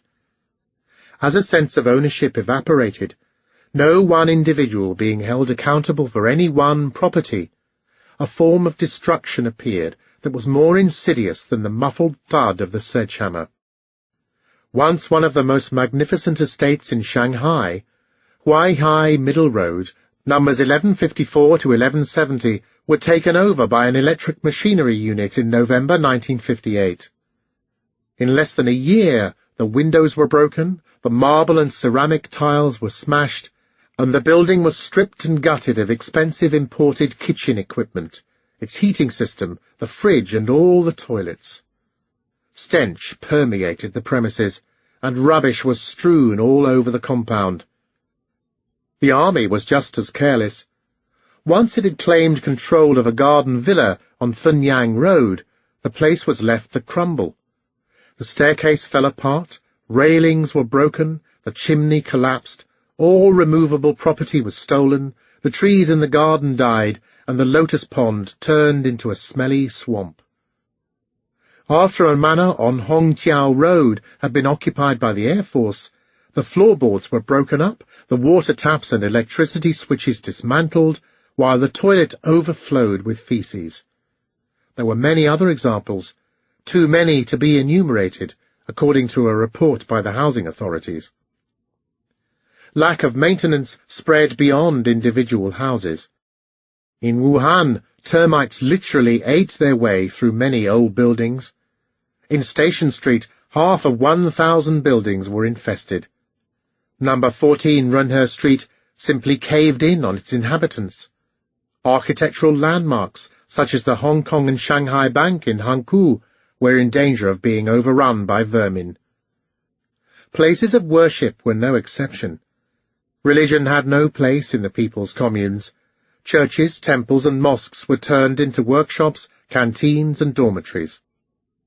In Zhengzhou, 18 out of all 27 places of worship for Catholics, Protestants, Buddhists, and Muslims were taken over, and a further 680 rooms privately rented out by religious congregations were confiscated. The city was proud to announce by 1960 that the number of Christian and Muslim worshippers had shrunk from 5,500 to a mere 377. All 18 religious leaders now participated in productive labor, except for 3 who had died. Destruction also extended to historic monuments. In Kuxiang, Guangdong, the tomb of Zhang Jiuling, the famous Tang dynasty minister, was damaged by a people's commune digging for treasures, while a Ming dynasty Buddhist temple in Shaoguan was torn down for building material. Further south in Guangdong, a cannon built by Lin Sisu to fight the British during the Opium War was blown up and used as scrap iron. In Duxiangnan, Sichuan, the scene of an irrigation system dating back to the 3rd century AD, a string of ancient temples were dismantled and burned for fuel. The Erwang Temple, abounding in cultural relics and surrounded by ancient trees, was declared an historical monument in 1957, and partly blown up with explosives a few years later. In the north, the Great Wall of China was plundered for building material, while bricks from the Ming tombs were carted away with the approval of local party secretaries. A stretch of wall measuring 40 meters long and 9 meters high at Dingling Tomb, where the Yongle Emperor was buried, was razed to the ground, while hundreds of cubic meters were dug from the Baochong Tomb, also known as the Precious Hall. Bricks belong to the masses, was the clinching argument. City walls, too, were an object of official wrath. Their crenellated parapets, erstwhile symbols of imperial grandeur, overgrown with vines and shrubbery, were now seen as monuments to backwardness. Mao Zedong set the tone, pointing out at the Nanning Conference in January 1958 that the walls around Beijing should be destroyed. Large sections of the Vermilion gates and walls would be taken down in the following years. Other cities followed suit. Parts of the wall that girdled the old city of Nanjing were dismantled, by collective units in search of building material. But most of the devastation was in the countryside. Destruction came in waves. As we have seen, buildings were torn down to provide nutrients for the soil during the fertilizer campaign in early 1958. To allow a continuous revolution to take hold, buildings were used as a source of fuel. As farmers ploughed deep furrows throughout the night, bonfires flared and sparkled. Then, as the people's communes were established, private property was turned into offices, meeting halls, canteens, nurseries, or kindergartens. Some were stripped for building material, others torn down to make way for a vision of modernity that never quite managed to migrate from paper to the village. With the drive to produce more iron and steel, metal window frames and doorknobs were stripped. Then the floorboards were taken for fuel. When the Great Leap Forward acquired a second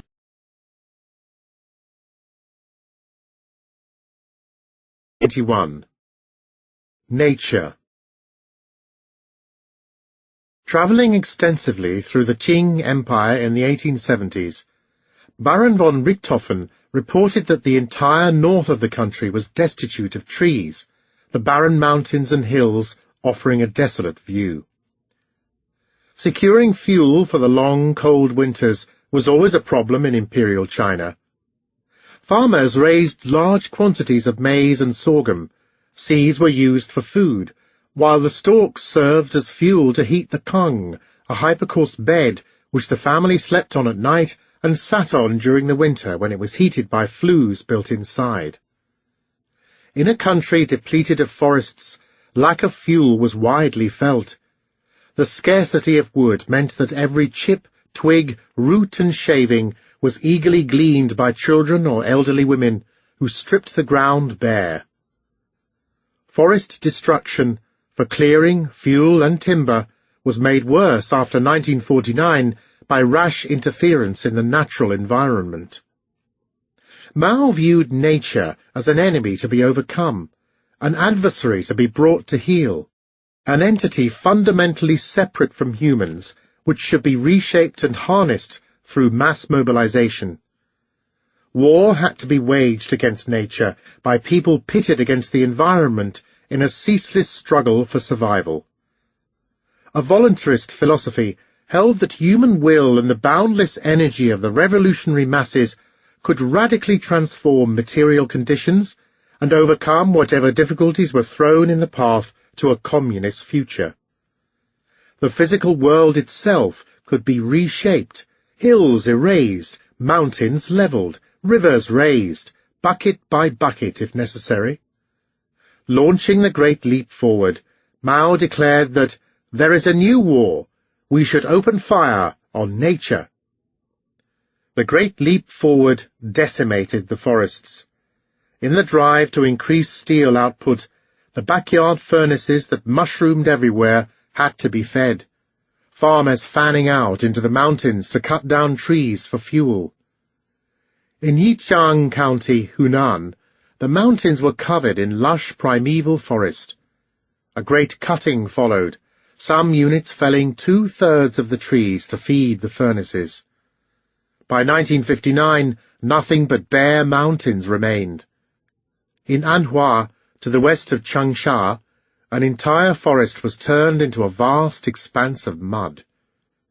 Being driven through thick ancestral forests along the road from Yunnan to Sichuan, Soviet specialists in forestry and soil preservation noted that trees had been randomly felled, resulting in landslides. Forests were brutalized everywhere, sometimes beyond recovery. But random logging did not stop with the end of the steel campaign. The famine was not just a matter of hunger, but rather of shortages of all essentials, fuel in particular. As farmers were desperate for firewood and timber, they reproduced habits acquired during the steel campaign, returning to the woods to cut and slash. Stealing was easier than ever before, because lines of responsibility for forestry had become blurred with collectivization. The forest belonged to the people.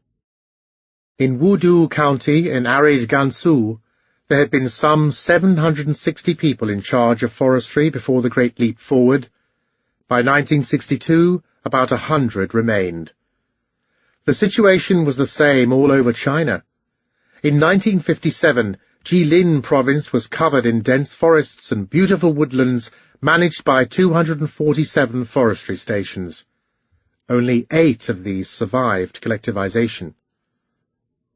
Not only were local brigades powerless to stop depredations of natural resources, but they were often complicit in them. When walking through the gates of Sihai Commune in Yangtze County, up in the mountains just outside Beijing, a visitor in March 1961 was met with the sight of some 180,000 stumps of trees, linden and mulberry, cut an inch or two above the ground. This was the work of a mere 2 units. Farmers were so desperate for warmth that they even cut down fruit trees in the middle of the winter. As the Forestry Bureau from Beijing reported, 50,000 apple, apricot and walnut trees were hacked down by one village in Changping, while a brigade used a tractor to uproot 890,000 plants and seedlings for fuel. More often than not, communes would send teams to poach from neighbours. From Huahiru, 100 farmers were dispatched across the county border to Yangting, where they cut down 180,000 trees in less than 3 weeks. Closer to the capital, trees along the railway were felled, 10,000 vanishing along the line in Daxing County. Further south, even telephone poles were taken down for fuel. Far inland, in Gansu, a single brigade destroyed 2/3 of all 120,000 varnish trees, crippling the local economy, while another team managed to fell 40% of the tea oil trees on which local villages had depended for their livelihoods. People were desperate for kindling. Some villages burned not only their furniture, but even some of their houses after cutting down the trees. What is under the pot is more scarce even than what is in the pot, farmers lamented. Even in Panyu, Guangdong, surrounded by subtropical vegetation, 2/3 of all households had no fuel to start a fire, some even lacking a match. Fire had to be borrowed from neighbours. Once started, it was guarded like a precious commodity as entire villages sank back into a primitive barter economy. In cities, too, trees were felled, but for different reasons. As we have seen, many companies used the Great Leap Forward to expand their facilities, often out of all proportion to their actual needs. One arm of the Commercial Bureau of Nanjing destroyed a fruit yard with 6,000 cherry, peach, pomegranate and pear trees. The cleared field remained empty. Such destruction was common in Nanjing. As an investigation at the end of 1958 showed, a few dozen units were responsible for illegally hacking down 75,000 trees. Most were factories in need of timber, but some sold the wood on the black market to raise much-needed income. Although there were periodic campaigns to turn the denuded countryside green, barren deserts would be transformed into lush forests. Widespread famine, poor planning, and a more general collapse of authority combined to defeat efforts at afforestation. Trees that had just been planted instantly disappeared. In 1959, for example, Beijing sent thousands of people to plant 2,600 hectares of protective greenery at the Ming Tombs Reservoir. The local commune destroyed more than half within a year. Outside Beijing, between 1/3 and 4/5 of all reforestation and seedling projects were lost. The damage in regions further removed from the seat of power must have been even greater. In Heilongjiang, with its mountains clad in dense forest harbouring virgin larch, purple linden, and Manchurian ash, 1/3 of all seedlings in new shelter forests died because they were poorly managed. In Hubei, some 15,000 trees planted to stabilize the banks of a dam in Tse-tung were illegally felled as soon as they were put in the ground. They were replanted, but the job was carried out so badly that most simply tilted over and dried out. To the many causes of denudation must be added fire, cases of which soared as a result of greater human activity in forests and a collapse in effective forestry management. Some 56,000 hectares were destroyed in thousands of fires in Hunan during the first 2 years of the Great Leap Forward. In the arid northern plains of Shanxi and Gansu, where forest was already rare, 2,400 fires claimed more than 15,000 hectares in the spring of 1962. Fires could be accidental, but often the forest was burned on purpose to produce fertilizer or hunt down wildlife. As fire advanced and the forest receded, so the animals were slaughtered. Even rare species were fair game for hunters, and some of them, golden monkey, wild elephant, and sable, were driven to the edge of extinction. Fire was also used to clear the land for cereal grain, although most of the reclamation took place in pastoral areas.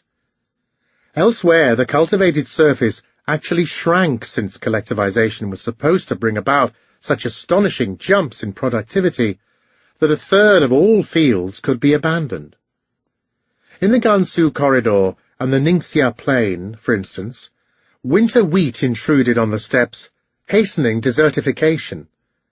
The county of Yanqi, to take but one example from Ningxia, doubled its farmland to 50,000 hectares during the Great Leap Forward, cutting away the highland grasses and driving the sheep up the hills to graze. The county now faced the sand. Further to the west, in the arid Kaidam basin, a bleak expanse pockmarked by salt marshes and surrounded by mountains so cold that little could grow, communes destroyed 100,000 hectares of shrubbery and desert vegetation to make way for grain cultivation. The risk of being buried by drift sand then forced several collective farms to move. The extent of forest coverage lost during the famine is difficult to estimate. Up to 70% of the shelter forests were destroyed in some counties in Liaoning province. In East Henan, 80% of all shelter forests vanished. In Kaifeng, it had gone altogether, and some 27,000 hectares were given up to the desert. Throughout the immense expanse of the northwest, from Xitian to Shaanxi, a fifth of all trees were cut down. In Hunan, half of the forest was felled. In Guangdong, just under a third had disappeared. Yu Xiguang, an expert on the famine, claims that 80% of the forest coverage went up in smoke, although that may be an overestimate. The damage varied from place to place, and even in the archives, statistics are political artifacts rather than objective reflections of reality. What is certain is that never before had such a large diversity of forests, from the bamboo groves in the south to the alpine meadows and boreal stands of fir and pine in the north, suffered such a prolonged and intense attack. After dark clouds filled the skies, thunder and rain exploded over Hebei in the early summer of 1959. As the torrential downpour continued unabated, the drainage system choked with mud, excrement, and foliage.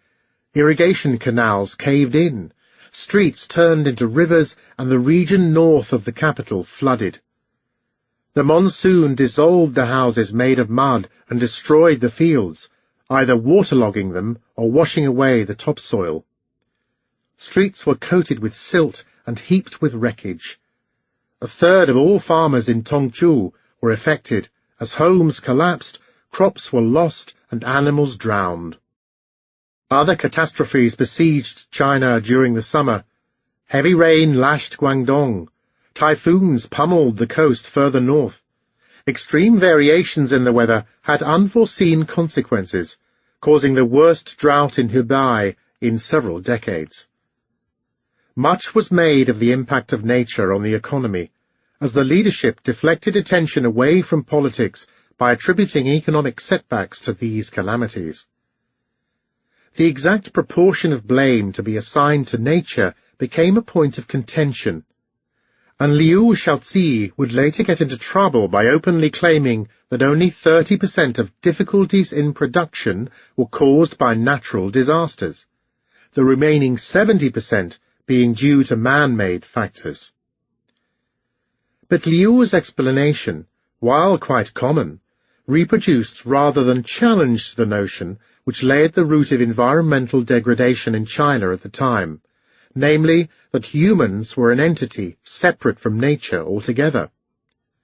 Both were intertwined, as detailed studies carried out on natural calamities at the time show. When an investigation team revisited Tongzhou the following summer, they found extreme destitution, as the state had all but abandoned the villagers, who barely survived without adequate food, clothing, or shelter. Traditional coping mechanisms in times of disaster, private charity, state assistance, mutual help, family savings, and migration had failed to take effect, and the flooding had a far more profound and prolonged effect as a result of collectivization. But none of this explained why Tongzhou had been hit so badly. Did it rain more over that part of the region? The answer came a year later, after Liu Shaozi pointed out the marginal role played by catastrophes in a speech attended by thousands of top cadres. In the more open political climate of 1962, the Water Conservancy Bureau started taking stock of how the Great Leap Forward had affected the irrigation system. It singled out Tongzhou for special attention. The conclusion was unambiguous. Poorly conceived irrigation projects hastily implemented during the Water Conservancy movement of 1957-8 had disturbed a carefully balanced natural water system. Combined with a huge extension of agriculture, more water than ever before was forced to go underground. When the clouds burst over Tongzhou in 1959, the water had nowhere to go, inundating fields and villages. The same happened all over the country. In Hebei, the Tangzhou region was so devastated by a typhoon in July 1961 that a team of 24 men was immediately sent from the provincial party committee. They spent 10 days in the region, where close to half of all the fields stood under water. The team quickly realized that the natural drainage system has been destroyed by irrigation work undertaken since the Great Leap Forward. Poorly designed reservoirs, canals, and ditches contributed to the disaster, but increased cultivation made it worse, as big, square fields had replaced the small and uneven plots that traditionally followed the topography of the terrain. Even villages which had never suffered from inundation now stood waterlogged.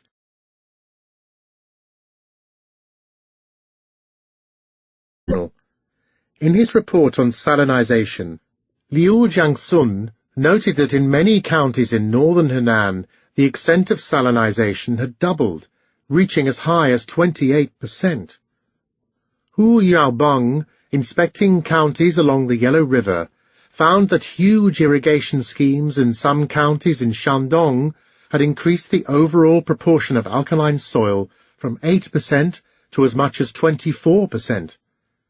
This was confirmed in a more detailed report on the northern and western parts of the province, where an average salinization was above 20% by 1962, having doubled since the Great Leap Forward. In Huimin County, it was close to half of all cultivated land. There was little doubt about the reasons for this.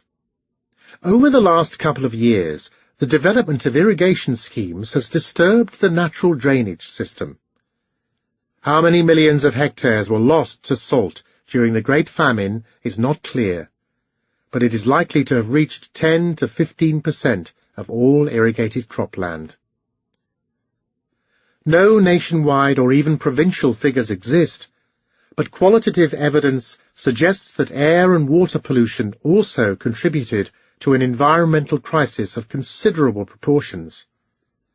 China had no treatment plants, and both urban sewage and industrial waste were discharged directly into local rivers. In the drive to transform a predominantly agricultural society into an industrial powerhouse capable of leading the socialist camp in its conquest of the world, the amount of pollutants such as phenol, cyanide, arsenic, fluorides, nitrates and sulfates released into water streams surged. Phenol is one of the most common contaminants.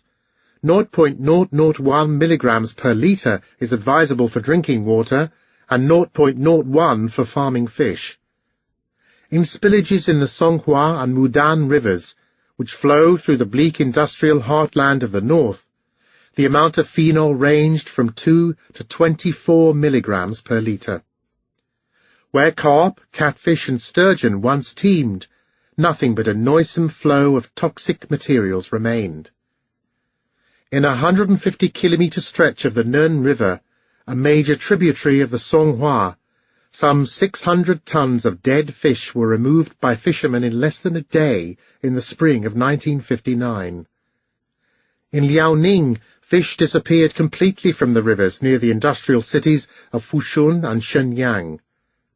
Along the coast near Dalian, it was not unusual to harvest some 20 tons of sea cucumber each year, but the delicacy vanished during the Great Leap Forward.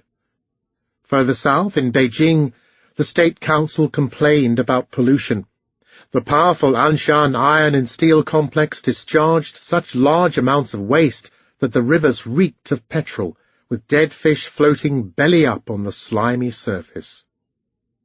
So great was the amount of alkaline waste released by paper mills in Jiamusi that even the bottoms of boats corroded. The mills themselves were no longer able to produce high-quality paper because they relied on the river water they so heavily polluted. This was the case for all factories in the belt stretching from Shanghai down to Hangzhou. Oil companies were also culprits, a single plant in Maoming releasing 24,000 tons of kerosene into rivers each year. Other scarce resources in the midst of famine were emptied into the water.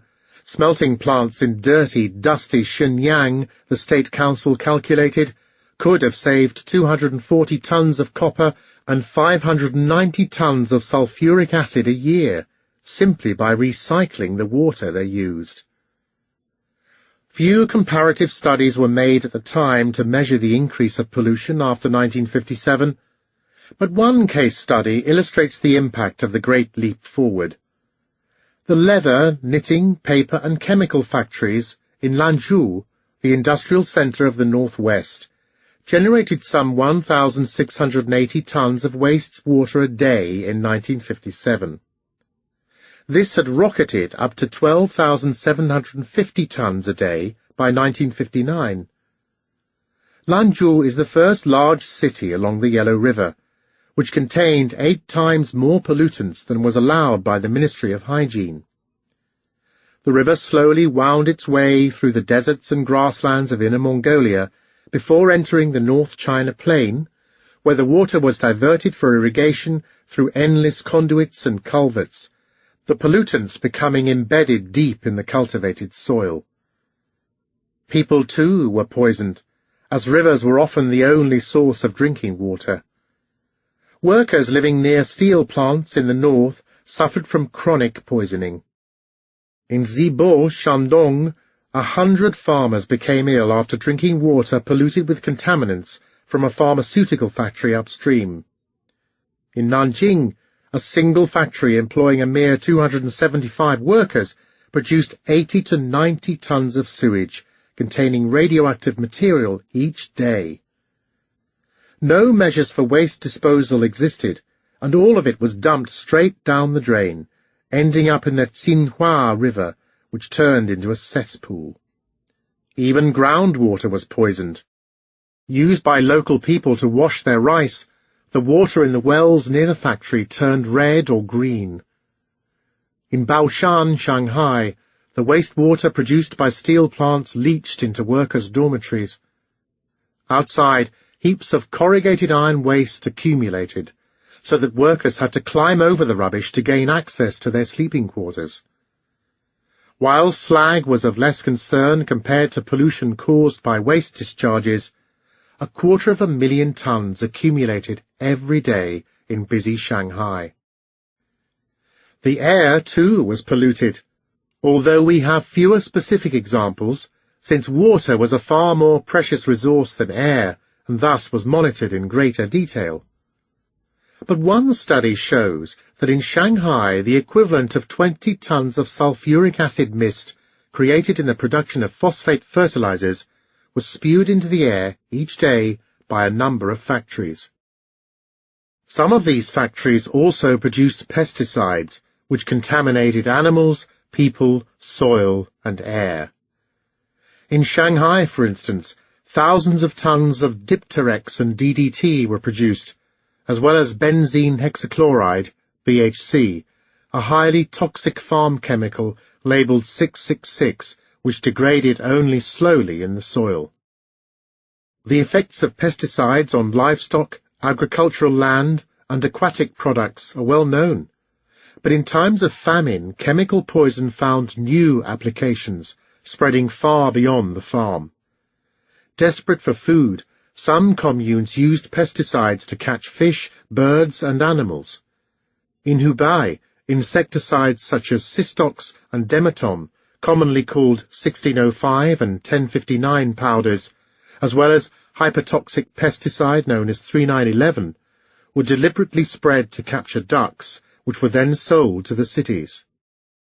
In Shako alone, dozens of customers were poisoned and several died after eating the contaminated fowl. Famished farmers also foraged independently for food, releasing chemicals in ponds and lakes to kill the wildlife.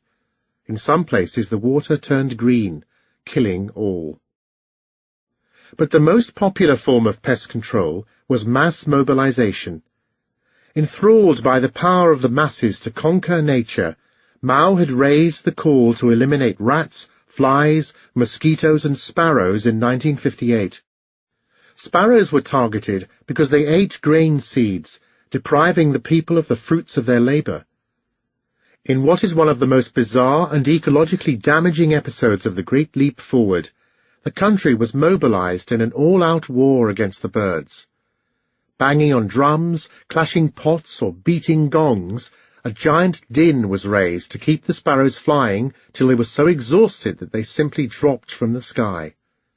Eggs were broken and nestlings destroyed. The birds were also shot out of the air. Timing was of the essence, as the entire country was made to march in lockstep in the battle against the enemy, making sure that the sparrows had nowhere to escape. In cities, people took to the roofs, while in the countryside farmers dispersed to the hillsides and climbed trees in the forests, all at the same hour to ensure complete victory. Soviet expert Mikhail Klochko witnessed the beginning of the campaign in Beijing. He was awakened in the early morning by the blood-curdling screams of a woman running to and fro on the roof of a building next to his hotel. A drum started beating, as the woman frantically waved a large sheet tied to a bamboo pole.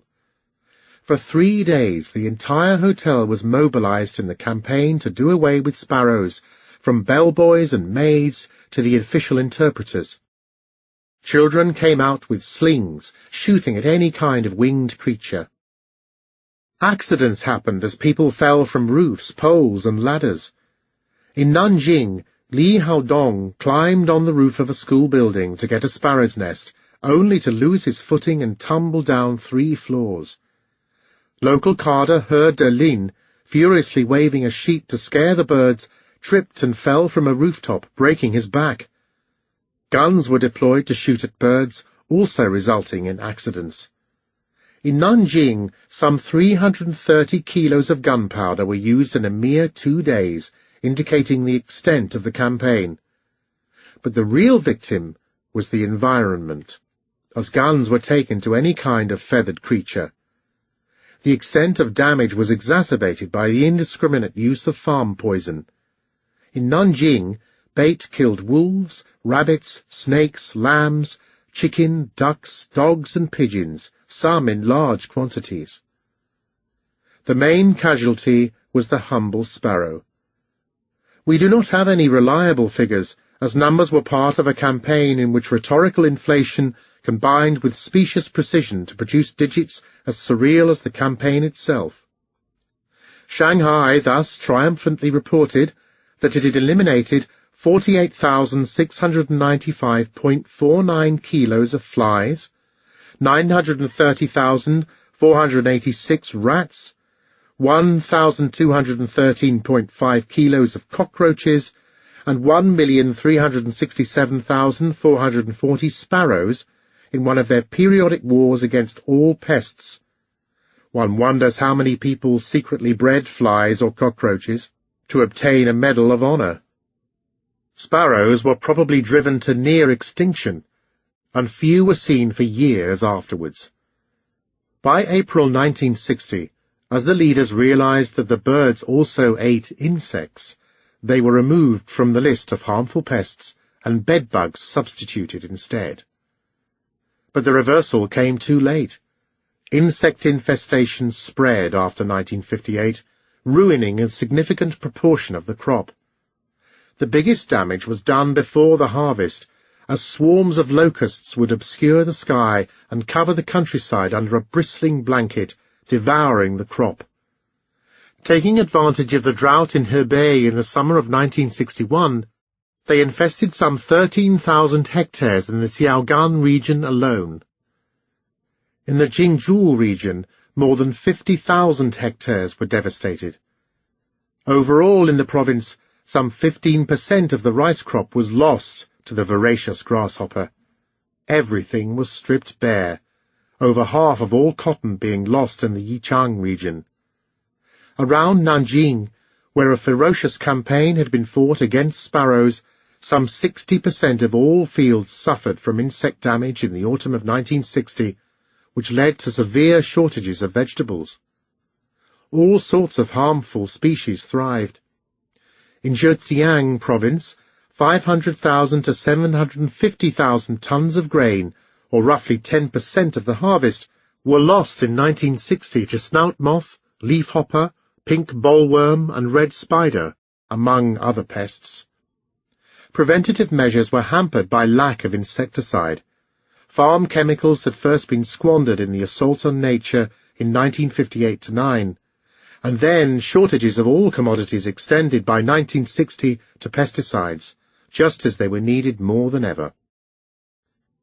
In the war on nature, different factors thus combined to amplify dramatically what the leadership described as natural catastrophes. The steel campaign caused deforestation, leading in turn to soil erosion and water loss. Grandiose irrigation schemes further disturbed the ecological balance, worsening the impact of inundations and droughts, both of which were drivers of locusts. Drought eliminated all competition, while the heavy rains that followed allowed locusts to hatch more quickly than other insects and take over a mauled landscape. Because sparrows had vanished and pesticides had been misused, the insects descended unopposed on whatever meagre crop the farmers had managed to grow. Mao lost his war against nature. The campaign backfired by breaking the delicate balance between humans and the environment, decimating human life as a result. Part 4. Survival. Chapter 22. Feasting through Famine. Equality may have been a pillar of communist ideology, but all communist states built elaborate hierarchical orders on the ground. One reason for this was that most of these regimes lived in constant fear of real or imagined enemies, justifying the regimentation of society along military lines in which each subordinate unit was expected to carry out orders without questioning. Each official is the anvil of his superiors and the hammer of his subordinates. Another reason was that the command economy distributed goods and services according to need rather than demand, and the needs of different groups were assigned different priorities by the party, whether the country was defending the realm against imperialist powers or busy building a communist future. In the People's Republic, access to food, goods and services was largely determined by a household registration system, the rough equivalent of the internal passport instituted in December 1932 in the Soviet Union. Introduced to the cities in 1951, it was extended to the countryside in 1955 and became law in 1958, just when farmers were being pitchforked into communes. It divided people into two separate worlds by classing them either as city dwellers, Chumin, or as peasants, Nongmin.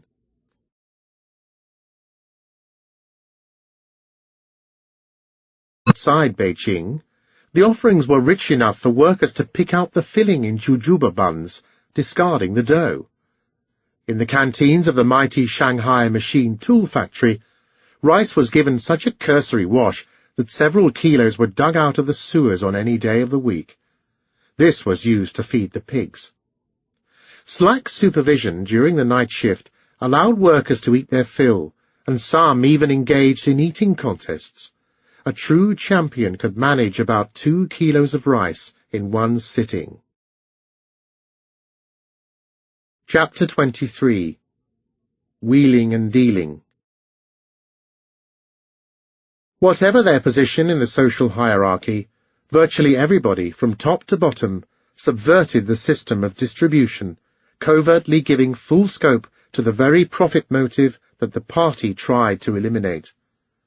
As famine developed, the survival of an ordinary person came increasingly to depend on the ability to lie, charm, hide, steal, cheat, pilfer, forage, smuggle, slack, trick, manipulate, or otherwise outwit the state. But no one could navigate the economy on his own.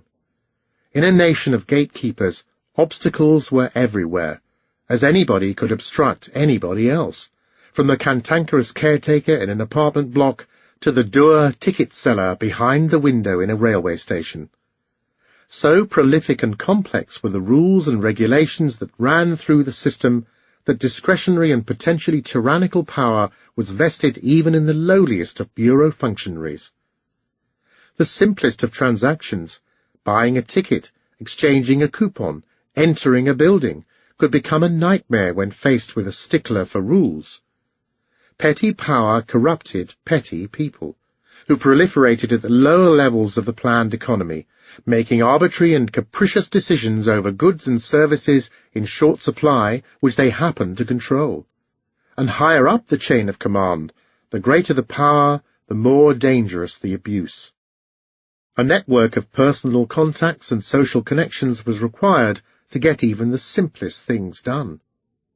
Asking a prominent friend to help was always easier than approaching an unknown official who might be devoted to the details of administrative procedure and see no reason to bestow a benefit on a stranger. Any connection was preferable to none. As a former neighbour, an erstwhile colleague, a school friend, or even a friend of a friend was more likely to accommodate a request, turn a blind eye, skirt the law, or bend a rule. In the higher reaches of power, influential colleagues could help one to secure state funds, avoid paying taxes, or gain access to scarce resources. At every level, people expanded their social network by trading favours, exchanging gifts, and paying bribes. They looked after their own. Mu Xingwu, head of a storage unit in Shanghai, recruited 19 relatives to work under him. Half the workforce were related. Here was a solid basis for wheeling and dealing in the goods he was supposed to safeguard. Everywhere, people were pressurizing those below them to protect and further their own interests. The planned economy, with its dedication to the greater good, spawned a system in which the individual and his personal network prevailed. But people in the party were in a better position to use the system for their own personal benefit than those outside it, and they showed endless entrepreneurial guile in devising ways to defraud the state. Common practice for enterprises was to bypass the plan and trade directly between themselves. In Wuhan, the Provincial Highway Transportation Bureau agreed to move goods for the Jianghan District No. 2 Commercial Office in exchange for food. The operation was worth well over a ton of sugar, a ton of alcohol, and 1,000 cartons of cigarettes, as well as 350 kilos of canned meat in the first months of 1960. The Wuhan oil purchasing station, on the other hand, traded hundreds of tons of oil, gas, and coal to provision lavish banquets for its cadres.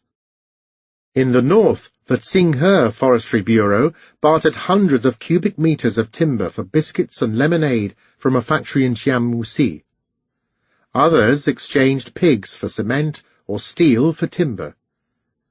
These practices permeated the entire country as a parallel economy was created by travelling representatives sent to circumnavigate the rigid supply system. Purchasing agents built up social contacts, wining and dining local officials, and traded their way through a shopping list provided by the enterprise for which they were working. Bribes were common. The director of the Bureau for Goods and Materials in Shanghai regularly received presents, from deer antlers rich in velvet to white sugar, biscuits, and lamb. More than 6 million yuan in goods were damaged or lost under his auspices in less than a year.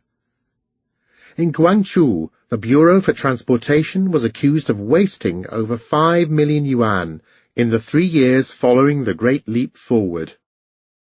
In Heilongjiang province alone, one investigation estimated that some 2,000 cadres were shopping for timber on behalf of their units in late 1960, offering watches, cigarettes, soap, or tinned food in return. Dozens of factories in Guangdong sent agents on acquisition tours to Shanghai, cutting out the state from their business deals. People's communes were no exception. The Seagull Farm in Guangdong sold some 27 tons of citronella oil to a Shanghai perfume factory rather than deliver it to the state. Nobody knew how much trade took place in this shadow economy, but one investigation team put the quantity of goods shipped out of Nanjing to other units without any official approval at 850 tons for the month of April 1959 alone. Hundreds of units were involved, some actually counterfeiting shipping permits, using false names, printing fake certificates, and even shipping in the name of the army in order to make a profit. Barter exchange, sometimes considered a very primitive form of trade, became one of the most efficient ways of distributing goods where they were needed.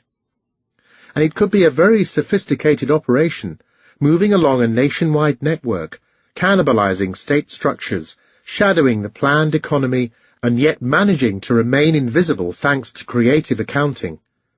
Goods became currency. In a detailed study of a famed dumpling shop in Shenyang, investigators showed that food was routinely exchanged for goods from more than 30 construction units in the city, ranging from iron pipes to cement and bricks. A steady and cheap supply of ingredients was also secured by exchanging the dumplings directly with state providers. The Municipal Aquatic Products Company, suffering as much as any other distributor from severe shortages in the midst of famine, handed over its entire supply of shrimps, normally earmarked for consumers in the suburbs, to the shop for the promise of dumplings. The cadres went on shopping sprees in the best department stores in Shenyang, paying with dumpling coupons. They took care of their employees, who feasted on the produce. The traffic police and the fire brigade were bought off, while even services such as delivery of coal, water supply, toilet cleaning and hygiene inspections were all carried out against an agreed amount of the shop's speciality. Creative accounting could hide misappropriation of funds. Accountants would invent expenditures which were never incurred, in some cases claiming funds of up to 1 million yuan. Another trick consisted of moving state investments away from industry towards fixed capital, as state units treated themselves to new buildings, dance halls, private toilets and elevators. This happened in the Zunyi region, where a raid revealed that 5 million yuan had been embezzled since the Great Leap Forward. In Heilongjiang, one quarry entered all the capital expenditure on offices, canteens, and even kindergartens into the production costs, thus passing on the bill to the state. In many other enterprises, administrative and operating expenses were added on to the production costs. In Beijing alone, some 700 administrative units, complete with salaries and expenses, thus vanished into a black hole called production. Other costs could be disguised and passed on to the state. In Luoyang, Henan province, a ball-bearing factory built a 1,250 cubic meter swimming pool, sending the bill up as a heat-lowering device. Endless borrowing from state banks was also a common ploy. As Li Fuchun pointed out when he noted a deficit of 3 billion yuan in the summer of 1961, many units borrowed from the bank to feast. And when a city or a county was in the red, it simply stopped paying taxes. This started in 1960, as a number of provinces passed regulations stipulating that all profits be kept. The Finance Department and the Trade Department of Liaoning Province thus dictated that profits from enterprises under their control should be removed from the budget and distributed locally instead. In Shandong, Gaoyang County unilaterally determined that profits should fall outside the budget and be retained locally. Losses, on the other hand, were entered into the budget and billed to the state.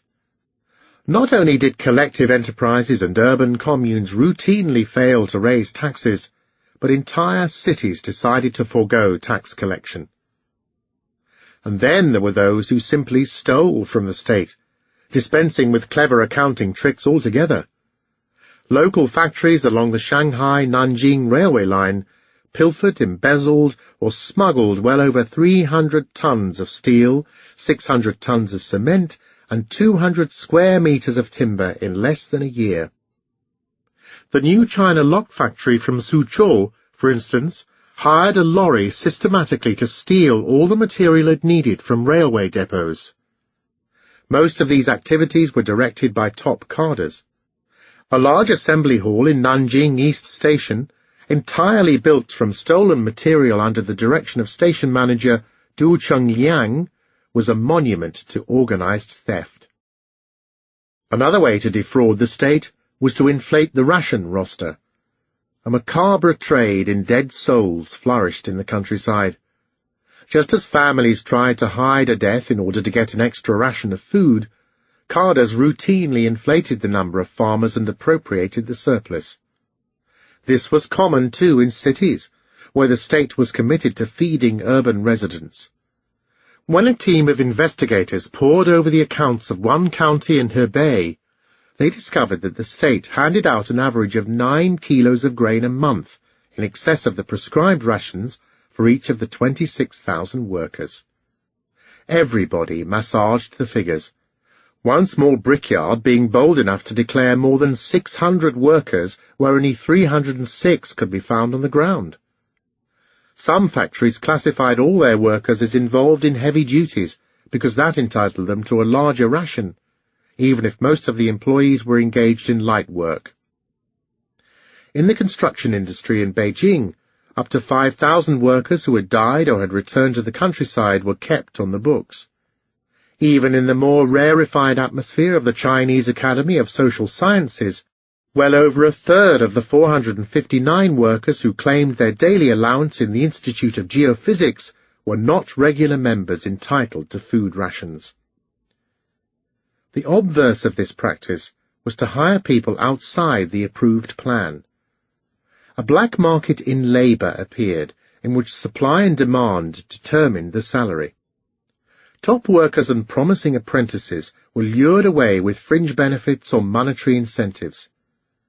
Thousands, according to a report in the summer of 1960, had been hired away in Nanjing in the first half of the year. Such was the competition that, when factory bosses refused to let good workers pursue better opportunities elsewhere, they would complain about lack of employment freedom and try to get dismissed. A few exploded in a violent rage, directing their ire at the cadres who stood in their way. Of the 500 apprentices in the commercial sector of Baixia district, 180 had absconded.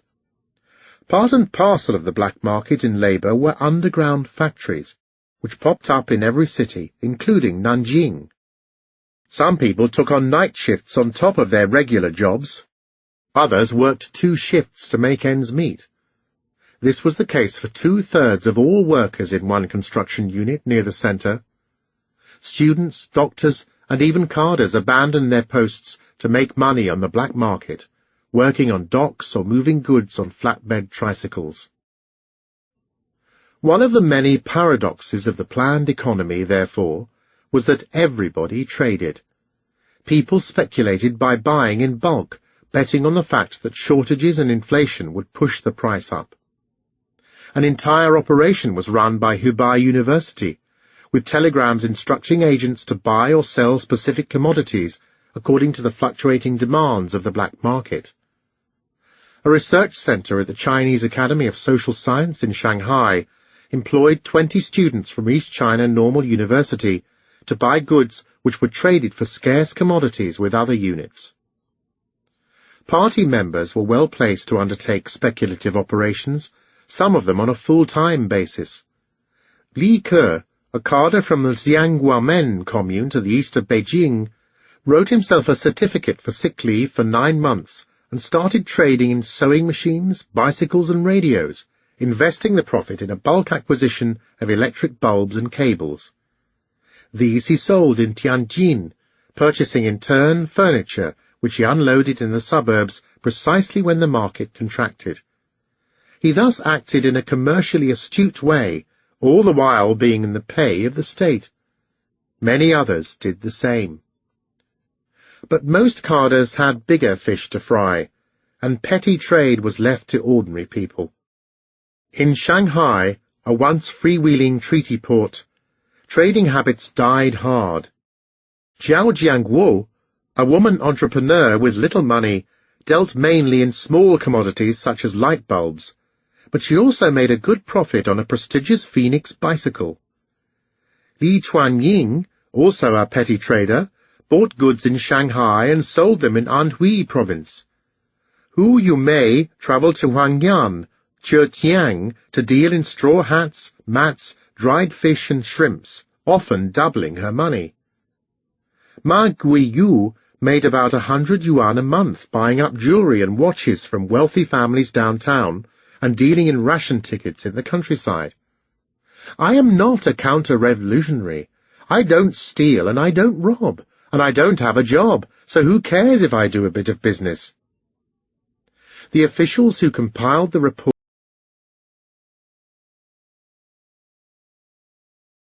1857-8, as money, china, silver, and other valuable objects had to be handed over for capital accumulation. The second took place in the summer of 1958, with the advent of the communes. A third wind blew away pots, pans, and iron utensils as the steel campaign gripped the county. Then, in March 1959, all savings in state banks were frozen. By the autumn of that year, large irrigation projects were launched again, and tools and timber were commandeered. Finally, in the spring of 1960, a project for a giant pigsty was hatched by a local leader who seized pigs and building materials. Most people had little recourse against open pillage, but they were not passive victims, and many devised a whole range of strategies of survival. The most common one was to slack at work, allowing natural inertia to take over. Loudspeakers might be blaring exhortations to work, propaganda posters might extol the model worker who overfulfilled the plan, but apathy more often than not governed the factory floor. In a typical workshop of 40 workers in Beijing, half a dozen would habitually crouch around the stove to warm up in winter, while others would leave the factory in daytime to queue for goods or watch a movie. Carders simply did not have the means to control every worker and punish every disciplinary breach. A more comprehensive study by the propaganda department showed that in Shanghai, up to half of all workers failed to pay much heed to work discipline. Some would arrive several hours late, others spent time chatting with each other. A few loafers failed to do any work at all, simply waiting for the next meal. Many disappeared well before the end of the day. The deeper the country sank into famine, the greater the shirking became. By 1961, each worker in Shanghai was contributing 40% less value than in 1959, as more workers managed to produce fewer goods. Slacking, of course, was only one of several reasons why productivity plummeted, as we have seen in Chapter 18. But by 1961, factory workers had become masters of time theft. In the countryside, by 1959, many villagers had to work all day without eating. Apathy at work, besides being a result of malnutrition, was essential for survival, as every bit of energy had to be saved to get through the day. Farmers would till the fields under the watchful eye of a passing carder, but as soon as he was out of sight, they would drop their tools and sit by the road, waiting for the end of their shift. In parts of the countryside, people slept all afternoon, placing their own sentries at key intersections along the fields. Where carders were lenient, up to half the local population managed to avoid work. In some villages under a tolerant leadership, entire families would huddle together and sleep for days on end, literally hibernating through the winter months. Some historians have interpreted black marketeering, obstruction, slacking, and theft as acts of resistance or weapons of the weak, pitting peasants against the state. But these survival techniques pervaded the social spectrum, so much so that if these were acts of resistance, the party would already have collapsed. In the conditions of starvation created by the regime, many people had little choice but to ignore customary moral standards and steal as much as they could. Theft was endemic, its frequency determined by need and opportunity. Transportation workers were in the best position to pilfer state property, as millions of tons of goods passed through their hands. In the Wuhan Harbor No. 6 dock, over 280 of the 1,200 employees systematically stripped freight trains while pretending to carry out maintenance and repair work. In Hohhot, Inner Mongolia, half of the 864 porters at the railway station stole goods. Mail theft was common, and was often organized by party members. In the Guangzhou post office, a team of 4 was responsible for opening more than 10,000 overseas parcels, taking watches, pens, ginseng, milk powder, dried abalone, and other gifts. Many of the stolen wares were then sold at auction to postal workers. The entire leadership at the post office, or more than 100 carders, had a hand in the operation. Students stole from the canteen, 50 cases a month being brought to light in Nanjing University in 1960. In Hushu Middle School in Xiangning County, just outside Nanjing, petty theft was the norm among students, a way of life that started with a simple carrot pilfered from the kitchen. In state shops and department stores, clerks at the counter subtly doctored receipts or even produced counterfeits, while in the back assistants rummaged through the storage rooms. Su Qishu, a sales assistant at the Friendship store in Shanghai, tampered with receipts, adding small sums of money that amounted over time to around 300 yuan. Li Shandi, employed in a pharmacy, confessed to putting away 1 yuan each day over several years, almost doubling her salary. Opportunity was greatest in the city, but need ruled the countryside, where many farmers had to survive famine by living on their wits. At every stage of the production cycle, villagers tried to keep back some of the grain from the demands of the state. This started in the field, even before the wheat or maize was fully ripened. Harking back to a traditional practice called qiging, or eating green, villagers quietly clipped off spikes of grain straight from the field, husked and ground it in their hands, and ate the raw green kernels when out of sight of the militia. Eating the crop before it reached maturity was more common in the north, as it was easier to hide among dense rows of maize or in a field thick with wheat than in a rice paddy. Maize was also a more durable crop, standing in the fields for a longer period of time, and thus allowing for a greater number of thefts to take place. The autumn harvest in 1960 almost vanished in some communes as a result of crop eating. In Guangzhou, Shandong province, several brigades took up to 80% of the maize before it ripened, while crops of millet and green beans vanished altogether. In Xiaoxian County, also in Shandong, up to 90% of all grains disappeared. Thousands of similar incidents rocked the province, as many of those discovered eating from the fields were beaten to death by the local militia. In Zhuangcheng, Anhui, entire fields were eaten clean, as if a swarm of locusts had passed over them. Recollecting the years of hunger, farmer Zhong Mu captured the importance of theft. Those who could not steal died. Those who managed to steal some food did not die. Once the grain had been threshed and bagged, it was bulked up with water and sold to the state, with or without the complicity of local inspectors. As we have already seen, in Guangdong alone, almost a third of 1.5 million tons of state grain suffered from a high water content, although poor storage conditions no doubt contributed to the rot in the subtropical south. Once sold to the state, grain on the move was exposed to a plethora of thieving hands. In Xinxing County, Guangdong, close to 900 incidents of theft were reported in 1960. Lin Si, a boatman from Xinhe, took about half a ton of grain on dozens of occasions. Others were more prudent, replacing stolen foodstuffs with sand and stones. In Guangzhou, shippers would extract the grain with a bamboo tube and pour sand back into the bags. In Gaoyao, Jiangsu, just about every boatman helped himself to the grain, each taking an average of 300 kilos a year. Guards in charge of state granaries stole. In Jiangxiaoku, bordering Hebei and Inner Mongolia, a fifth of all watchmen were dishonest, sometimes stealing with the complicity of party members. Half of all cadres in charge of collection points in Xiuxian County were corrupt.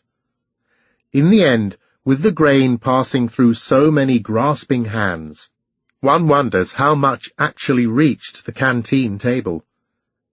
In Suzhou, local investigators estimated that out of a kilo of rice, only about half made it to its final destination. It was pilfered from the granaries, taken during transportation, pocketed by accountants, confiscated by cadres, and finally filched by cooks before a bowl of rice was ever served in a canteen. When local cadres colluded with the farmers, powerful forms of collective theft, subterfuge, and deception could emerge, shielding the village from the worst effects of the famine. Some cadres kept 2 sets of books, one with the real figures in the village and another with fake numbers for the eyes of grain inspectors. This was widespread in several counties in Guangdong province. In Suannun County, Hebei, 1 in 3 bookkeepers falsified the accounts. In Chongyang County, 1 party secretary took the initiative by declaring some 250 tons to the commune higher up, but penciling 315 tons into the local account book.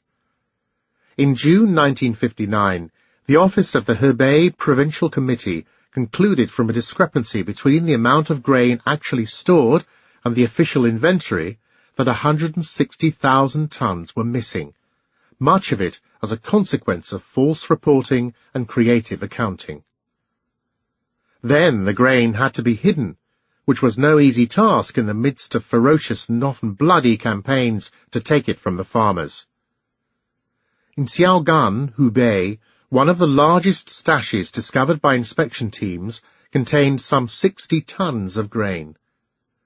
In Yitang commune, 110 tons were hidden behind false walls, inside coffins, or in wardrobes. A search in Wulwo among 15 households yielded 26 tons.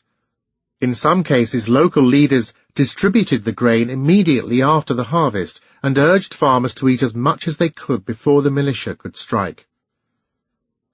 Throughout the country, there were cases of local leaders quietly distributing grain to the farmers, helping many to survive the famine. In Yixian County, Hebei, 150 to 200 kilos of harvested grain per hectare were handed out in one commune. Elsewhere, inspection teams commonly found black granaries. In Jiaohe County, virtually every team had underground grain of around 750 kilos. Near Tianjin, the leader of Sunxi commune put it in simple terms when he withheld 200 tons of seed. The state's grain is also the people's grain, and what belongs to the people also belongs to the state. In Hunan, some 23 counties were discovered to have 5 to 10% of grain above what had been declared, totaling 36,000 tons. One of the most extreme cases was Liuyang, where 7,500 tons turned up after a painstaking check of 30,000 granaries. But all too often the reverse was true. In many villages, local leaders preferred to lower the grain consumption rather than ask for help higher up the chain of command, as they feared being seen as slackers who would beg rather than work towards a higher crop. Another stratagem used by local cadres was to borrow grain from state granaries. In Hebei, some 357,000 tons were thus borrowed up to April 1959, often under pressure from highly placed party members. Party Secretary Li Xiangjong from Sungu commune near Tianjin thus phoned the granary for a loan, which the employees flatly refused, only to be visited by the local boss who exerted the power of his position. When you are asked for a loan, you should lend. Even when you are not asked for a loan, you should lend. From now on, if there is a problem, I will come and sort it out. A loan of 35 tons was agreed on the spot. Units and institutions in cities, too, were keen to borrow without ever paying back. One middle school borrowed grain to feed its students, incurring a debt of 35,000 yuan. But in the end, when the food ran out, people turned on each other, stealing from other villages, neighbors, or even relatives. In Nanjing, half of all conflicts between neighbors involved food, as people stole from each other, some of the incidents leading to fistfights. Children and the elderly suffered most. For instance, when a blind grandmother was robbed of the little rice she had been able to buy with relief coupons in Danyang City. In the countryside, fierce competition for survival gradually eroded any sense of social cohesion. In Liaoqia village, just outside Changsha, larceny was so bad that desperate cadres could do nothing but tell the farmers to steal from other villages instead, for which they would not be punished. And once community bonds in the countryside unravelled, the family became an arena for strife, jealousy, and conflict. One woman remembered how her mother-in-law slept with food coupons in a pouch tied around her neck. A nephew cut the string and stole the coupons one cold winter night, exchanging the lot for sweets. The woman died several days later. Communes, villages, families, all were seething with tension and resentment, as famine increasingly pitted erstwhile neighbors, friends, and relatives against each other. As one party official noted in Hubei during the distribution of the summer crop, between the state and collectives, between brigades, between individuals, up, down, left, right, and centre, at all levels there are disputes. Violence flared, fights over the crop tearing apart units or teams. Sticks and knives were produced as villagers confronted each other in fights over food. In Yingshan County, Hubei, 2 poor men were hung from a tree after they were found stealing millet. In times of famine, one person's gain was another's loss. Even when it seemed that petty theft took place against a faceless state, somebody down the chain of distribution paid the price. In Xuanwei County, Yunnan, a number of village leaders pumped up the figures when making grain delivery.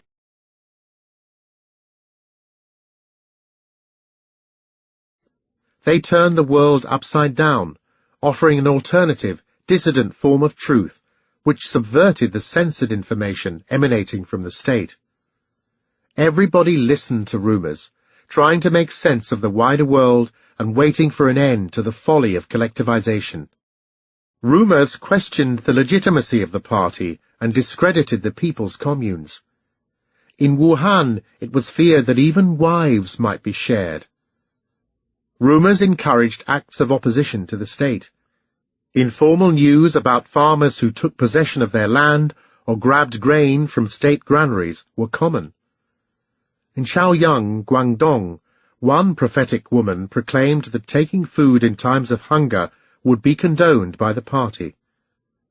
In Songji, Hubei, some 7 brigades decided in the winter of 1959-60 to dissolve the collectives and divide up the land. Rumors about land distribution also ran rampant in Anlu, Chongyang, and Tongshan.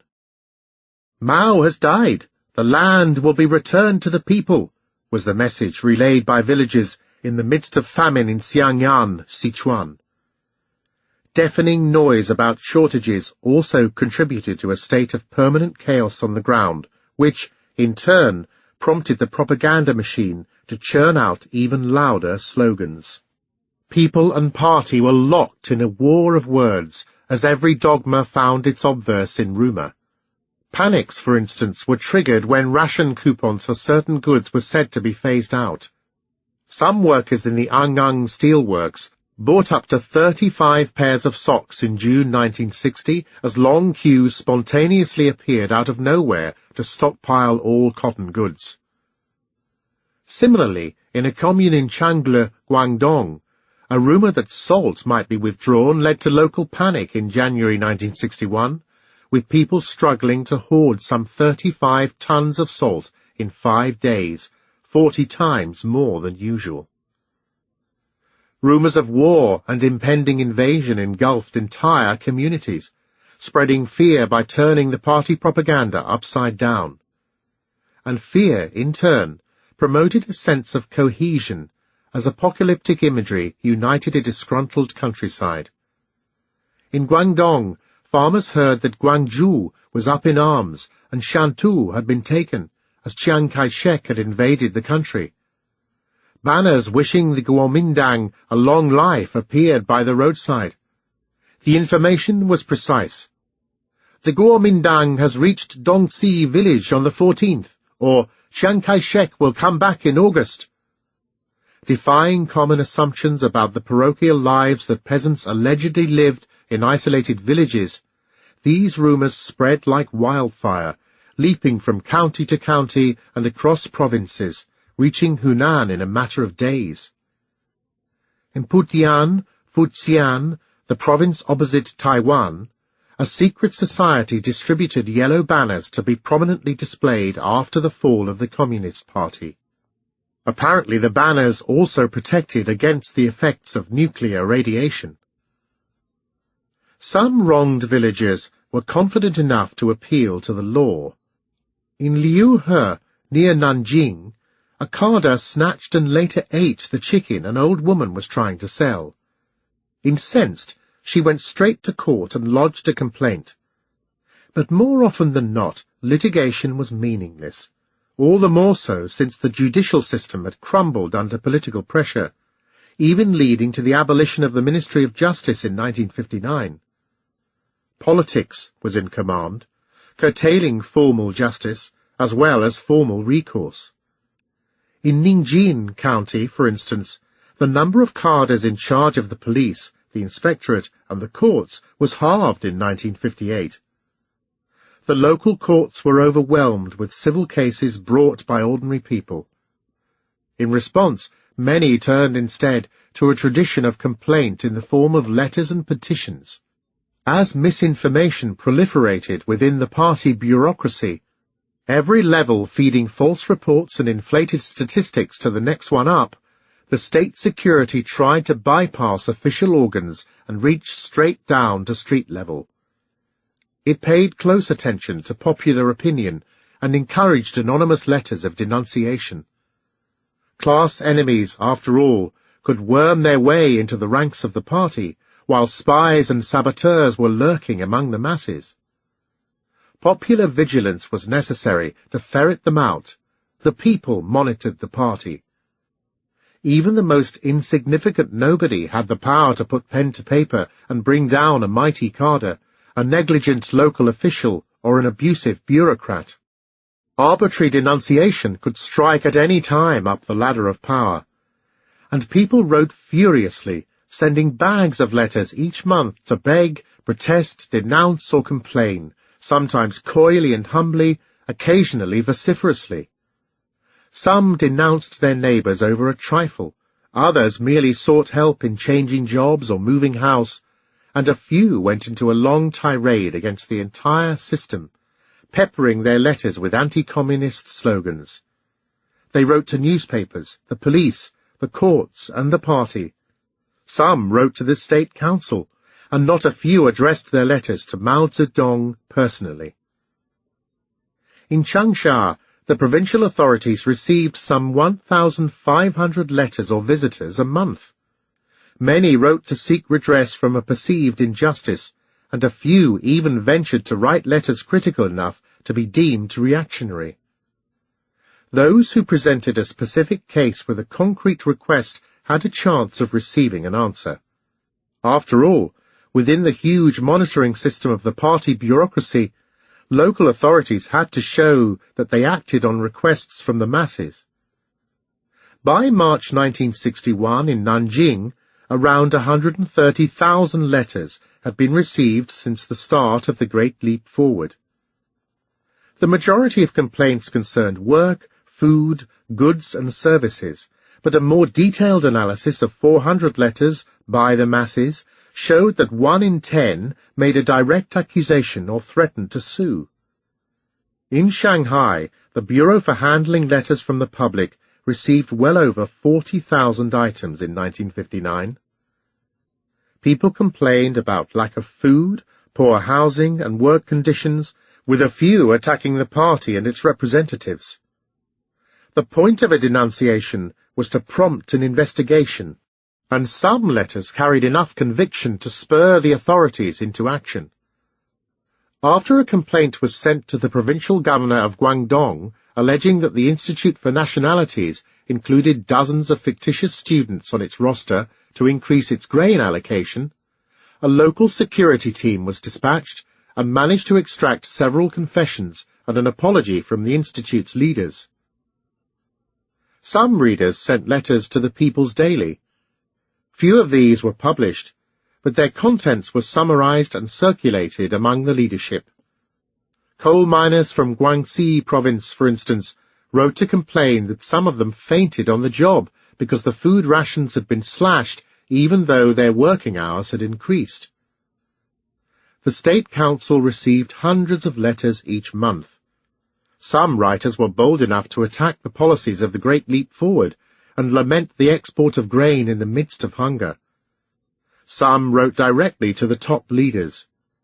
In doing so, they reproduced a long-standing imperial tradition of petitioning the emperor, but they also demonstrated their belief that abuses of power were local, not the result of a campaign of collectivization initiated by Mao himself. If only Mao knew. Justice surely had survived in the capital. Letters offered hope. Xiang Xiangji, a poor girl from Hunan, had a letter addressed to the chairman stitched inside her coat for a full year before handing it over to an investigation team sent by the provincial party committee. Dear Chairman Mao was a standard opening greeting. For instance, in the case of Ye Lichuang's letter about the starvation and corruption in Hainan. His appeal worked. It led to a lengthy investigation by a high-powered team, which brought to light oppression of the people by local party members. But many letters never reached their destination. After Liu Shaozi personally complained to the Minister of Public Security, Si Fuqi, that letters sent to him by fellow villagers had been opened by the local police, the full extent of the abuse came to light. In Guizhou, the Post Office and the Public Security Bureau routinely opened the mail, which led to the arrest of the authors of denunciations for anti-party or counter-revolutionary activities. When a carder wrote about mass starvation in Junyi, he was interrogated for several months and sent to work in a kiln factory. More than 2,000 letters were opened by the police every month in Gaotai County, Gansu. Anonymity, apparently, offered little protection. In one case, He Jingfang mailed 8 unsigned letters, but the local police still managed to track him down, extract a confession, and send him off to a labor camp. In Sichuan, Du Xingmin's letter denouncing Party Secretary Song Youyu led to a frantic search through the brigade in which writing samples were compared. Du was unmasked and accused of being a saboteur. But before being handed over to the Public Security Bureau, Du had both his eyes gouged out by an enraged Song. He died a few days later in prison. No wonder some people turned to violence instead. Chapter 26. Robbers and Rebels. Violence was an act of last resort, as desperate farmers assaulted granaries, raided trains, or plundered communes. After Changzhou, Hebei, had been hit by a typhoon in 1961, some villagers armed themselves with sickles to steal the corn from the fields. One party secretary took charge of a brigade and organized raids against neighboring villages, plundering dozens of sheep and several tons of vegetables. Some of these incursions were armed. In one incident, a leader in Shanxi provided the rifles with which 100 villagers ransacked an adjacent commune and hauled away 5 tons of grain. Another local leader headed an armed gang of 260 men who slept rough in the daytime and pillaged at night. In parts of the countryside, large groups would assemble along county and provincial boundaries and make forays across the border, leaving behind a trail of destruction. But more often than not, the target of peasant violence was the state granary. The scale of the attacks was staggering. In one Hunainese county alone, 30 out of 500 state granaries were assailed in 2 months. In the same province, the Xiangtan region witnessed over 800 cases of grain theft in the winter of 1960-61. In Huaihua, farmers forced open a whole series of barns, taking several tons of millet. Raids on trains were also common. Farmers would gather along a railway and rob freight trains, using the sheer weight of their numbers to overwhelm the guards. This became increasingly common from the end of 1960 onwards, as the regime started to realize the extent of mass starvation and launched a purge of some of the most abusive party members. After provincial boss Zhang Zhongliang had been demoted in Gansu province, some 500 cases of train robbery were reported by the local police in January 1961 alone. The total losses were estimated at roughly 500 tons of grain and 2,300 tons of coal. And with each assault, the crowds grew bolder. At the Wu Wei railway station, only a few dozen people caused trouble in early January, but as others joined the fray, the crowds swelled into the hundreds. Then, by the end of the month, 4,000 villagers ran amok, bringing to a halt a train from which every detachable portion of property was removed. Elsewhere, near Zhangye, a granary was pillaged from dusk to dawn by 2,000 irate farmers who killed one of the guards in the process. In another case, military uniforms were stolen from a wagon. On the prowl days later, The villagers were mistaken for special forces by the guards in charge of a warehouse and given access to the grain unopposed. All along the railway line, granaries were attacked, livestock stolen, weapons seized, and account books burned. Armed forces and special militia had to be sent in to establish order. Some of the train robberies had diplomatic repercussions. For instance, when the assailants of a freight train burned the exhibition goods that were in transit from the Democratic People's Republic of Korea to the People's Republic of Mongolia. To the credit of the Ministry of Public Security, nobody was ordered to shoot into the crowds, and the police were instructed instead to focus on the ringleaders. Violence begets violence. Sometimes the protective shield outsiders mistook for passivity and submissiveness broke down, and villagers erupted in a blind fury. In heated meetings at which higher quotas were introduced, farmers accused their leaders of starving them to death, some of the more disgruntled ones going so far as to assault and kill local cadres with cleavers. Others armed themselves with sticks and chased cadres suspected of skimming public funds.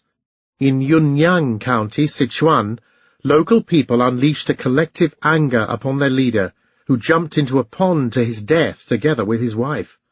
In the mountainous county of Tongxiang, local team leader Liu Funyan was made to kneel on stones and was beaten with a flagpole. But such examples were unusual. Ordinary people may have pilfered, stolen, lied, and on occasion torched and pillaged, but they were rarely the perpetrators of violence.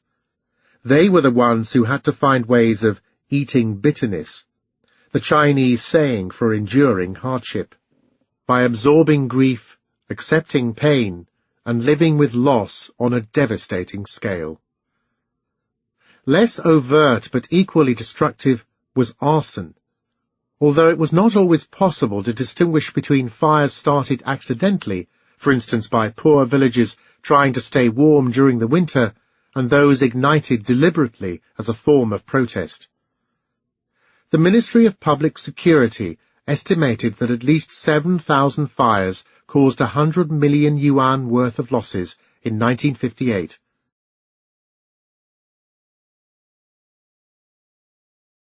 Turn to the city. In Hebei in early 1959, 1 in every 25 agricultural workers was roaming the countryside in search of employment. Those who returned to the village over the Chinese New Year encouraged others to follow, heading back as a group to enterprises where good connections had been established and few questions were asked. Letters were sent from the city, including money and detailed instructions on how to join the exodus. In Xinjiang, one of the most devastated regions in Henan, letters came incessantly from Qinghai, Gansu, and Beijing, according to local officials who opened the mail. Li Mingyi sent 3 letters, including 130 yuan, to his brother, urging him and 4 other relatives to join him in working for the Railway Bureau in Xining.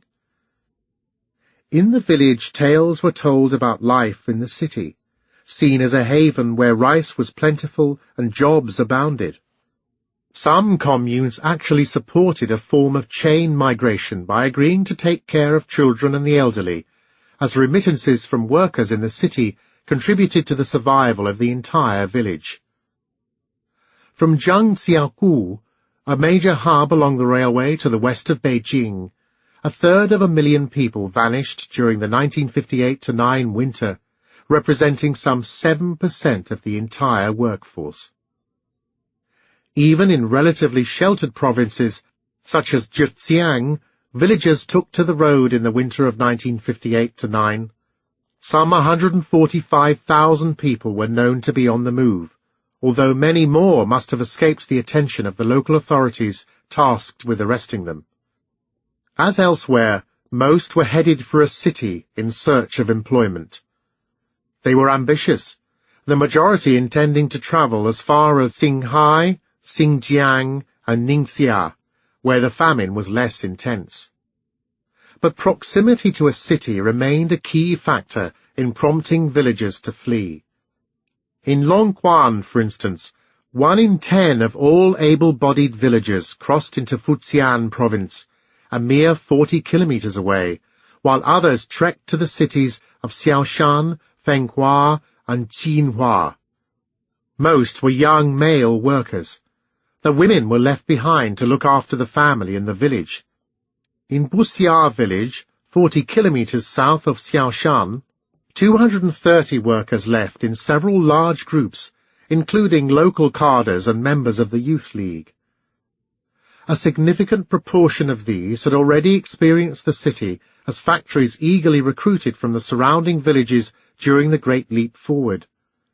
Many absconded in the middle of the night, while others walked away in broad daylight, claiming to visit a sick relative in town. In a few cases, cadres themselves wrote letters of reference and provided travel permits, encouraging villagers to pull up stakes and take their chances in the city. Some made a profit by selling blank permits bearing an official stamp. Elsewhere, for instance further south in Guangdong, local cadres adopted a lenient attitude, sensing that more movement of people could alleviate the famine. In Lantang commune, a mere 1 in 7 of all workers in a brigade participated in collective labour. The others performed private work or traded with neighbouring counties, some going as far as Haifeng, over 100 kilometres down the coastline. Many left in groups, boarding freight trains headed for the city. On one day in March 1959, a group of about 100 farmers managed to board a train at Kongjiazhuang, Hebei, without buying a single ticket.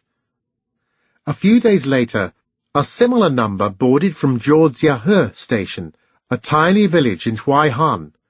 In Hebei, on the stretch from Saigon to Shekou, hundreds of farmers would congregate at the station each day and board en masse.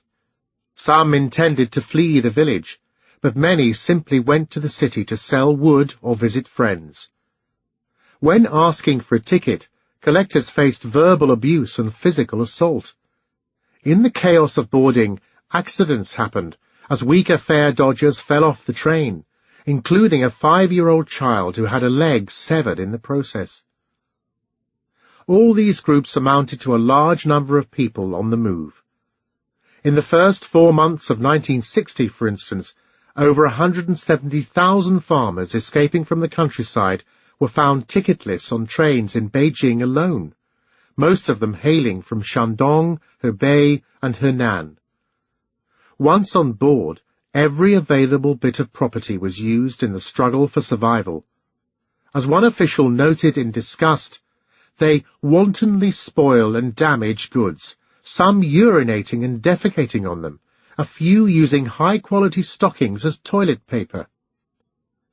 After they had arrived at their destination, many migrants would be met at the station by a friend or by a tout recruiting labour. Others found a job on the black market. Called human markets, renqi, in Beijing, they opened early in the morning as a mob of unemployed men pushed, shoved and jostled for attention as soon as a prospective employer turned up. Most lived in temporary shelters. A few stayed with friends and family. They would work for as little as 1.3 yuan a day, although carpenters could fetch up to 2.5 yuan, the highest salary for skilled labour being 4 yuan. Some were recruited underground by state companies, others were hired by private individuals for menial jobs or domestic service. The cumulative effect of this outflow could overwhelm the city, despite the cordon sanitaire designed to keep the urban population insulated from the rural famine. Thousands found their way into Nanjing every month, and by the spring of 1959, some 60 to 70,000 refugees had either arrived or transited through the city, overrunning the temporary shelters hastily erected by the municipality. On a single day in February 1959, around 1,500 refugees disembarked.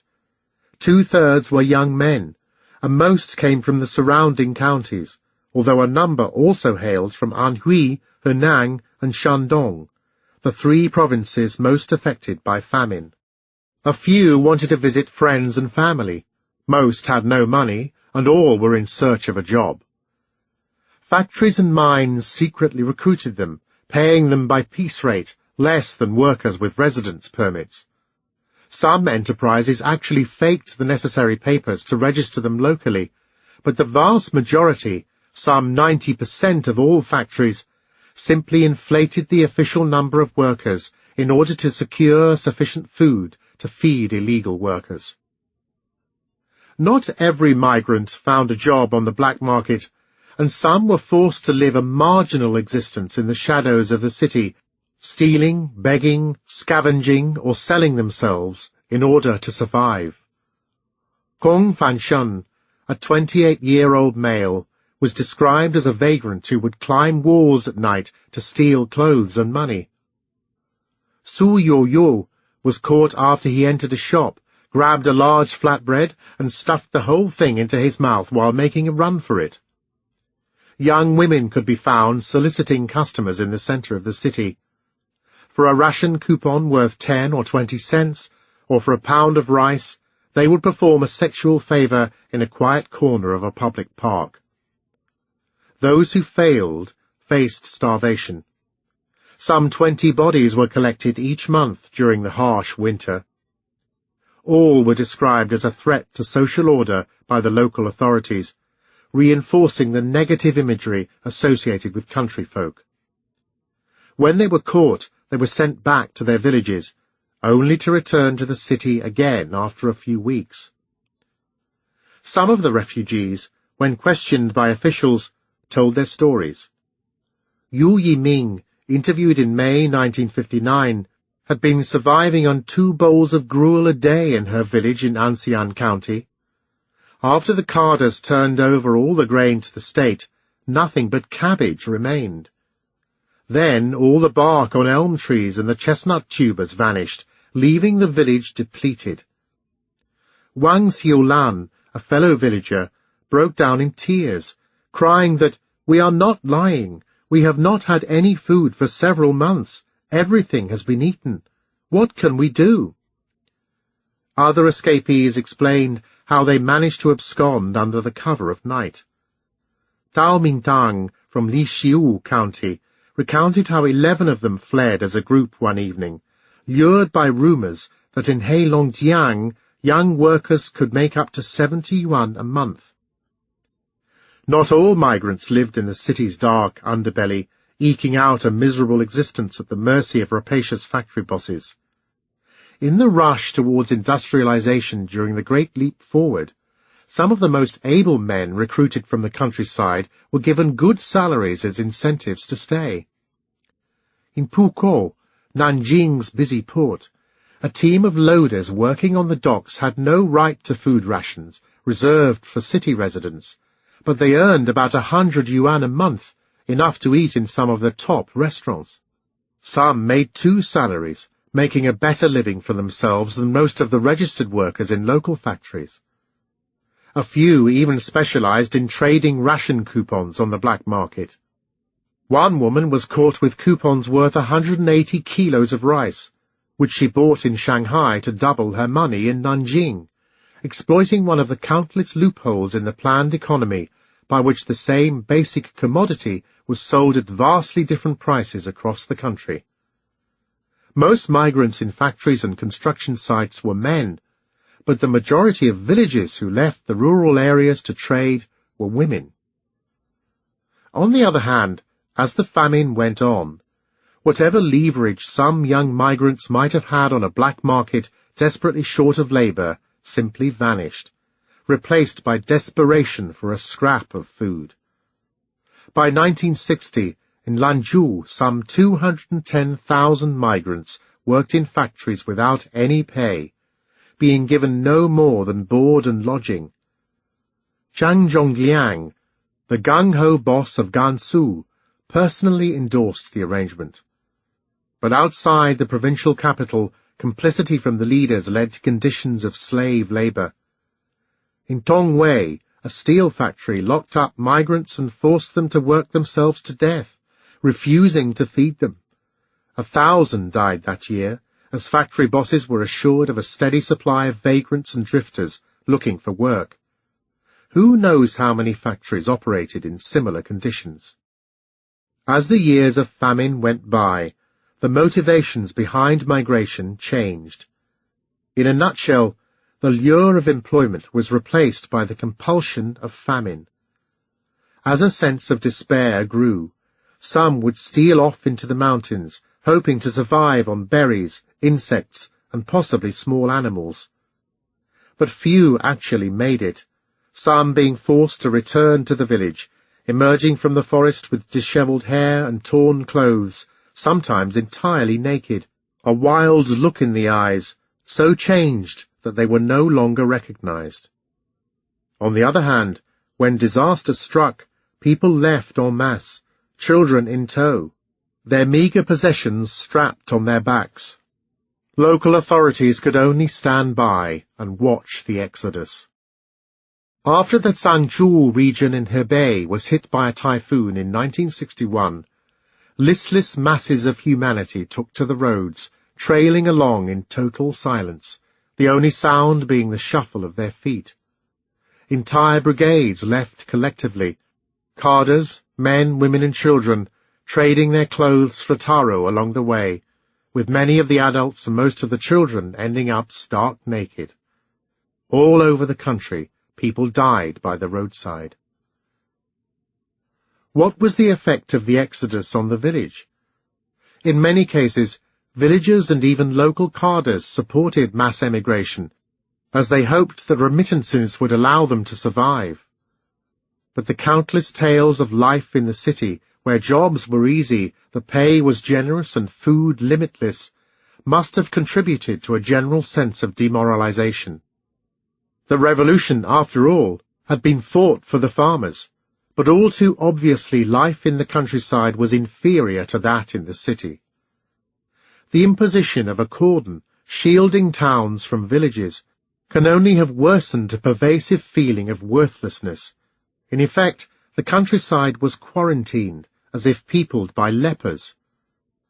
As the best workers were poached by recruiters from the city, villages were sometimes split, as jealous farmers turned against families with migrants in the city, beating them or depriving them of food. And even if some communities may have welcomed migration, they soon found themselves crippled by labor shortages. Those who left were overwhelmingly healthy, enterprising young men. Organized flight, on the other hand, had a domino effect which could deplete some villages of all working adults. In Huai'an County, strategically located by the Beijing-Baotou Railway, one village had some 50 working men, but a mere 7 remained by the spring of 1959. Even the head of the village and the party secretary had become drifters looking for work in the city. Where people left because of famine, nothing but ghost villages survived. Only those who were too weak to walk stayed behind. With jobs crying out to be filled during the initial rush of the Great Leap Forward, some of the village officials went after the migrants, trying to persuade them to return home during the busy season. A great many people crossed the border from Hunan into Hubei, following an earlier pattern of migration established during severe shortages in 1957. A team of carders was dispatched to find the villagers, but they were met with a volley of abuse.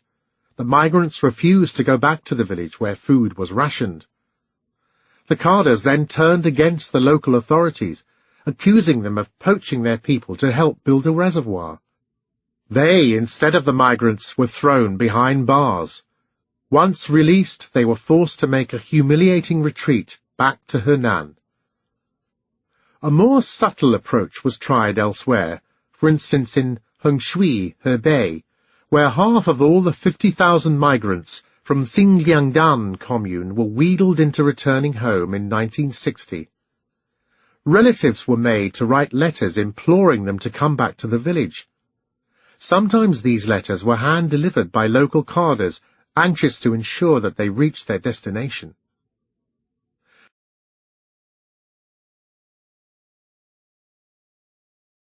separated from their parents all day long, in some cases for weeks on end. In the countryside, retired women and unmarried girls were given crash courses in childcare, but they were quickly overwhelmed by the number of toddlers that parents were required to hand over to the state. And as labour shortages became acute in the rush towards industrialization, even they were forced to work in the fields and factories, leaving children in minimal care. The buildings of childcare centres were often ramshackle, in some cases not having any fixed premises at all, but making do with a mud hut or an abandoned shed, and allowing the children to run wild. Outside the capital, in Tse-tung County, a mere dozen out of 475 boarding kindergartens had rudimentary equipment, and more often than not, children simply ate and slept on the floor. Many of the buildings had leaking roofs, and some lacked doors and window panes altogether. As carers had only a rudimentary training, accidents were frequent, with children bumping into boiling kettles and suffering burns. Neglect was such that in one facility several children aged 3 to 4 were unable to walk. In the suburbs clustered around Beijing, a third of all kindergartens were described by the Women's Federation as backward. Even in the capital, childcare was basic in the extreme. In the nurseries, everybody cried, one report noted. The children forced away from their families would burst into tears first, quickly followed by inexperienced young carers who felt utterly overwhelmed by the pressure. And finally, mothers, reluctant to entrust their offspring to the state, would also start crying. Lack of qualified staff also led to the use of corporal punishment to maintain a semblance of order in overcrowded kindergartens. This was common even in the cities, one of the worst cases being a female supervisor who used a hot iron to discipline recalcitrant children, and burned a 3-year-old on the arm. Poor standards of care and shabby facilities also combined to produce disease. Eating utensils were shared, while infected children were not segregated, allowing germs to colonize the kindergarten. Even in the relative oasis of Shanghai, toddlers risked going about all day with feces in their pants. In Beijing, infection rates were high. In the No. 2 cotton factory, 90% of the children were sick, commonly with measles and chickenpox. Scabies and worms were also widespread. Death rates were high. In the suburbs, flies abounded, and the kindergartens reeked of urine. Food poisoning was a common occurrence, killing many children. Diarrhea infected 4 in 5 children. Some of them also suffered from rickets. With the advance of the famine, edema became widespread, as bodies started swelling up with water. In Nanjing, 2 out of 3 children inspected in a kindergarten suffered from water retention. Many also had trachoma, an infectious eye disease, and hepatitis. Abuse was rife. Food was commonly stolen from kindergartens, as hardened adults pilfered the rations designated for helpless children. This happened in 3/4 of all kindergartens in Guangzhou, either through blatant theft or more subtly via accounting irregularities. In one case in Nanjing, all the meat rationed for the children was taken home by Director Li Darao, who also appropriated the entire soap ration. Elsewhere in the city, all the meat and sugar was evenly divided up between members of staff. In the countryside, abuse was more frequent, but less well documented. In November 1960, 1 or 2 infants died every day in Tse-tung County, Hubei. The workers in charge of the premises ate most of the food. In the end, as the state receded into the midst of chaos, the kindergartens simply folded, leaving villagers to fend for their children. To take but one example, the number of childcare institutions in Guangdong declined from 35,000 to 5,400 in 1961 alone. Children old enough to be sent to school were made to work. A work-study program launched by the central government in the autumn of 1957 required all students to participate in productive labour, which in practice could amount to half of all time spent in school. This was before the Great Leap Forward had even started. As the country was mobilized in the steel campaign in the autumn of 1958, children not only collected scrap iron and old bricks, but actually operated the furnaces, a task so grueling that some fainted after long shifts in the heat. Hundreds of primary schools in Wuhan opened several factories each in a burst of industrialization. In the schools, children were kept on the premises all day long, sleeping in primitive conditions, sometimes 3 to a bed in leaking buildings. Teaching was suspended for weeks on end, as the world of collective labour was deemed to be the centre of individual development. Anxious parents had no alternative but to sneak into the school buildings at night to check on the well-being of their children. Then passive resistance took effect, and by early 1959, some students attended formal classes only, opting to skip work experience. A few left school altogether. In Nanjing, many of the truants simply stayed at home, but a quarter found work in factories. Several students worked for the police. School children had to participate in productive labour, but were often put to work without adequate safety measures. Accidents were common, and hundreds died throughout the Great Leap Forward. While digging a canal in Gansu, 7 students perished as a bank collapsed. In Shandong, 8 met their ends working in an abandoned kiln when a wall caved in.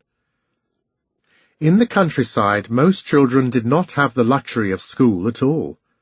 They were expected to work in the fields, carry manure, look after cattle, or collect firewood for the canteen. Much of this followed traditional practice, as children in poor families had always been expected to help out. But collectivization brought in its wake a much harsher regime, one in which labour was the property of the collective rather than the individual or the family. Children were no longer asked to work by parents, but bossed around by local cadres instead. Many treated children as if they were adults.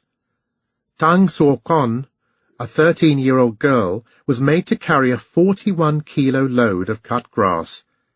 Not far away, a boy aged 14 had to haul manure weighing 50 kilos.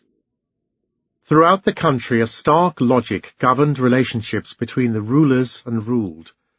As there was not enough food to go around, the most able workers were given preferential treatment, while those considered to be idlers, children, the sick, and the elderly, were abused. The party archives provide long and painful lists of examples. Ai Long, a 13-year-old boy who looked after the ducks in Guangdong, was caught digging up roots for food. He was forced to assume the aeroplane position, was covered in excrement, and had bamboo inserted under his nails. The beatings he received were so ferocious that he was crippled for life. In Luoding County, Guangdong, local cadre Ku Bendi beat to death an 8-year-old who had stolen a handful of rice. In Hunan, Tan Yuxing, aged 12, was drowned in a pond like a puppy for having pilfered food from the canteen. Sometimes parents were forced to inflict the punishment. When a boy stole a handful of grain in the same village in Hunan where Tan Yuxing was drowned, local boss Xiong Changming forced his father to bury him alive. The father died of grief a few days later. Reprisals were also taken against children as a form of collective punishment. Guo Haonsheng, on her own with 3 children, was refused leave of absence to take her 5-year-old son to the hospital. She was a stubborn woman and made her way all alone to Guangzhou without permission, but nonetheless lost her child to disease in the hospital. When she returned home after an absence of 10 days, she discovered that her 2 other children had been ignored by the entire village. Covered in excrement, they had worms crawling on their anuses and armpits. Both soon died. Local cadre He Li-ming then started appearing at her house to bang on the door and denounce her as a shirker. the woman lost her mind. In Liaotia village near Changsha, one parent escaped to the city, leaving behind 2 children. The local carders locked them inside the house, and they starved to death a few days later. Recalcitrant children were also locked up.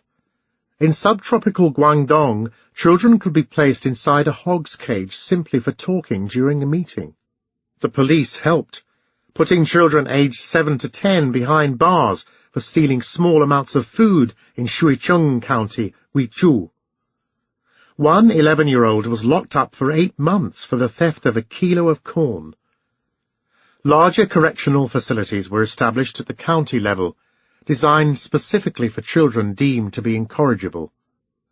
In Fengxian County, under the jurisdiction of Shanghai, some 200 children aged 6 to 10 ended up in re-education camp under the control of the Public Security Bureau. Physical punishment included being kicked, standing, kneeling, and the insertion of needles into palms. Some were handcuffed. Pressure also came from inside the family. When the parents were too busy working in the fields or taken ill and confined to their beds, the children were in charge of fetching the allocated ration from the canteen, which could be many kilometers away. The children, sometimes as young as 4, had to jostle with adults in the canteen and then carry the food back to the family.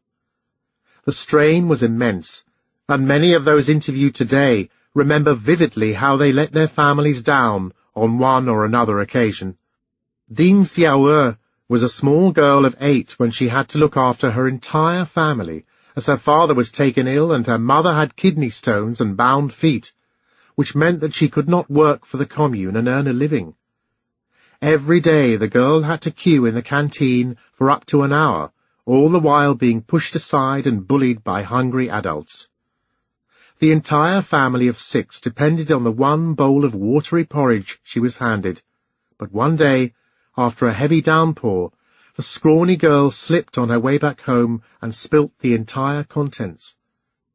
I cried, but then I remembered that my parents and the whole family were still waiting for me to bring the food back for them to eat. So I picked myself up and scraped the food up from the ground. It was full of sand. Her family got angry, blaming her for having wasted the ration on which all depended. But in the end they ate the food, slowly because it was full of sand. If they did not eat it, they would be so hungry that they might go crazy. Children fought with each other for food. Although Ding Xiao'e was the child who brought home the family ration, sometimes her parents would give more food to her brothers, depriving her and her younger sister. They argued, they cried, and sometimes they even fought with each other over the rations.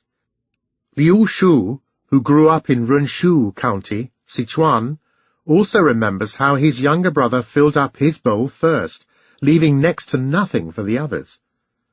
At each meal, he screamed loudly. Every meal was like that.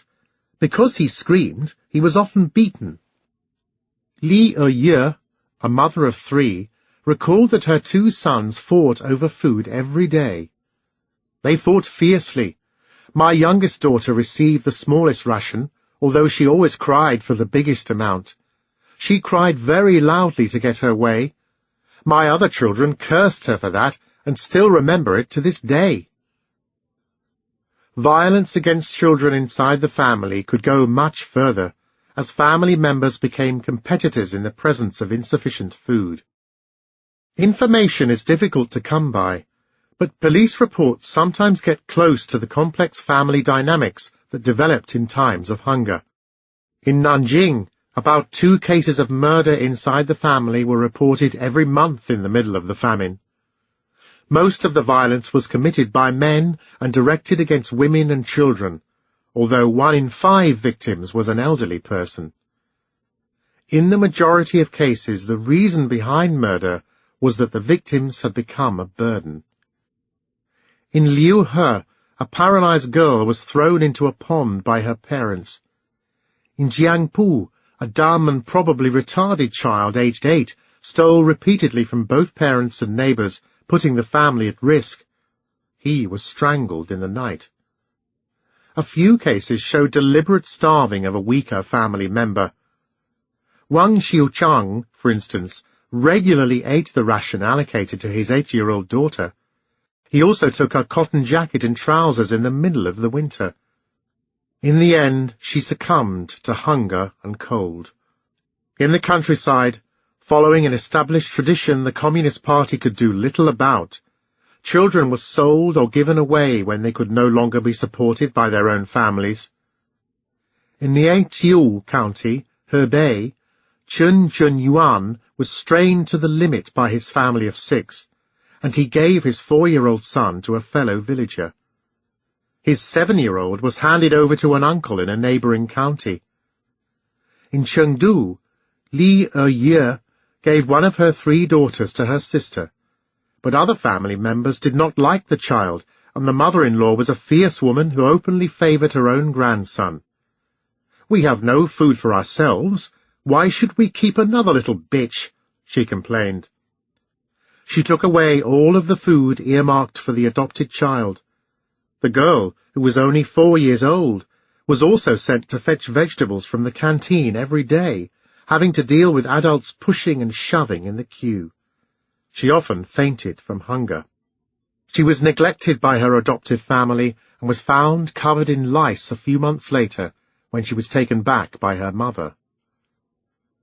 Few families were willing to take on an extra burden in the famished countryside, prompting some people to abandon their children. The lucky ones were left behind in a city, some families making a great effort to break through the cordon fencing off the countryside. In Nanjing, over 2,000 children were found abandoned in 1959, 4 times more than in the entire decade of communist rule up to the Great Leap Forward. 6 out of 10 were girls, and about a third were aged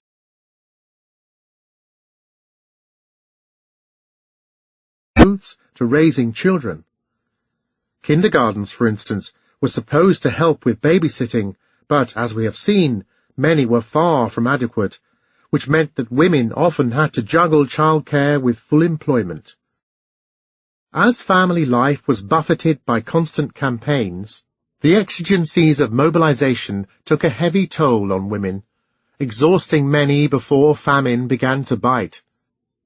In those villages drained of able-bodied men who joined the exodus to the city, women were left to look after relatives and dependents. Most of all, women were vulnerable because in a regime which mercilessly traded food for work, every weakness led to hunger. In the relentless drive to achieve even higher targets, at the furnace, in the field, or on the factory floor, menstruation was widely seen as a flaw. Menstrual taboos of popular religion, which feared the polluting potential of women during their periods, were swept aside seemingly overnight. Failure to come out to the field was punished, the most common form of retribution being a reduction of work points for each day of absence. Some male cadres abused their positions of power, humiliating those women who asked for sick leave. Su Yinzi, party secretary of the Chengdong People's Commune in Hunan, forced those who requested a rest on the grounds of menstruation to drop their trousers and undergo a cursory inspection.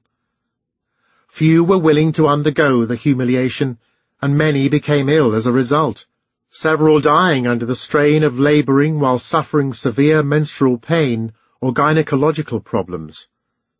Expectant mothers were also compelled to work, often until the last stage of pregnancy, although they too were commonly penalized. In one district in Sichuan alone, 24 women miscarried after being compelled to work in the fields. Chun Yuanming, who objected, was kicked between her legs by the cadre in charge and crippled for life. Where abusive cadres assumed power unopposed, punishment could go much further. In the same Hunan commune just mentioned, pregnant women who did not appear at work were made to undress in the middle of the winter and then forced to break ice. In Xingyuan, Guangdong, hundreds of villages at a time were made to work in the middle of the winter without cotton-padded clothing. No exceptions were made for pregnant women or those with small children, and people who protested were deprived of food. In Panyu County, just outside Guangzhou, a carder grabbed 7 months pregnant Du Jianhao by her hair and forced her to the ground for not working sufficiently hard. He kept her pinned down and shouted abuse at her until she passed out. Her husband cried with fear but was powerless to intervene. After she regained consciousness, she staggered back home looking dazed, then sank to her knees, collapsed, and died.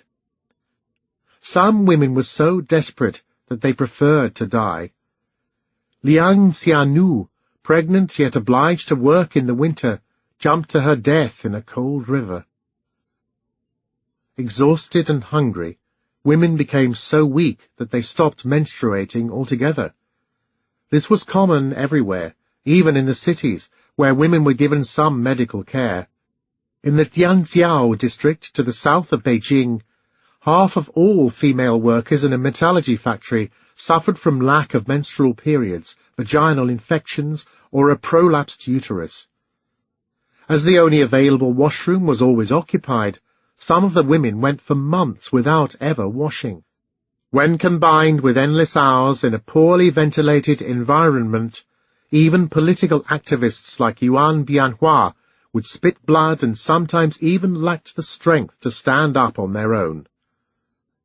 Other studies, conducted by the Women's Federation, made similar observations.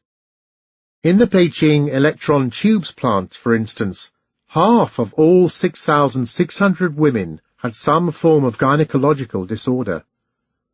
Wu Yufang, aged 25, had arrived at the factory as a sturdy young girl in 1956, but in 1961 suffered from headaches, irregular menses, sleeplessness, irritability, and lack of strength. Married for 5 years, she was still without children.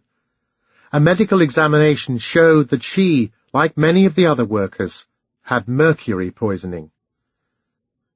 The physical decline among rural women was so extreme that many suffered from a prolapsed uterus, meaning that the womb, held in place inside the pelvis by muscles and ligaments, collapsed inside the vaginal canal. Even without overwork and lack of food, weakness can cause the uterus to sag or slip out of its normal position. This happens when women experience a difficult childbirth or suffer from a loss of estrogen. But the term refers to a variety of different stages, from a drooping cervix to the uterus coming completely outside the vagina. The latter was the syndrome observed again and again by medical authorities. The statistics they provided, even if classified, could not possibly reflect the reality, and varied from 3 to 4% of women in the countryside just outside Shanghai to 1 in every 5 working women in Hunan. The real incidence must have been much higher, given that many women would have felt too ashamed to report the condition. Many carders would have been reluctant to report medical disorders associated with starvation, and too few trained doctors actually existed in the countryside to have even a rough idea of what was happening. A prolapsed uterus was difficult to cure because the underlying causes, lack of food and lack of rest, were hard to remedy in times of famine. Even if they had money to pay the fees, many women simply did not have the time to leave their children and their work to visit a hospital, which were few and far between in the countryside. Many villagers also feared hospitals, and they resorted instead to local treatments. In Hubei, female healers used a variety of recipes, some handed down from generation to generation, to assist women suffering from gynecological problems, heating and grinding ingredients into a powder that was smeared onto the vaginal walls, and mixing medicinal herbs to cure menstrual disorders. Aunt Wang, as she was known in a village in Zhongxiang County, helped hundreds of women, her house often harboring 4 or 5 patients being nursed back to health as her husband went foraging for leaves and roots in the forest. But such traditional remedies were rarely tolerated under forced collectivization, and in the absence of effective medical care, most women simply had to bear their condition and labour on. Women were vulnerable in other ways. Socially marginalised in what remained, after all, a tough, male-oriented world, they were prone to sexual abuse. Huge power was given to local cadres, while famine gradually eroded the moral fabric of society. As if this combination were not bad enough, many families were separated or broken up as menfolk joined the exodus, enrolled in the army, or laboured on distant irrigation projects. As the layers of social protection surrounding women gradually crumbled, they were left almost entirely defenceless to confront the naked power of the local bully. Rape spread like a contagion through a distressed moral landscape. A few examples will suffice. 2 party secretaries of a commune in Wencheng, north of Guangzhou, raped or coerced into sex 34 women in 1960. In Hongshui County, Hebei, 3 party secretaries and a deputy county head were known to have sexually abused women routinely, one of them having had sex with several dozen. Further north, a secretary of Gujiazing village raped 27 women, and an investigation showed that he had taken liberties with almost every unmarried woman in the village. Li Dengmin, party secretary of Kumo, raped some 20 women, 2 being underage.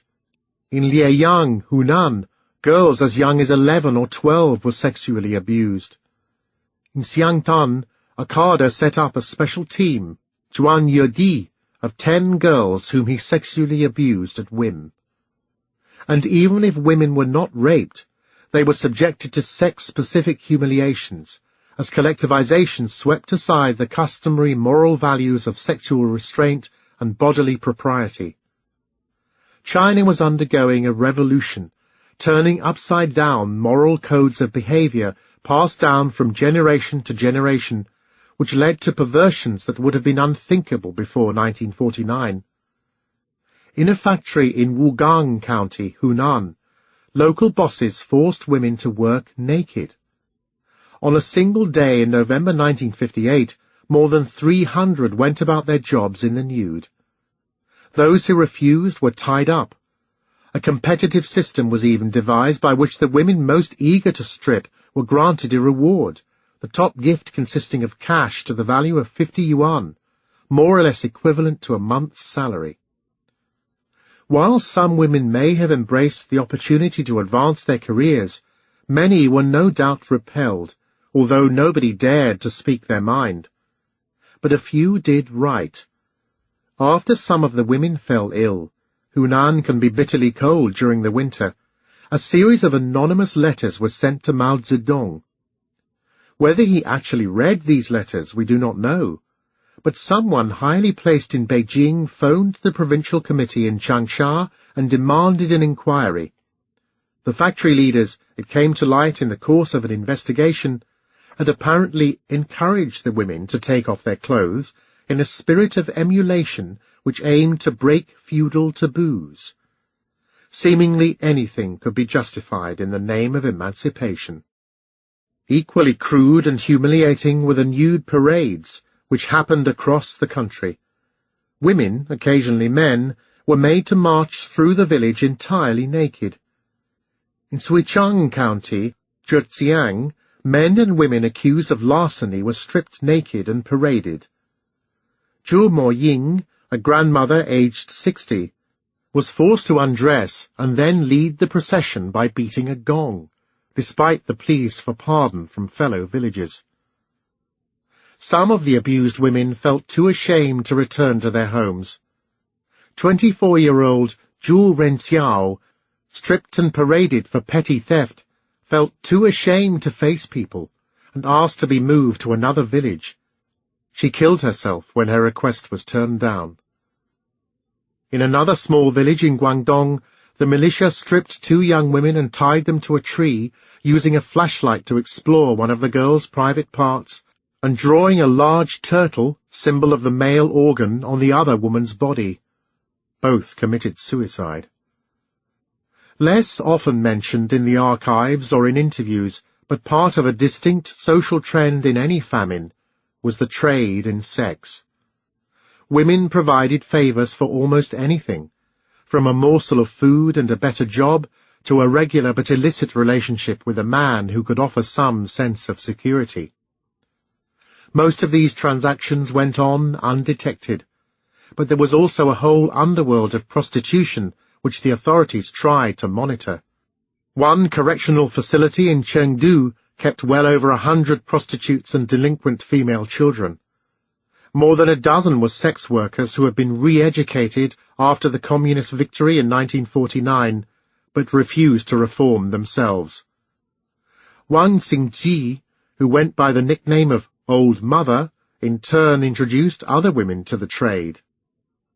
Some of the new sex workers formed bands with male thieves and roamed the country, travelling to Xi'an, Beijing, and Tianjin to make a living.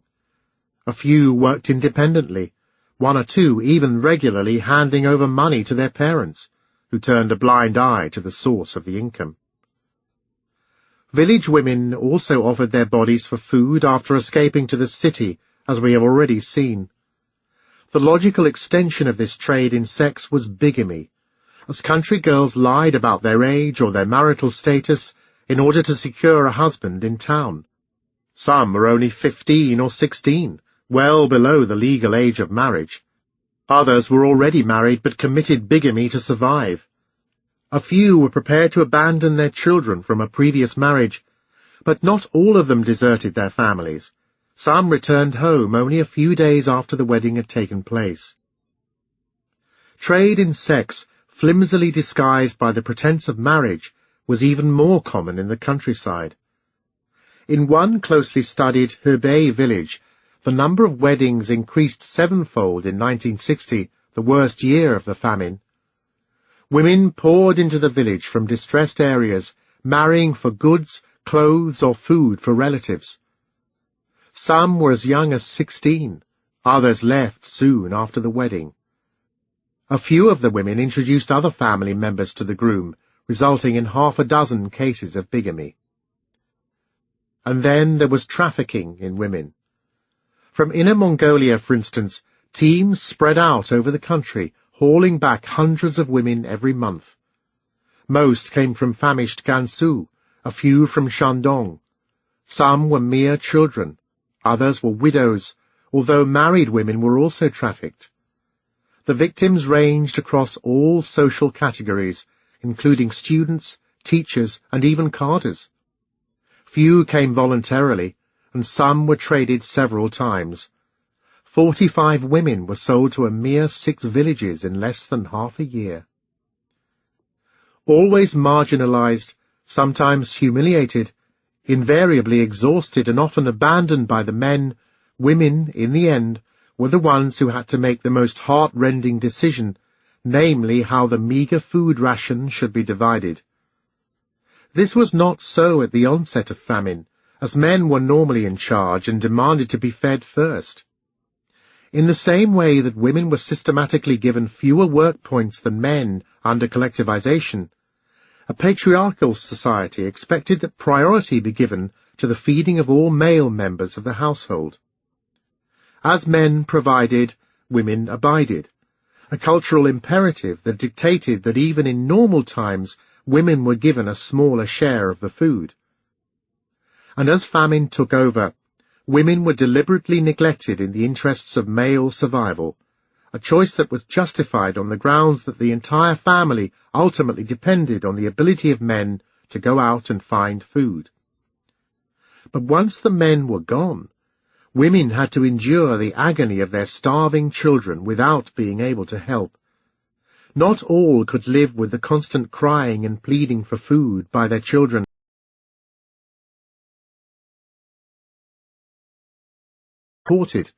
But foreign purchases were suspended in a drive towards local self-sufficiency. By the end of 1958, however, all but 7 out of the 80 national factories making the equipment had closed down. In some cases, firefighters had to stand by empty-handed and watch the flames spread, powerless to intervene. The situation did not improve over the following years. Workers in overcrowded shacks cobbled together from mud, bamboo, and straw huddled around improvised fires, which sometimes got out of control. Hundreds of fires raged through Nanjing in a single month in 1959. Accidents also happened when people sneaked away from the canteen to cook their own meals on the sly. When a young girl lit a fire in dry weather, the wind carried a spark and set fire to her hut, which erupted into a blaze, destroying lives and property. When a kerosene lamp was kicked over during engineering work at Xingmen, Hubei, an inferno claimed 60 lives. Villagers recruited to work on large irrigation sites lived in hastily erected straw huts, which regularly went up in flames as exhausted workers bumped into lamps or furtively lit a cigarette. Few reliable statistics exist about actual death rates, but in Jiangxi, a mere 24 incidents burned or asphyxiated 139 people in a single month. In Hunan, about 50 people died each month. The Public Security Bureau listed some 10 fires a day in the first half of 1959. Industrial accidents soared, as safety was considered a rightist conservative concern. In Guizhou, the Provincial Party Committee estimated that the number of accidental deaths had multiplied by a factor of 17 in early 1959 compared to a year earlier. The exact number of casualties was unknown, as few inspectors wanted to pour cold water on the Great Leap Forward with talk of death, while enterprises routinely concealed accidents. Li Rui, one of Mao's secretaries purged in the wake of the Lushan plenum, later estimated the total of fatal industrial mishaps in 1958 at 50,000. According to the Ministry of Labour, some 13,000 workers died in the first 8 months of 1960, equivalent to over 50 deaths each day. Although this was probably only a fraction of the actual accidents, the report highlighted some of the problems which beset the mining and steel industries. In the Tangshan iron plant, more than 40 powerful blast furnaces were jammed together in a square kilometre, but no protective fences were erected around the cooling basins. Workers slipped and fell into the boiling sludge. In coal mines across the country, inadequate ventilation allowed asphyxiant and highly inflammable gases to accumulate. Coal gas explosions ripped through the mines, sometimes ignited by the sparks coming from faulty electrical equipment. Flooding was another mining hazard which claimed numerous lives, while badly maintained mine stopes collapsed and buried the miners alive. In March 1962, a blast tore through the Badaoxiang mine, Tonghua County, Jilin, claiming 77 lives, although the worst case was probably in the Laobaotong mine in Datong, where 677 miners died on the 9th of May 1960. But explosions also happened routinely in smaller concerns, although such cases were no doubt excluded from the statistics gathered by the Ministry of Labour. In Hunan, a critical report noted how mining accidents had increased every quarter since the launch of the Great Leap Forward. By early 1959, an average of 2 miners every day were killed in an accident somewhere in the province. In the Guantang mine in Nanjing, opened during the Great Leap Forward, 3 heavy detonations occurred in a fortnight, among other accidents described as avoidable. Lamps fell down shafts, safety belts were discarded, and inexperienced workers were sent down into the mines without proper training, sometimes barefoot. Shafts and tunnels were dug in a manner described a few years later as chaotic, in utter disregard of local geology. The coal mines claimed more lives than any other industry, but everywhere death was on the increase. Dirt and clutter encumbered the workshops. Uncollected litter and abandoned parts were strewn about passageways, while a chronic lack of lighting, heating and ventilation turned the factory floor into an intrinsically hazardous environment. Most workers did not even have a uniform, let alone protective clothing. In Nanjing, lethal blasts occurred every month from 1958 onwards, as concerns over the safety of workers were discarded in the pursuit of higher targets. Many of the factories were hastily set up and badly conceived during the Great Leap Forward. In several cases, entire roofs caved in on the workers. The situation was not much better when it came to public transportation. Inexperienced drivers joined an expanding fleet. Weight and speed limits were flouted, if not denounced as rightist, while trucks, trains and boats were poorly maintained and driven beyond endurance, often breaking down only to be patched back together with substandard equipment and scavenged pieces. Figures again are missing, but the extent of the problem is indicated by a summary report from Hunan. On the roads and rivers crisscrossing the province, more than 4,000 accidents were reported in 1958, claiming 572 lives. In one case, a blind man and his handicapped colleague operated a ferry. In the neighbouring province of Hubei, boats often navigated in the dark, as lamps and lighting were missing. On Matsang Lake, Wuhan, an overloaded passenger ship without any safety equipment caught fire, and 20 passengers drowned in August 1960. Similar accidents happened throughout Hubei.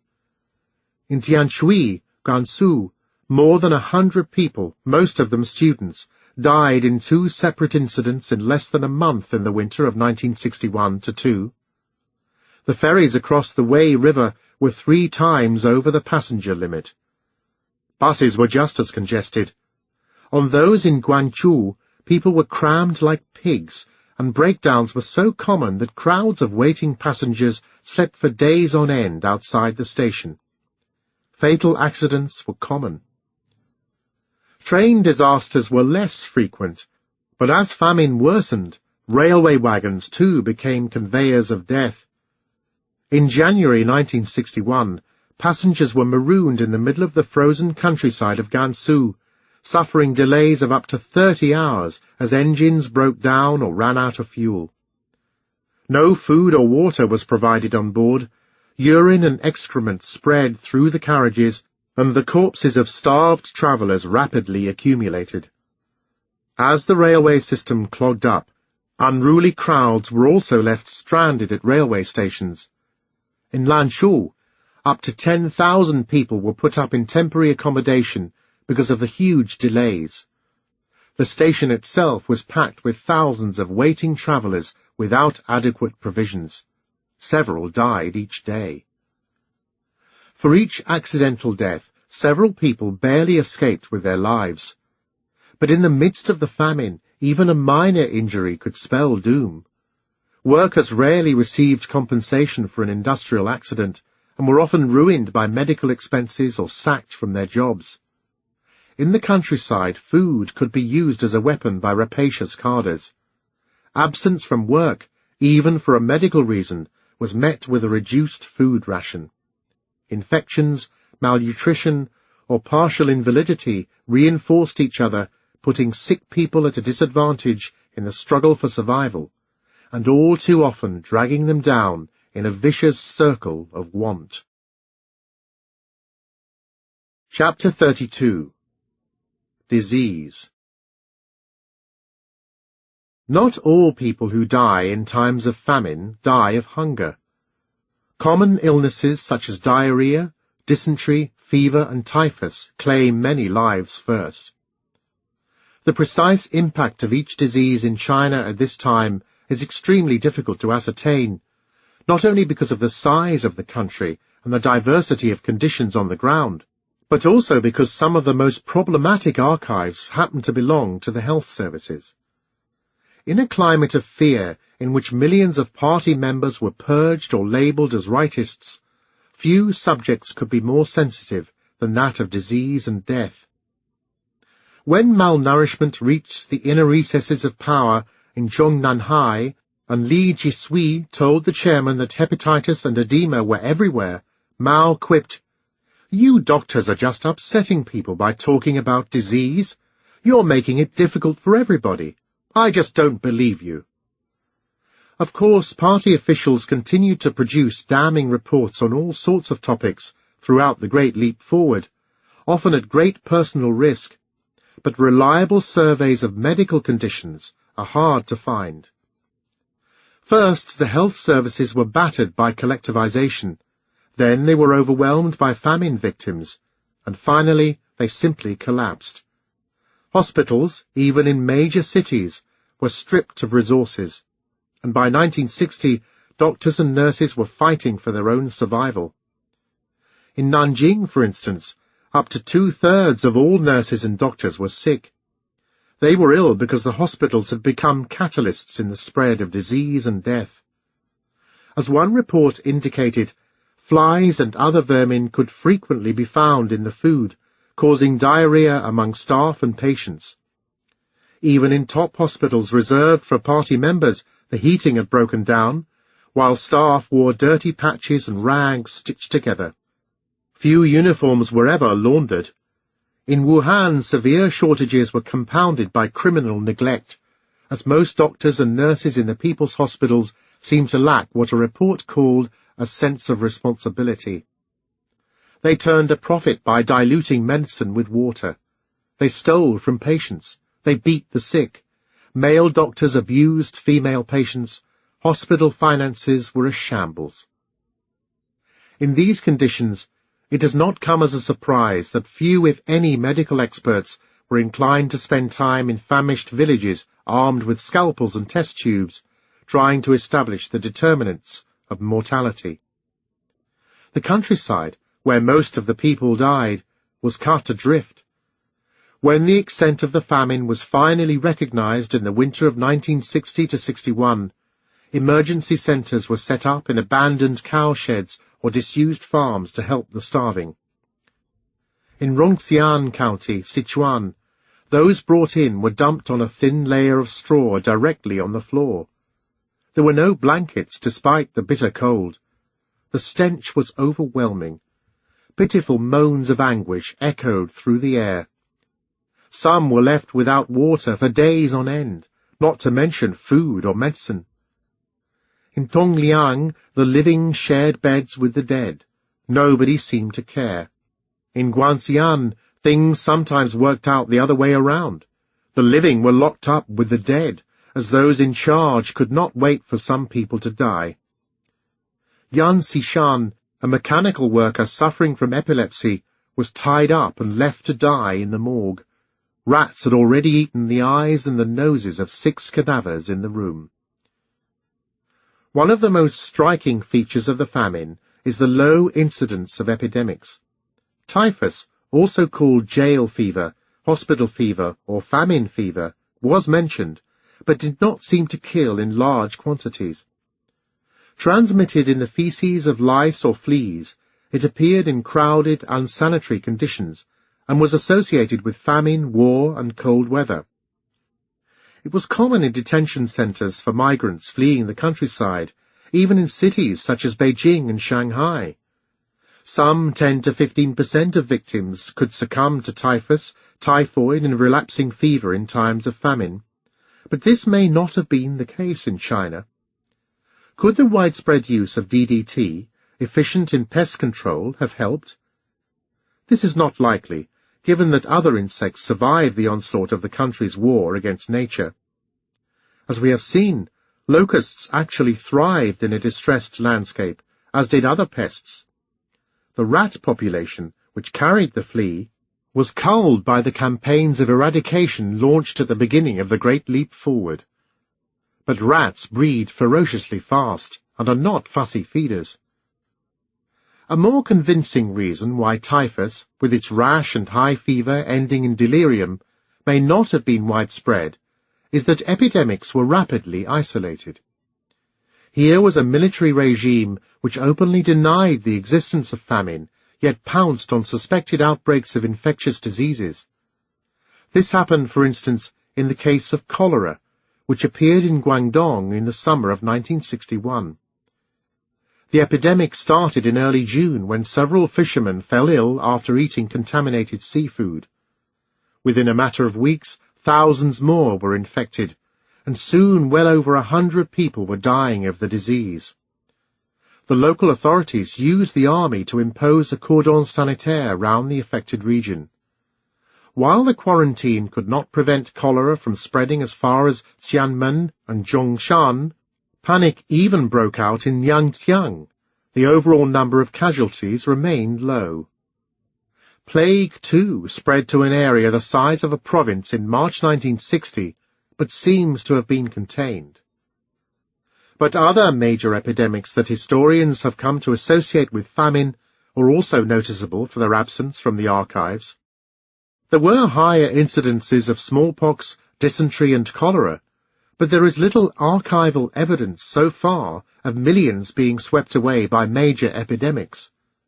And the official gazetteers, published decades after the famine by local party committees, do not mention them frequently either. On the contrary, where disease is mentioned, the set sentence is invariably that deaths by edema caused by inadequate nutrition were high. The picture which emerges from the record is that of a country in the grip of a whole variety of diseases, rather than suffering from the impact of 2 or 3 epidemics historically associated with famine alone. And this wide-ranging increase was as much due to the destructive effects of collectivization on virtually every aspect of daily life, from crowded kindergartens, filthy canteens, and hazardous workshops, to under-equipped, overcrowded, and understaffed hospitals, as it was a constant.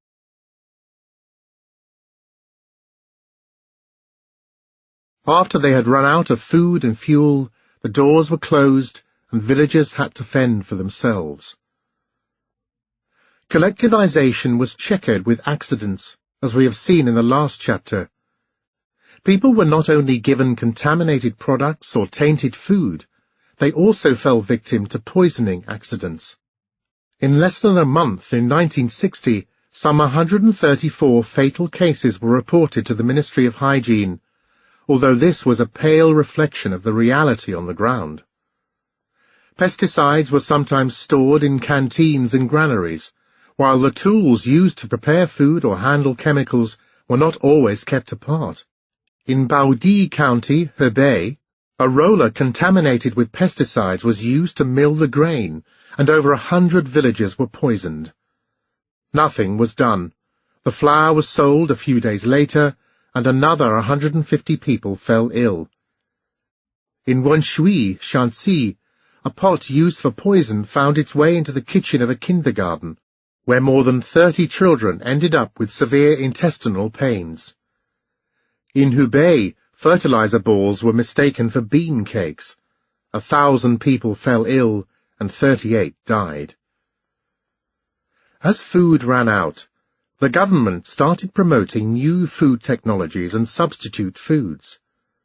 Most of these were quite harmless. The double steam method, heralded as a great revolution in cooking technology, enjoined cooks to steam the rice twice, adding water each time to bulk up the food. Some of the substitute foods consisted merely of ground corn cobs, corn stalks, or the chaff from soybeans and other grains. But the government also introduced new ersatz foods. Chlorella was heralded in the early 1950s by food experts around the world as a miracle form of algae that could convert 20 times more solar energy into protein than other plants.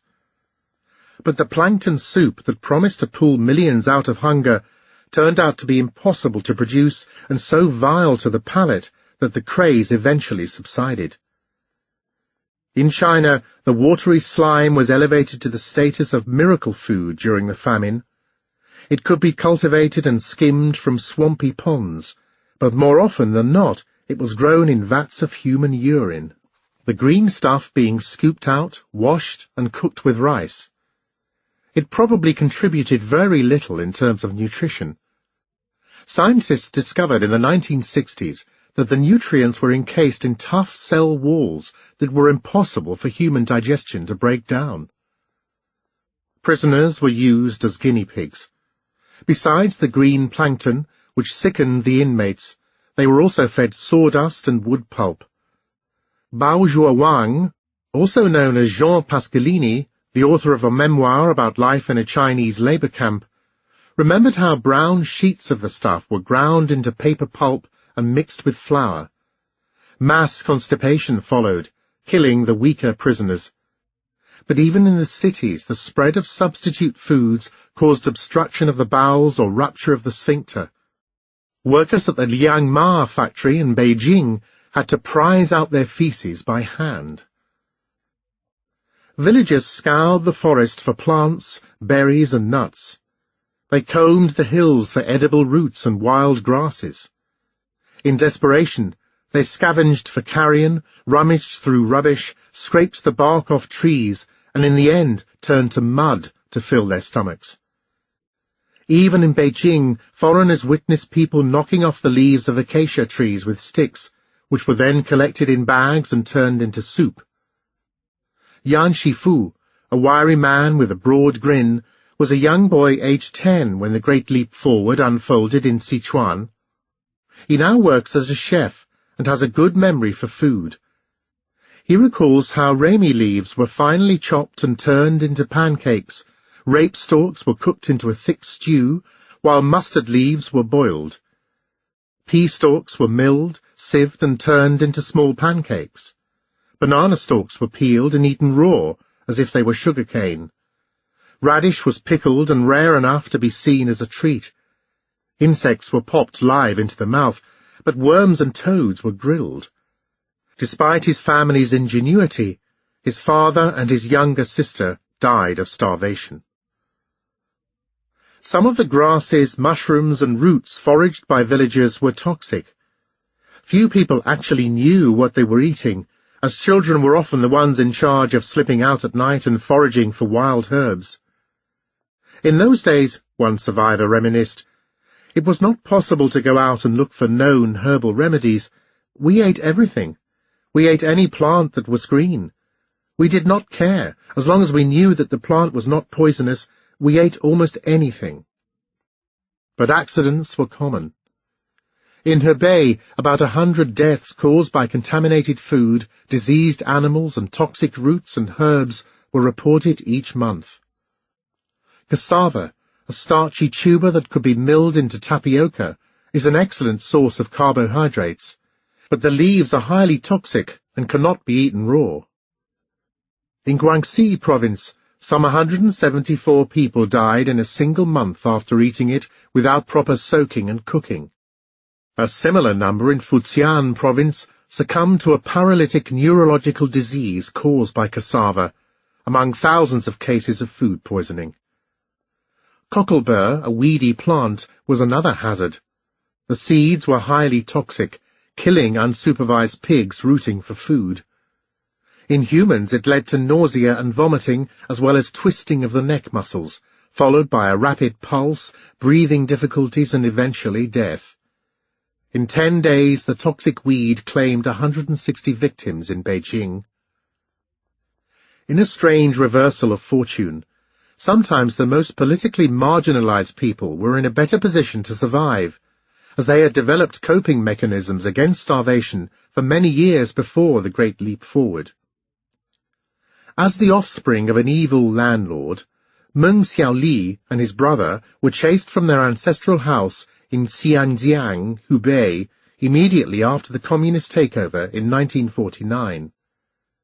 He was not given the time to gather any belongings.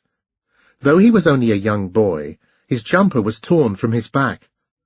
They wandered about the village with their mother, ostracized by all, and ended up by the lakeside digging for wild vegetables. They slept on dried straw with the village dogs on their first night, and were later allocated a shabby mud hut. At first they tried to beg, but nobody dared to give them any food. So we tried to catch fish from the lake, but couldn't catch enough to eat because we didn't have the right tools. But we still managed to survive because we could dig up lotus roots and pick up seeds. After a few months, my brother and I learned how to catch fish from the lake. Although we didn't have any rice, in fact, we could eat quite well. When the famine engulfed the village years later, the family was the only one to be prepared for survival. Straw and stalks were eaten from roofs. Zhao Jiabai, the orphan girl aged 11 who had to work like an adult to look after her little sister, remembered how one day, tortured by hunger, she climbed up a ladder onto the roof. I was still quite young then. I was very hungry, so I broke a piece of maize stalk used to cover the roof and began to chew it. It tasted delicious. I chewed one piece after another. I was so hungry that even maize stalks tasted good. Leather was softened and eaten, explained Zhu Erge, who witnessed half his village die of hunger in Sichuan, but managed to survive because his mother was a cook in the canteen. We soaked the leather chairs people used to sit on. After they were soaked, we cooked the leather and cut it into small pieces to eat. Infected animals were eaten by the famished, even in the outskirts of the capital. In Huairou County, lambs contaminated with anthrax were regularly devoured by starved villagers. Hundreds were poisoned after eating bits of smelly fat mixed with clumps of hair, scraped off animal hides by a Chengdu leather factory, which were bartered for vegetables with the people's canteen. Even the contaminated carcasses of diseased livestock culled by a slaughterhouse in Guangxian County were quietly sold to a local commune. When people were not eaten by rats, rats were eaten by people, dead ones sometimes being fished out of cesspits.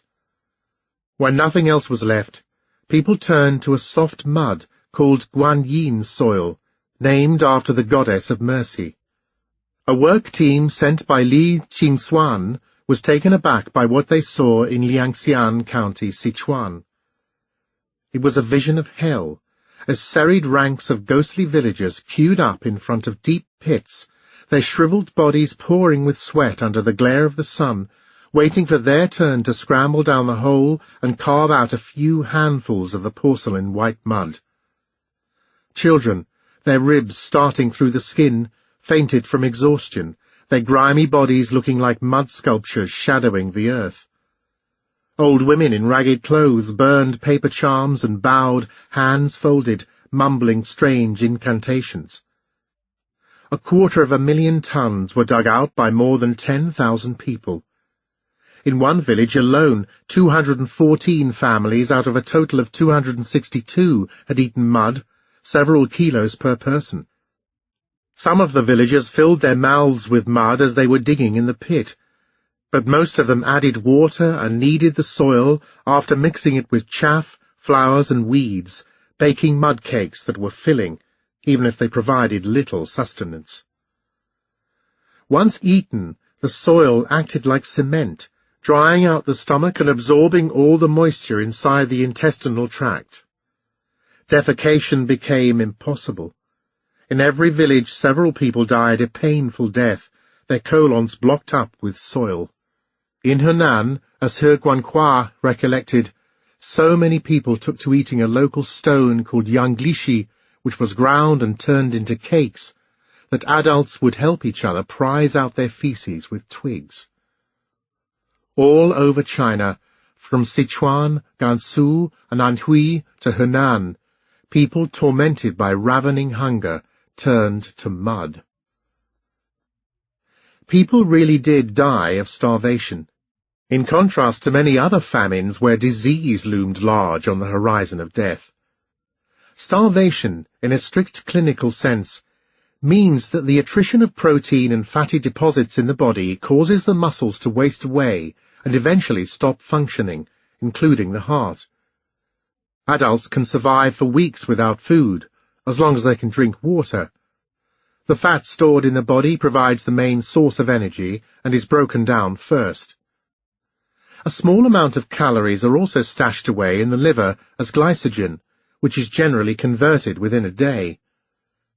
But as soon as the fatty deposits have been exhausted, proteins are stripped from muscles and other tissues and used by the liver to produce sugars needed by the brain, the body's first priority. The brain quite literally starts cannibalizing the body, taking bits of this or that tissue to come up with the glucose it needs to survive. Blood pressure lowers, which means that the heart has to work harder. The body weakens and progressively becomes emaciated. As proteins are depleted, fluids start leaking out of the blood vessels and from disintegrating tissues, accumulating beneath the skin and in cavities around the body, producing edema. The swelling first appears in the face, the feet, and the legs, but fluids can also gravitate around the stomach and chest. Swollen knees make walking painful. Taking extra salt or watering down a meal to make it last longer only worsens the condition. But some of the starving do not suffer from edema and dehydrate instead. Their skin turning to parchment, shriveled and scaly, sometimes covered with brown spots. As the throat muscles weaken and the larynx dries up, the voice grows hoarse before falling silent. People tend to curl up to save energy. The lungs weaken. The face caves in. Cheekbones stand out, and bulging eyeballs are a gruesome white, staring vacantly and seemingly without emotion. The ribs poke through the skin, which hangs in folds. Arms and legs look like twigs. Black hair loses its colour and falls out. The heart has to work harder still, as the volume of blood actually increases relative to a declining body weight. In the end, the organs are so damaged that they fail. Starvation may have been a taboo topic, but the archives are replete with reports about edema, shuizhongbing, and death by starvation. Wu Ningkun, a professor of English literature, described what happened as he went through hunger. I was the first to come down with a serious case of edema. I became emaciated, my ankles swelled, and my legs got so weak that I often fell while walking to the fields for forced labour. I did not know what I looked like, as there were no mirrors around, but I could tell from the ghastly looks of the other inmates that I must have been quite a sight. Few victims were as eloquent, but the symptoms were observed everywhere. In a commune in Qingguan, once considered Guangdong's granary, 40% of the villagers suffered from edema in 1960. Even in cities it was common. We have already seen how half the workforce suffered from edema in Beijing. Among high school students in Shanghai, edema spread in 1960 to 61. In Nankai University, Tianjin's top institution of higher learning, 1 in 5 suffered from edema. So common was the disease that when the famished did not develop it, an explanation was warranted. Yu Kaiming, an outspoken official appointed as the first secretary of Jiangqiaku in 1959, observed how in the winter of 1960 to 61, starving villagers would suddenly drop dead as a consequence of low blood sugar without the usual signs of edema. Why did villagers not succumb to epidemics in much greater numbers before terminal starvation set in? One reason, suggested above, is that the party closely monitored infectious diseases. But collectivization also brought about organizational chaos and the collapse of rural health care, which was rudimentary in the best of cases. A more plausible explanation is that people in the countryside starved to death much more quickly than elsewhere, reducing the window of opportunity during which germs could prey on a lowered immunity. The only available food was in the collective canteens.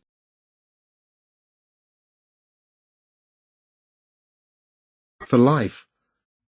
Sometimes people were not even locked up in a formal prison.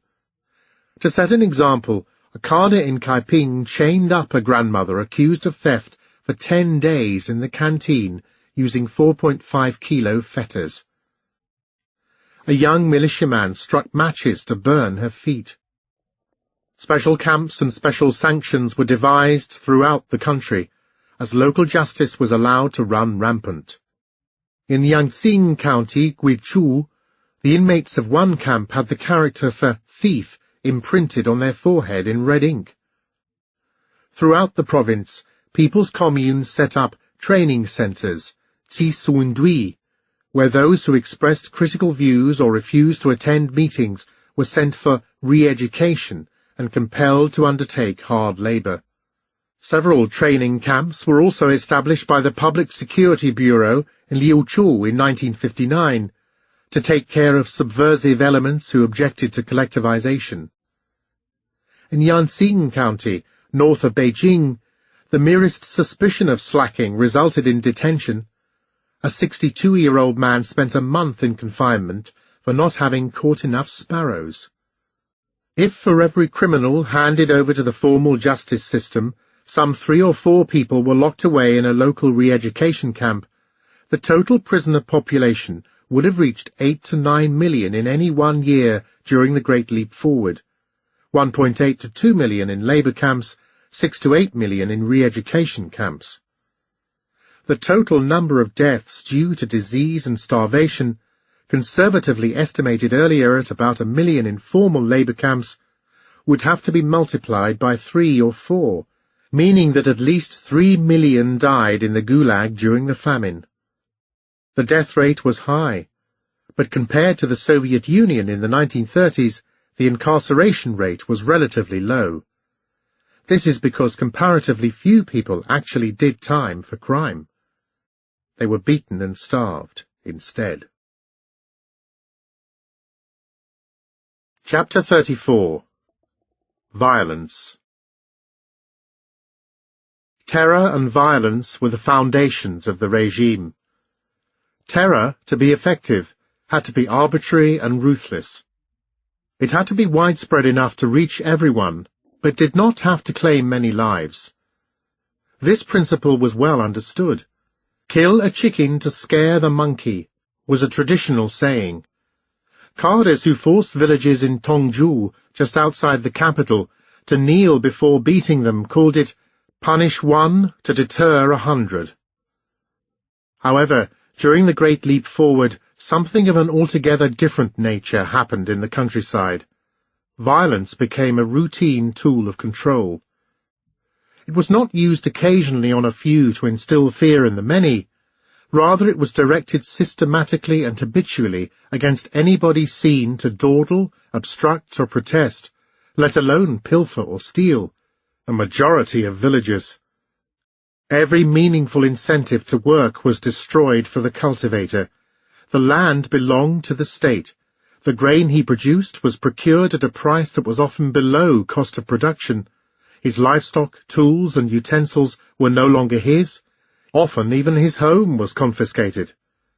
The local cadre, on the other hand, faced even greater pressure to fulfill and over-fulfill the plan, having to whip up the workforce in one relentless drive after another.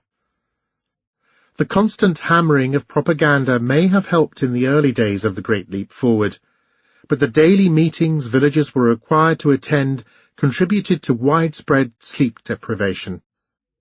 Meetings every day, loudspeakers everywhere, remembered Li Popo when interviewed about the famine in Sichuan. Meetings, some of them lasting several days, were indeed at the heart of collectivization, but they were not so much a forum of socialist democracy where the peasant masses openly voiced their views, as a site of intimidation where cadres could lecture, bully, threaten and shout themselves hoarse for hours on end. All too often farmers were woken in the middle of the night to work in the fields after an evening at a village meeting, so that they slept for less than 3 or 4 hours a day in the ploughing season. In any event, as the promise of utopia was followed by yet another spell of back-breaking labour, the willingness to trade hard work for empty promises gradually eroded. Soon, the only way to extract compliance from an exhausted workforce was the threat of violence. Nothing short of fear of hunger, pain, or death seemed to be able to galvanize them. In some places, both villagers and cadres became so brutalized that the scope and degree of coercion had to be constantly expanded, creating a mounting spiral of violence. With far fewer carrots to offer, the party relied more heavily on the stick. The stick was the weapon of choice in the countryside. It was cheap and versatile, A swing of the baton would punish a straggler, while a series of blows could lacerate the back of more stubborn elements. In serious cases, victims could be strung up and beaten black and blue. People were forced to kneel on broken shells and beaten. This happened, for instance, to Chen Wuxiong, who refused to work on an irrigation project far away from home. He was forced to kneel and hold a heavy log above his head, all the while being beaten with a stick by local carder Chen Longxiang. As famished villagers often suffered from edema, liquid seeped through their pores with every stroke of the stick. It was a common expression that someone was beaten until all the water came out, for instance in the case of Lu Qingfu, a farmer chased by a team of thugs. So enraged was their leader, Jun Zhongguang, first party secretary of Napeng Commune, Xin County, that he beat the man for 20 minutes. Party officials often took a lead. The report compiled by the local party committee, which investigated abuses in a commune, Xingwan, explained that the first party secretary, Deng Zhongxing, personally beat more than 200 farmers, killing 14 in an attempt to fulfill the quotas. The brains of Liu Shengmao, too sick to work at the reservoir in Huaminglu, Hunan, were widely spattered by the beating he received from the brigade secretary, who continued to pummel his lifeless body in a blind fury. Au Desheng, party secretary of a commune in Hunan, single-handedly punched 150 people, of whom 4 died. "If you want to be a party member, you must know how to beat people," was his advice to new recruits. In Daoxian County, everywhere is a torture field, an investigation team wrote. Farmers were clubbed on a regular basis. One team leader personally beat 13 people to death. A further 9 subsequently died of their injuries. Some of these carders were veritable gangsters, their mere appearance instilling fear. In Nanhai County, brigade leader Liang Yanglong toted 3 guns and stalked the village in a big leather coat. Li Xianchun, team leader in Hebei, injected himself with morphine daily and would swagger about the village in bright red trousers, swearing loudly and randomly beating anybody who had the misfortune to catch his attention. Overall, across the country, maybe as many as half of all carders regularly pummeled or caned the people they were meant to serve, as endless reports demonstrate. 4,000 out of 16,000 villagers working on the Huangcai Reservoir in Hunan in the winter of 1959-60 were kicked and beaten, and 400 died as a result. In a Luoding commune in Guangdong, more than half of all carders beat the villagers, close to 100 being clubbed to death. A more comprehensive investigation of Xinyang, Henan, showed that over 1 million people died in 1960. Most died of starvation, but some 67,000 were beaten to death by the militias. The stick was common, but it was only one tool in the arsenal of horror devised by local carders to demean and torture those who failed to keep up. As the countryside slid into starvation, ever greater violence had to be inflicted on the famished to get them into the fields. The ingenuity deployed by the few to inflict pain and suffering on the many seemed boundless. People were thrown into ponds, sometimes bound, sometimes stripped of their clothes. In Luoding, a 10-year-old boy was tied up and thrown into a bog for having stolen a few stalks of wheat. He died after a few days. People were stripped naked and left in the cold. For stealing a kilo of beans, farmer Zhu Yufa was fined 120 yuan. His clothes, his blanket and his floor mat were confiscated. Then he was stripped naked and subjected to a struggle session.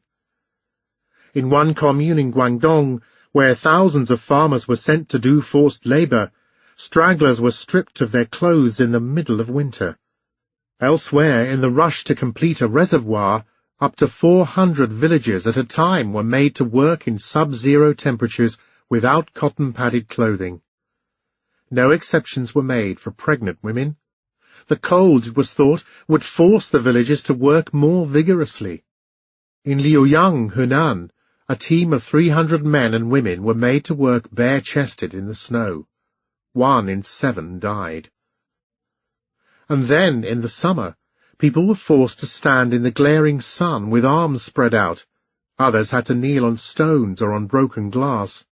This happened from Sichuan in the south to Liaoning in the north. People were also burned with incandescent tools. Hot needles were used to singe navels. When farmers recruited to work on a reservoir in Lingbei commune complained about pain, the militia seared their bodies. In Hebei, people were branded with a hot iron. In Sichuan, a few were doused in petrol and set alight, some burning to death. Boiling water was poured over people. As fuel was scarce, it was more common to cover people in urine and excrement. One 80-year-old woman, who had the temerity to report her team leader for stealing rice, paid the price when she was drenched in urine. In Longwy commune near Shantou, those who failed to keep up with work were pushed into a heap of excrement, forced to drink urine, or had their hands burned. Elsewhere, a runny concoction of excrement diluted with water was poured down a victim's throat. Wang Bingyin, a villager weakened by starvation, stole a chicken, but was caught and forced by the village leader to swallow cow dung. Liu Desheng, guilty of poaching a sweet potato, was covered in urine. He, his wife, and his son were also forced into a heap of excrement. Then tongs were used to prise his mouth open after he refused to swallow excrement. He died 3 weeks later. Mutilation was carried out everywhere. Hair was ripped out. Ears and noses were lopped off. After Chen Di, a farmer in Guangdong, stole some food, he was tied up by militiaman Chen Xiu, who cut off one of his ears. The case of Wang Ziyu was reported to the central leadership. One of his ears was chopped off, his legs were tied up with wire, a 10-kilo stone was dropped on his back, and then he was branded with a hot iron, as punishment for digging up a potato. In Yuanling County, Hunan, testicles were beaten, soles of feet were branded, and noses were stuffed with hot peppers. Ears were nailed against the wall. In the Liuang region, Hunan, iron wires were used to chain farmers. In Xianyang, Sichuan, an iron wire was run through the ears of thieves, pulled down by the weight of a piece of cardboard which read, "Habitual Thief." Others had needles inserted under their nails. In several parts of Guangdong, carders injected salt water into people with needles normally used on cattle. Sometimes husbands and wives were forced to beat each other, a few to death. One elderly man, when interviewed for this book in 2006, quietly sobbed when he recounted how as a young boy he and the other villagers had been forced to beat a grandmother, tied up in the local temple for having taken wood from the forest. People were intimidated by mock executions and mock burials. They were also buried alive. This was often mentioned in reports about Hunan. People were locked up in a cellar and left to die in eerie silence after a period of frantic screaming and scratching against the hatch. The practice was widespread enough to prompt a query by provincial boss Zhou Jiazhu during a visit to Fengling County in November 1958. Humiliation was the trusted companion of pain. Everywhere people were paraded, sometimes with a dunce cap, sometimes with a placard on their chests, sometimes entirely naked. Faces were smeared with black ink. People were given yin and yang haircuts, as one half of the head was shaved, the other not. Verbal abuse was rife. The Red Guards, 10 years later during the Cultural Revolution, invented very little. Punishment also extended to the hereafter.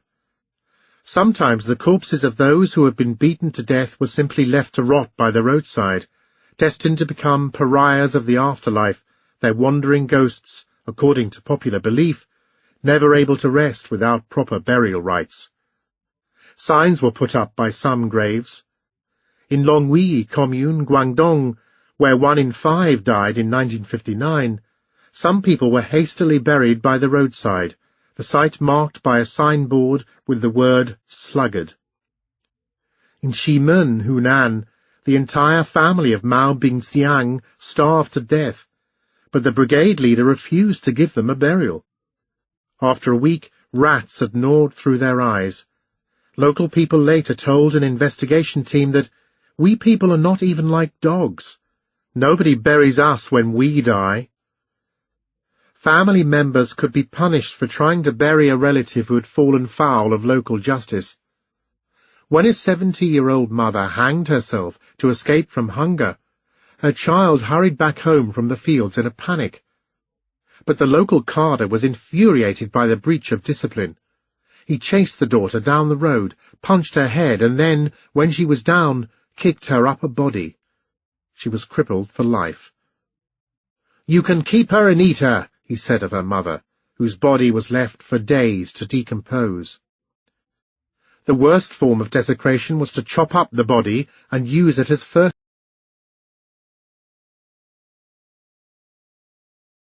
Most took the path of least resistance. Once that choice had been made, violence assumed its own logic. In conditions of widespread penury, it was impossible to keep everybody alive. There simply was not enough food left in the village to provide even reliable farmers with an adequate diet, and in the climate of mass repression following the 1959 Lushan plenum, it did not look as if the problem of shortages was about to be solved very quickly. An expedient way to increase the available food was to eliminate the weak and sick. The planned economy already reduced people to mere digits on a balance sheet, a resource to be exploited for the greater good, like coal or grain. The state was everything, the individual nothing, his worth being constantly assessed through work points and determined by the ability to move earth or plant rice. In the countryside, farmers were treated like livestock. They had to be fed, clothed, and housed, all of which came at a cost to the collective. The logical extension of these bleak calculations was to cull those judged unworthy of life. The discriminate killing of slackers, weaklings, or otherwise unproductive elements increased the overall food supply for those who contributed to the regime through their labor. Violence was one way of dealing with food shortages. Food was commonly used as a weapon. Hunger was the punishment of first resort, even more so than a beating. Li Wenming, deputy party secretary of a commune in Chuxing County, clubbed 6 farmers to death, but his main tool for discipline was hunger. 2 recalcitrant brothers were deprived of food for a full week, and they ended up desperately foraging for roots in the forest, where they soon died of hunger. One of their wives was sick at home. She too was banned from the canteen. An entire brigade of 76 people was punished with hunger for 12 days. Many died of starvation. In Longwy Commune, Guangdong, the party secretary of the commune ordered that those who did not work should not eat. Describing what happened in several counties in Sichuan, one inspector noted that commune members too sick to work are deprived of food. It hastens their deaths. In the first month, the ration was reduced to 150 grams of grain a day, then in the following month to 100 grams. In the end, those about to die were denied any food at all. In Xiangbei and Yongchuan, virtually every people's commune withholds food. In one canteen, catering for 67 people, 18 died within 3 months after they were barred from the premises on grounds of sickness. Few reliable figures exist, but a team of inspectors who looked closely at a number of brigades in Zhejiang County, Sichuan, believed that 80% of those who had died of hunger had been denied food as a form of punishment. and even those who were given food in the canteen often received less than they were formally entitled to. As one farmer explained, the ladle that was dipped into the pot could read people's faces. By this, he meant a phenomenon that many interviewees recalled, namely that the man in charge of the canteen deliberately discriminated against those he considered to be bad elements. Whereas the spoon reached deep to the bottom of the pot for good workers, it merely skimmed the surface for bad elements who were given a watery concoction. The water looked greenish and was undrinkable. Report after report alleges that the sick were also forced to come out and work in the fields. Of the 24 villagers suffering from edema who were compelled by Kader Jiao Zuodong to take part in labour, all but 4 died. In Xinjiang commune, those who were lucky enough to be given medical treatment were driven to perform heavy labour by the local party secretary as soon as they were released from medical care. Throughout the country, those who were too ill to work were routinely cut off from the food supply, a decision easily reached by those cadres who interpreted illness as opposition to the regime. In the worst places, even those who managed to accomplish their daily task were given only a bowl of watery rice. "To each according to his needs" was the slogan heralded by model counties such as Sushui, but all too often the reality was much closer to Lenin's dictum that he who does not work shall not eat. Some collectives even divided the local population into different groups according to their work performance, each being given a different ration. Calories were distributed according to muscle. The idea was to cut the ration from those who underperformed and use it as a bonus to encourage the better workers. It was a simple and effective system to manage scarcity, rewarding the strong at the expense of the weak. A similar system had been devised in similar circumstances when the Nazis were confronted with such food shortages that they could no longer feed their slave labourers. Gunther Falkenhahn, director of a mine that supplied IG Farben's chemicals complex, divided his Ostarbeiter into 3 classes, concentrating the available food on those workers who provided the best return per unit of calories. Those at the bottom fell into a fatal spiral of malnutrition and underperformance. By 1943, he had received national recognition, and the idea of Leistungsernährung, or performance feeding, was promulgated as standard practice in the employment of Ostarbeiter.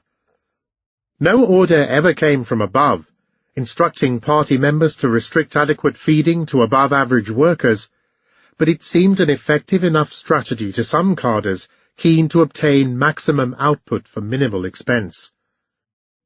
In Peach Village, Guangdong, the cadres divided the farmers into 12 different grades, calibrated according to performance. Workers in the top grade were given just under 500 grams of grain a day. Those lingering at the bottom received a mere 150 grams a day, a starvation diet that weeded out the most vulnerable elements. They were replaced by others who inexorably slipped down the ranks, edging closer to the end. 1 in 10 was starved to death in 1960. In fact, throughout the country, as we have seen, units were divided into different ranks, red, grey and white flags being handed out to advanced, mediocre and backward units. It was a small step to elaborate the system further and make calorie income dependent on rank. In Tse-tung County, for instance, one village divided its members into superior, middle and inferior groups, their names respectively listed on red, green or white paper. Members of different ranks were not allowed to mix. Red names were praised, but white names were relentlessly persecuted, many ending up in makeshift labour camps for re-education. Suicide reached epidemic proportions. For every murder, an untold number suffered in one way or another, and some of these opted to end their lives. Often it was not so much the pain that pushed a person to end it all, as the shame and humiliation endured in front of other villagers. A set phrase was that such and such, having strayed from the path, was afraid of punishment and committed suicide. Driven to their deaths, or driven against the wall, were also common expressions used to describe self-murder. In Fengxian, Shanghai, of the 960 people who were killed in the space of a few months in the summer of 1958, 95 were forced into an impasse and committed suicide, while the others died of untreated illnesses, torture, or exhaustion. As a very rough rule of thumb, figures again are woefully unreliable, about 3 to 6% of avoidable deaths were caused by suicide, meaning that between 1 and 3 million people took their lives during the Great Leap Forward. In Puning, Guangdong, suicides were described as ceaseless. Some people ended their lives out of shame for having stolen from fellow villagers. When collective punishment was meted out, those who felt guilty for having endangered others committed suicide. In Kaiping County, a 56-year-old lady pilfered 2 handfuls of grain. Her entire household was banned from the canteen for 5 days and sent to a labor camp. She committed suicide. Sometimes women took their children with them, knowing that they would not survive on their own. In Shantou, a woman accused of theft tied her 2 children to her body before jumping into the river. In cities, too, suicide rates rocketed, although there are few reliable figures. The Bureau of Public Security in Nanjing, for instance, was alarmed when it reported that in the first half of 1959, some 200 people had jumped into the river to commit suicide. The majority were women. Many killed themselves because their families had been torn apart by collectivization. Dang Guiying, for instance, lost her son to illness. Then her house was destroyed to make way for an irrigation project. She joined her husband, who worked in a Nanjing factory. When the authorities launched a campaign to send villagers back to the countryside, he did nothing to protect her. She hanged herself. Chapter 35. Sights of Horror. The horror of mass destruction was first encountered by the party leadership in Xinjiang. It reduced Li Xianyan, a tough veteran of the Red Army, to tears. The immediate reaction was to blame counter-revolutionaries. Soon a campaign unfolded across the country to take power back from the forces of reaction, often with military backing from the center. But in a clever move designed to portray Xinjiang as an exception, reports were released within the party relating to the Xinjiang incident. To this was added the Fengyang incident, named after a dusty county in a plain by the Huai River in Anhui province. Here, too, a reign of terror had claimed a quarter of the 335,000 villagers. A compilation of party reports on both cases started circulating in the 1980s, including a 600-page document that was smuggled out of China in the wake of the Tiananmen Square massacre in 1989. These subsequently became the basis for most studies of the period. Xinjiang became a byword for the famine. However, local cadres who convened across the country to discuss the Xinjiang report in 1961 were unimpressed. In Xiangtan, Hunan, a county where tens of thousands had died, some cadres thought that the Xinjiang incident paled in comparison to what had happened in their own backyard. Why should it be called an incident, some wondered. There are, indeed, vast numbers of villages where death claimed more than 30% of the population in a single year. In some cases, entire hamlets were wiped out. But counties are much larger political entities, their populations typically ranging from 120,000 to 350,000. A death rate of 10% in 1 year across an entire county, composed of many hundreds of villages, some tightly clustered together, others divided by hills, rivers or forests, could have occurred only under immense political pressure.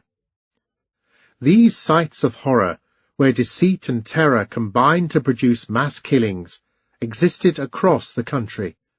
Every province under the leadership of a political zealot had several, some even boasted a dozen. There is unlikely to be a complete list of such cases any time soon, given that so much of the party archives remains locked away, but below is a provisional list of 56 counties, which will no doubt grow as better sources become available. It is based on a compilation of 40 counties by Wang Weiqi, a demographer who worked for the Public Security Bureau in Beijing. But his information is incomplete, as it is derived from official figures sent to the capital rather than on local findings. A number of counties have been added to the list on the basis of the archival material consulted for this book. Several of these cases will be examined in this chapter.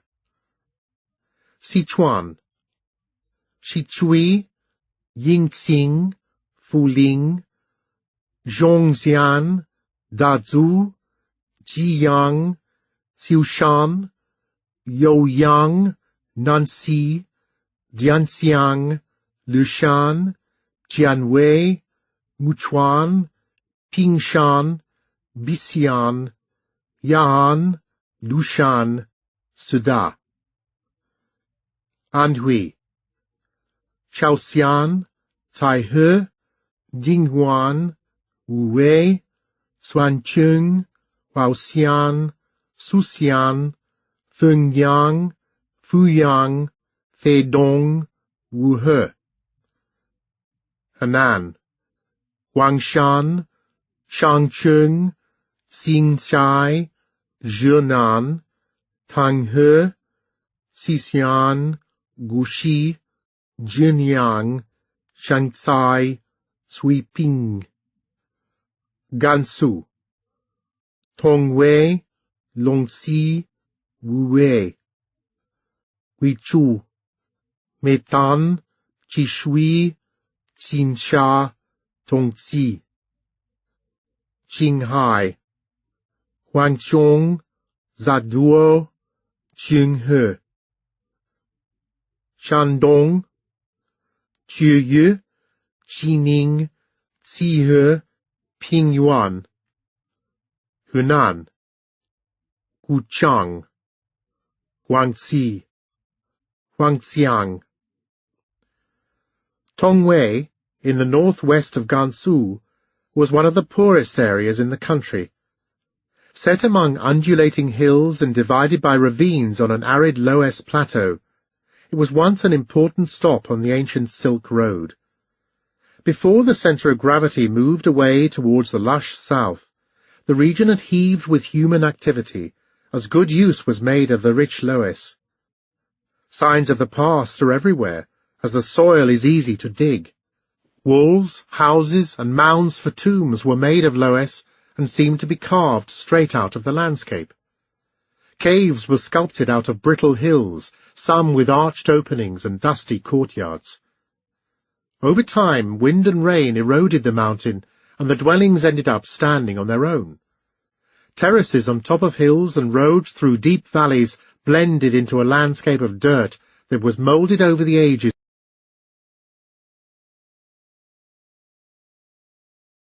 Forlorn outpost on the border with Sichuan. The river that flows through a red sandstone valley picks up the sediment and gives the place its name, which means red water. In March 1935, the Red Army crossed the river several times, turning the county into holy ground keenly promoted by local leaders after the revolution.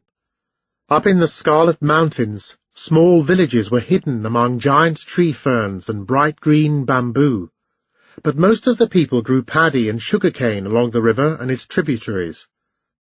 Between October 1959 and April 1960, around 24,000 people died, more than 10% of the population. Wang Linqi, a relatively young man at 35, was in charge of the county. He was given a coveted red flag in 1958 and was commended by the central leadership for having transformed a backwater into a 5,000-kilo county, thanks to the many innovations heralded by the Great Leap Forward. In Shishui under Wang Lingqi, deep ploughing meant digging to a depth of 1 to 1.5 meters, the deeper the better. Large quantities of seed were used, often 200 to 450 kilos per hectare, but at times as much as a ton or two, sometimes even 3 tons. Among other great schemes devised by the county leadership was an irrigation project in which water would be conveyed through a network of bamboo pipes to every plot in the county. Water pipes in the skies of Qishui was the slogan, but the scheme failed miserably after acres of bamboo forest were chopped down, depriving the villages of a much-needed resource. The result of the great leap forward in Qishui was a plummeting grain output and the virtual extermination of the livestock. But Wang was determined to maintain his reputation. As early as September 1958, many months before Zhao Ziyang's report on the hiding of grain in Guangdong, he decreed that a part of the crop was being withheld by rich peasants and bad elements in a sustained attack on the socialist system. A merciless counterattack with armed cadres was required to save the communes and prevent a counter-revolution. People on the ground were terrorized. A year later, in the wake of the Lushan plenum, villages were divided into poor peasants and rich peasants. Behind the backs of rich peasants stood the landlords, saboteurs, counter-revolutionaries and other elements who were bent on wrecking the revolution. Poor and rich peasants, this struggle is to the death. Several thousand cadres were expelled from the party for having the wrong class background, while mass demonstrations, struggle meetings and anti-hiding campaigns were organized to root out every class enemy. Like Mao, Wang Lingqi was a poet, composing verses to celebrate the working class and organizing a traditional opera in which he starred as the main actor, before hundreds of invited guests tucking him to a lavish banquet. In the meantime, agriculture was neglected. Although in January 1960, Wang announced to his superiors in Guiyang a bumper crop of 33,500 tons, 80% of this amount existed on paper only. Wang Lingqi was hardly a unique case in Guizhou, a radical province led by Zhou Lin, a close follower of Mao. Everywhere Zhou Lin tacitly encouraged a radical approach to the Great Leap Forward, resulting in one of the highest death rates in the country. In Meituan, famous for its tea, 45,000 people died in 6 months. Wang Xingchen, the first party secretary, deployed a labor force of 50,000 at will, building giant tea gardens, orchards, irrigation systems and communal buildings that would turn Meituan into a national model. 40,000 pigs were requisitioned for a 10,000-hog city. Anybody critical of these schemes was accused of stirring an evil revisionist trend and given the label of rightist opportunist. In 1960, an arrest many and detain many campaign was organized by the police and the militia, sweeping across the region and locking up close to 3,000 people in a month. A simple slogan seemed to capture the Meituan spirit. Those who are unable to produce grain will not be given any grain. The figure of 45,000 deaths is very high, but even so it may be an underestimate. According to an investigation by the Provincial Party Committee, in one commune alone 12,000 people died of starvation, representing 22% of the population. Focusing on one village, a more detailed inquest showed how over a third of the farmers died. Nongcha was once a relatively prosperous village, in which each family owned a few ducks and chickens, but by 1961 the crop had decreased to a third of what had been produced in 1957. Vegetables were hard to come by. Sugarcane production, indispensable for local farmers to trade against food and goods, was virtually wiped out. Many of the fields lay destroyed after experiments in deep ploughing and land reclamation. Some were called moon plots, because the pockmarked terrain would no longer retain any water. No work points were ever kept, and villages were fed according to the whims of local carders in chaotic canteens. Personal property was seized, private plots were abolished. State procurements were sky-high, despite falling grain production. In 1959, 3/4 of the crop was dragged away by state agents, leaving the villagers to starve. By 1961, 1 pig was left in the entire village. When an inspection team was scheduled to visit Tse-tung in April 1960, the local leaders scurried about day and night to bury corpses in mass graves by the side of the road. Sick villagers and neglected children were locked up and guarded by the militia, while telltale trees without bark were torn out, roots and all. Travelling through the region in March 1960, Ni Zhongjun was ecstatic about Guizhou in a letter to Mao. In fact, Guizhou is not poor at all. It is very rich. In future, it should be our industrial base in the southwest. As the Yellow River nears the end of its long journey across the Loess Plateau, it intersects with the Grand Canal, an ancient man-made river completed in the 7th century to haul the grain tribute from the south to the imperial capital in the north. It is said that more than 47,000 labourers were needed to maintain the canal system, which was used at its height in the mid-15th century by some 11,000 grain barges. Tse-tung is the main river port in Shandong, lying just northwest of Xinan, and it should have fared well thanks to its strategic location on the Yellow River. Before the Great Leap Forward, it was known as a grain store, with an abundant crop that managed to reach 200,000 tons in a good year for a population of roughly 500,000. Cotton, tobacco and fruit were also widely cultivated. By 1961, Tse-tung County had lost well over 100,000 people, or a fifth of its population compared to 1957. Half of the workers who had survived or stayed behind were sick. The economy lay in tatters. The 200,000 tons of grain harvested in 1956 had dwindled to a mere 16,000 a few years later. The collapse in peanut production was even more dramatic. Whereas 7,780 tons had been taken from the fields in 1956, a pitiful 10 tons was all that could be gathered by 1961. Everything, it seemed, was reduced to about 1/10 of what could have been expected before 1958. Even the land under cultivation had shrunk, as a fifth was taken away for waterworks and roads, most of which were never finished. As everywhere in the north, the amount of alkaline soil doubled, reaching almost a third of the surface under cultivation. Despite, or rather as a consequence of, massive investment in water conservancy projects, the overall irrigated surface shrank by 70%. Off the fields, the devastation was just as visible. Livestock was more than halved, the number of carts dwindled, while tens of thousands of simple tools such as rakes and hoes had vanished. Over half of all the trees had been felled.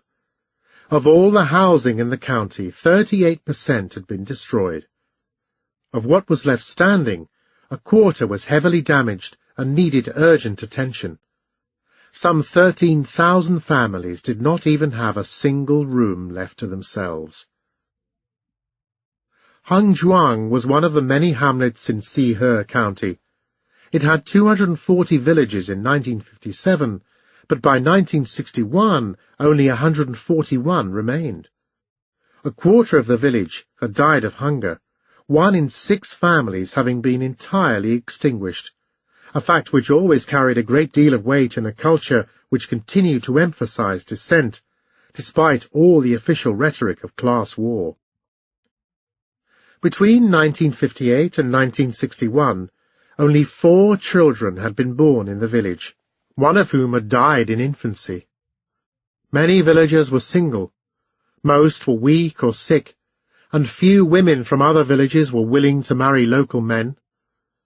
The village had lost some 40% of its land, and well over half of what remained was almost barren through heavy salinization. According to a local saying, on leaving the house one beholds a white expanse, as the salt whitened the earth for as far as the eye could see. In the midst of this thin, exhausted land stood derelict mud huts. The village had boasted a total of 240 rooms, but a mere 80 remained standing, most of them with leaky roofs or walls that had caved in. There was nothing inside these miserable dwellings, as an inspection team revealed. All the families have gone bankrupt through the famine. Those least affected have sold all their clothes and furniture, while the most damaged ones have had to sell their pots, bowls, and basins, as well as the wood stripped from their houses.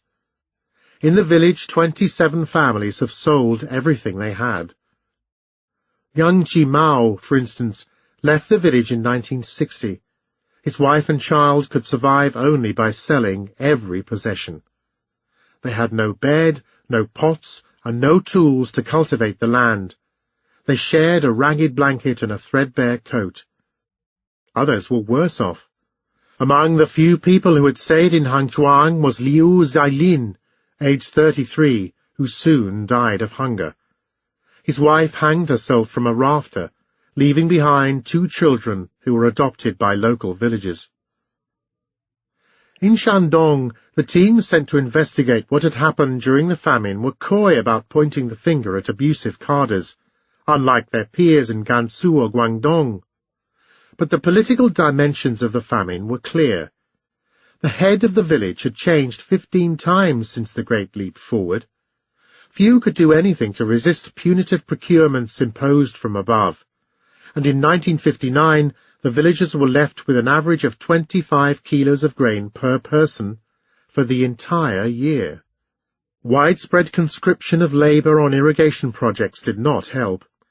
In the winter of 1959 to 60, 46 of the best labourers were recruited from Hangchuang. They worked for 40 days and nights on end, in the snow, but were not given any grain, which had to be supplied by the village, already depleted by state requisitions. Some died while digging earth outside in the cold, others dropped dead by the roadside on the way home. Across the Shandong countryside there were countless villages in a similar predicament, broken by 4 years of mass abuse. Early warning signs had appeared in April 1959. Tang Xilong, a senior leader in Shandong, personally witnessed how in several counties in the Jining region the trees had been stripped bare, children were abandoned, and farmers died along the roadside, their faces sallow from hunger. In Zhuye, people ate the straw from their pillows. Thousands died of hunger. Tang Xilong reported this situation to provincial boss Tse-tung, but also took the exceptional step of sending a copy to Mao Zedong. A few weeks later, a contrite Tse-tung had to explain the Jining incident to the chairman, who was passing through the region in his special train. But Tse-tung did nothing to alleviate the famine. By his own admission, he detested bad news and refused even to talk about one finger of shortcomings in Shandong, threatening those who were critical of the Great Leap Forward with the label of rightist conservatism. According to others who had to work alongside Tse-tung, the regional Tsar exploded in a violent rage when anybody prevented him from enforcing a utopian vision that had cost the lives of countless people. He who strikes first prevails. He who strikes last fails. Tse-tung religiously followed Mao's advice about seizing the grain before the farmers could eat it, enforcing vast procurements to satisfy the demands from Beijing. Gansu, Sichuan, Guizhou, Shandong. All these provinces contained counties where the death rate was above 10% in 1960. But nothing was as bad as Anhui, run by Zheng Xisheng, one of Mao's most devoted followers. Like other provinces, Anhui was divided into regions, having over a dozen, One of these regions was Fuyang. Fuyang had a population of 8 million in 1958. 3 years later, more than 2.4 million people had died. One of the reasons for the high death rate was the landscape itself. Flat and generally barren, it offered few places to hide. Many of those who wanted to flee the area followed the river into Xinjiang, in neighboring Henan, where the famine was even worse. The Huai River itself was a web of death. In 1957 it became the focus of a huge irrigation project which commanded up to 80% of the labour force. Every hectare would have a duct, every 10 hectares a canal, and every 100 hectares a large waterway.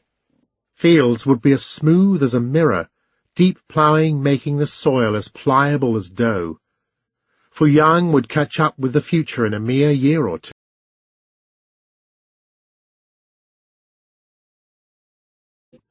Relationship with culprit, fellow villager. Number of people involved, 1. Manner of crime, hacked to death, cooked and eaten. Reason, livelihood issues. Date, March 1960. Location, Hongtai Commune, Xiaogu Gate.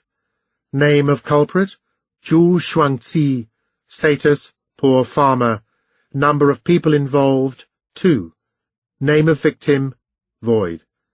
Relationship with culprit, husband and elder son. Number of people involved, 2. Manner of crime, corpses exhumed and eaten. Reason, livelihood issues. Most of the culprits on the list practiced necrophagy, either eating those who had passed away or exhuming and eating cadavers after burial. The 76 victims fell into 3 categories: killed and eaten, 12, eaten after death, 16, and exhumed and eaten, 48. Among those who were murdered, roughly half were fellow villagers and half were strangers passing through. Only one murder took place inside the family. Linxia was no exception.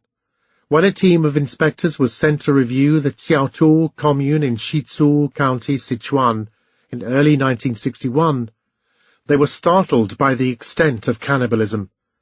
Rather than take note of a few cases to signal the practice, as was usual, they made the effort to investigate one brigade in depth with the help of the local Public Security Bureau.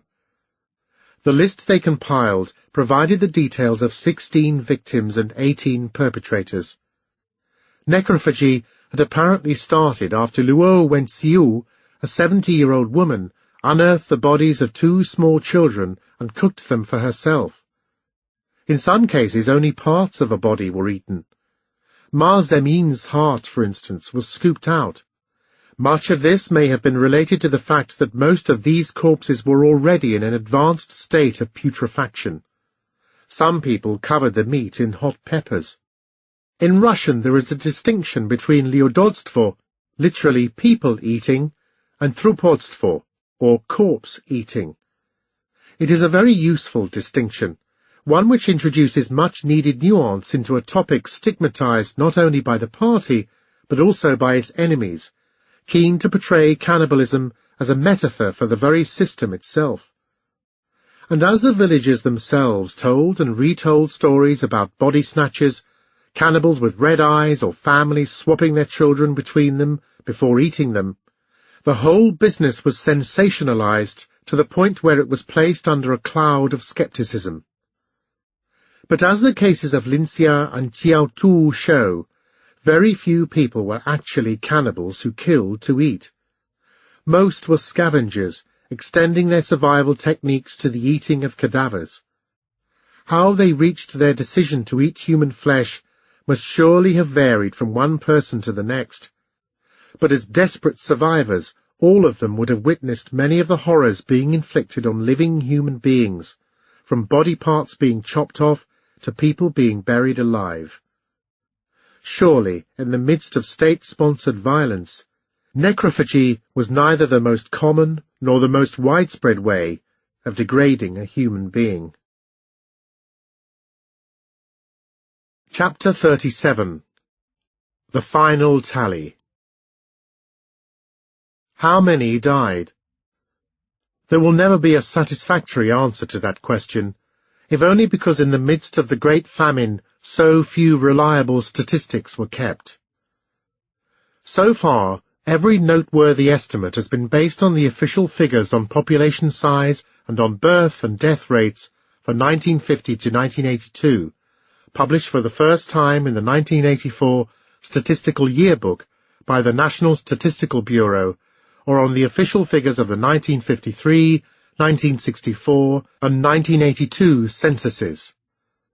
Immediately following the publication of the Statistical Yearbook, Basil Ashton used the official evidence to propose a figure of 30 million premature deaths during the 1958 to 1962 period, when the overall population stood at roughly 650 million. Judith Bannister, a professional demographer, also looked at the population statistics and concluded that an estimated 30 million excess deaths appeared during 1958 to 1961. Since the data present a whole range of problems, from lack of internal consistency to the under-registration of births and deaths and the exclusion of the armed forces, different authors have tinkered with this or that variable either to lower or to heighten the number. Peng Si-chi, an expert in population studies, proposed an estimate of 23 million in 1987, while Zheng Zhang, in her book on Mao, reached a figure of 38 million. More recently, retired journalist Yang Jixiang suggested a figure of about 36 million, also based on published statistics. New evidence was produced in 2005 when Cao Shuzi, an historical demographer from Shanghai, systematically worked his way through more than 1,000 gazetteers, official local histories published after 1979 by county or city party committees. While acknowledging that this widely diverse set of data, too, ultimately rests on figures made public by the party, it introduced a much more fine-tuned analysis of regional differences. Cao's estimate was 32.5 million premature deaths. How reliable are official numbers? In the Soviet Union, the Central Office of Statistics produced two sets of demographic statistics, one for internal use and one for publication. But as we have already seen in the case of grain procurements, the party archives in China have widely different set of statistics at every level, from the commune, the county, and the province up to the centre. Some were compiled at the height of the collectivization craze and were intended to convey political zeal. Others were assembled by investigation teams sent to the countryside to oversee the removal of abusive party officials. In other words, debates about whether the released figures are doctored or not miss a very basic point. There is no need for anybody to falsify figures. It is merely a matter of compiling a set of statistics which appears to be the least politically damaging, or, to put it slightly differently, the fact that public data in a one-party state are not falsified does not necessarily make them reliable. At least 3 different sets of unpublished data exist in the archives, namely those compiled by the Provincial Public Security Bureau, those from the local party committee, and those from the local statistical bureau. Nobody has ever gained access to all 3 sets, but after 1979, as the new leadership wanted to find out more about the Maoist era, a team of 200 was instructed by Zhao Ziyang to go around every province to examine internal party documents. The erstwhile secretary of Guangdong, who had pioneered an anti-hiding campaign in 1959, was now premier, and he asked the team to draw a picture of rural China. The team's report was never published, but one of its members, a senior party official called Chen Yizi, fled to America in the wake of the Tiananmen massacre in 1989. In exile, he claimed that the team had arrived at a death toll of 43 to 46 million people for the famine. Only one person who has investigated the famine has taken Chen Yizi's claim seriously, namely Jasper Becker, who interviewed him for his book Hungry Ghosts, published in 1996. The archival evidence presented for the first time below vindicates Chen Yixi's findings and conservatively puts the number of premature deaths at a minimum of 45 million for the Great Famine of 1958 to 1962. Even Chen Yixi and his team would have encountered difficulties in carrying out their research. Archives in a one-party state are not public. They belong to the party and are controlled by the party. Except for those under the remit of the public security bureaus, most of them are located in a building inside the party headquarters. Even a high-powered delegation from Beijing could have been fobbed off or deliberately misled by experienced archivists, all the more so since a catalogue would not have existed for every collection. But most of all, some sets were simply missing. In Hubei, for instance, the file from the party committee which should have contained the figures for all excess deaths during the famine is incomplete. Inside the brown folder is a handwritten note appended by an archivist dated June 1979, which regrets that the item is missing. As to the Public Security Bureau, in Hubei it offered no more than a vague estimate, speculating that the death rate in 1961 was 2 to 3 times lower than the preceding year. The report wonders about the total death toll, but provides no answers. In any event, all three organizations, the Provincial Public Security, the Provincial Party Committee, and the Provincial Statistical Bureau, would have had to rely on units lower down the party hierarchy to compile their reports, and obstruction from below was rife. In Gansu Province, the Provincial Party Committee sent out a request for estimates in 1962 for excess deaths during the famine. The project foundered, as only a handful of counties ever replied. But even when numbers were sent in by county authorities, there were problems. First among them was the distinction between normal and abnormal deaths. Demographers distinguish between natural and unnatural deaths to tease out a rough estimate of how many people died prematurely as a consequence of famine. But in China, the distinction was political. Industrial accidents, suicides, fatal epidemics, or deaths from starvation were all a matter of great concern to the authorities. They stood as indices of social and political health, and they were diligently monitored by the party's regulators. Even a single case of suicide could signal that something was amiss, warranting a political investigation from above. In the middle of mass death in Fuyang, one of the sites of horror in Anhui, where up to 70% of some villages were wiped out, the region reported 10,890 deaths for the first quarter of 1961, of which a mere 524 were described as abnormal, including 103 deaths due to emaciation and edema. In Zhongxiang, Sichuan, the county head Zhu Wensheng simply dictated that in the official statistics 2 rules had to be followed. Birth rates had to exceed death rates, and the death rate could not be higher than 2%. In Fuling, also in Sichuan, 2 sets of statistics were kept. For 1960, local cadres managed to count a total population of 594,324 people, but reported 697,590, a difference of more than 100,000. Even when cadres were willing to confront the harsh reality of famine, who could have kept track of an avalanche of death? In Xiangjin, in Xiangbei counties in Sichuan, up to 250 people died each day in December 1960.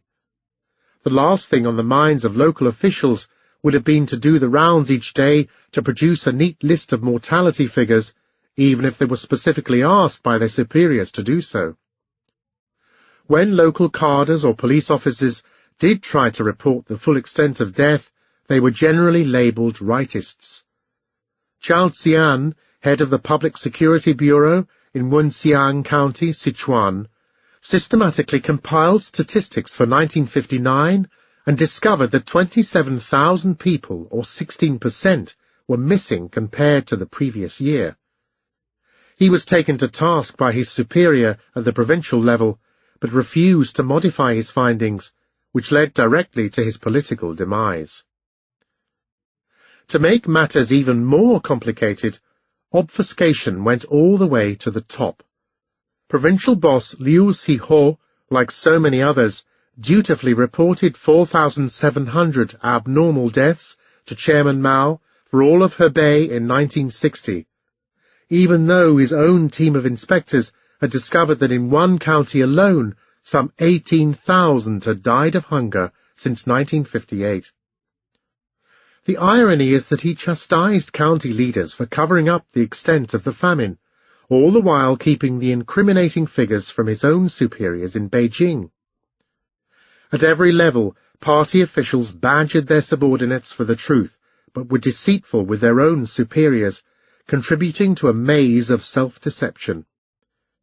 To say that knowledge is power is a truism, and one that does not go very far in explaining why the more absolute power was, the less truth it managed to produce. But death on such a scale could hardly be hidden all the time. Sometimes local leaders took a chance, sending in hard-hitting reports further up the hierarchy, occasionally directly to Zhou Enlai or Mao Zedong himself. Extraordinarily detailed reports compiled by the investigation teams that fanned out over the countryside after October 1960 led to the removal of a whole series of leaders who had presided over mass death. And sometimes retrospective investigations were carried out in the years following the famine as the party tried to make sense of what had happened. The result is not so much a neatly arranged set of statistics revealing some absolute truth and a few telling numbers, but rather a mass of uneven and at times messy documentation compiled in different ways, at different times, for different reasons, by different entities, with different degrees of reliability. So assigning a team of 200 people to sift through the evidence would have been a good idea. The very best of these documents were compiled by a powerful security bureau and covered an entire province. As we have seen, this did not happen in Hubei, but it did in Sichuan, by far the most devastated province in all of China. The head of the Provincial Security Bureau authorized an investigation into the statistics from 1954 to 1961. The results undermined many of the reported totals, which underestimated the death toll by several percent in 1960 alone. The corrected death rate for 1954 to 1957 was an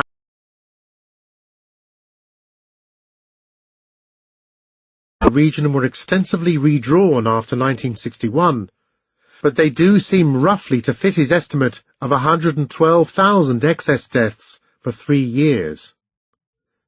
In the case of Sichuan, as noted above, political pressure under Li Jingzuan meant that few, if any, counties reported high death rates, and none matched those found in the official documentation published decades later and consulted by Cao Shuzi.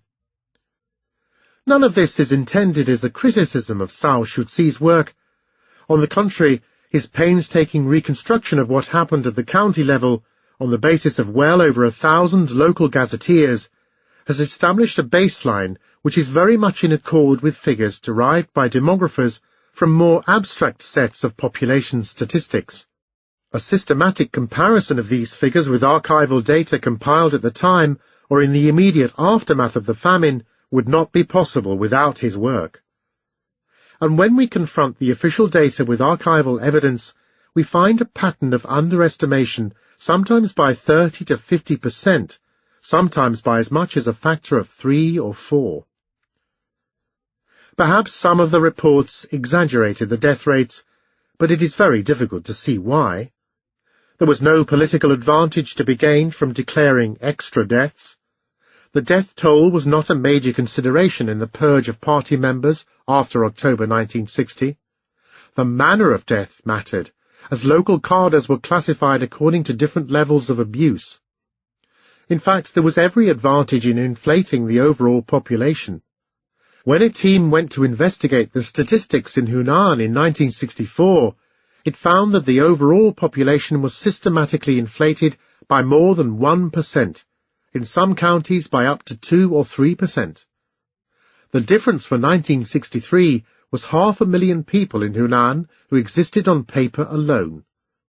Through thorough testing, we found that in the past the population figures were routinely and severely inflated.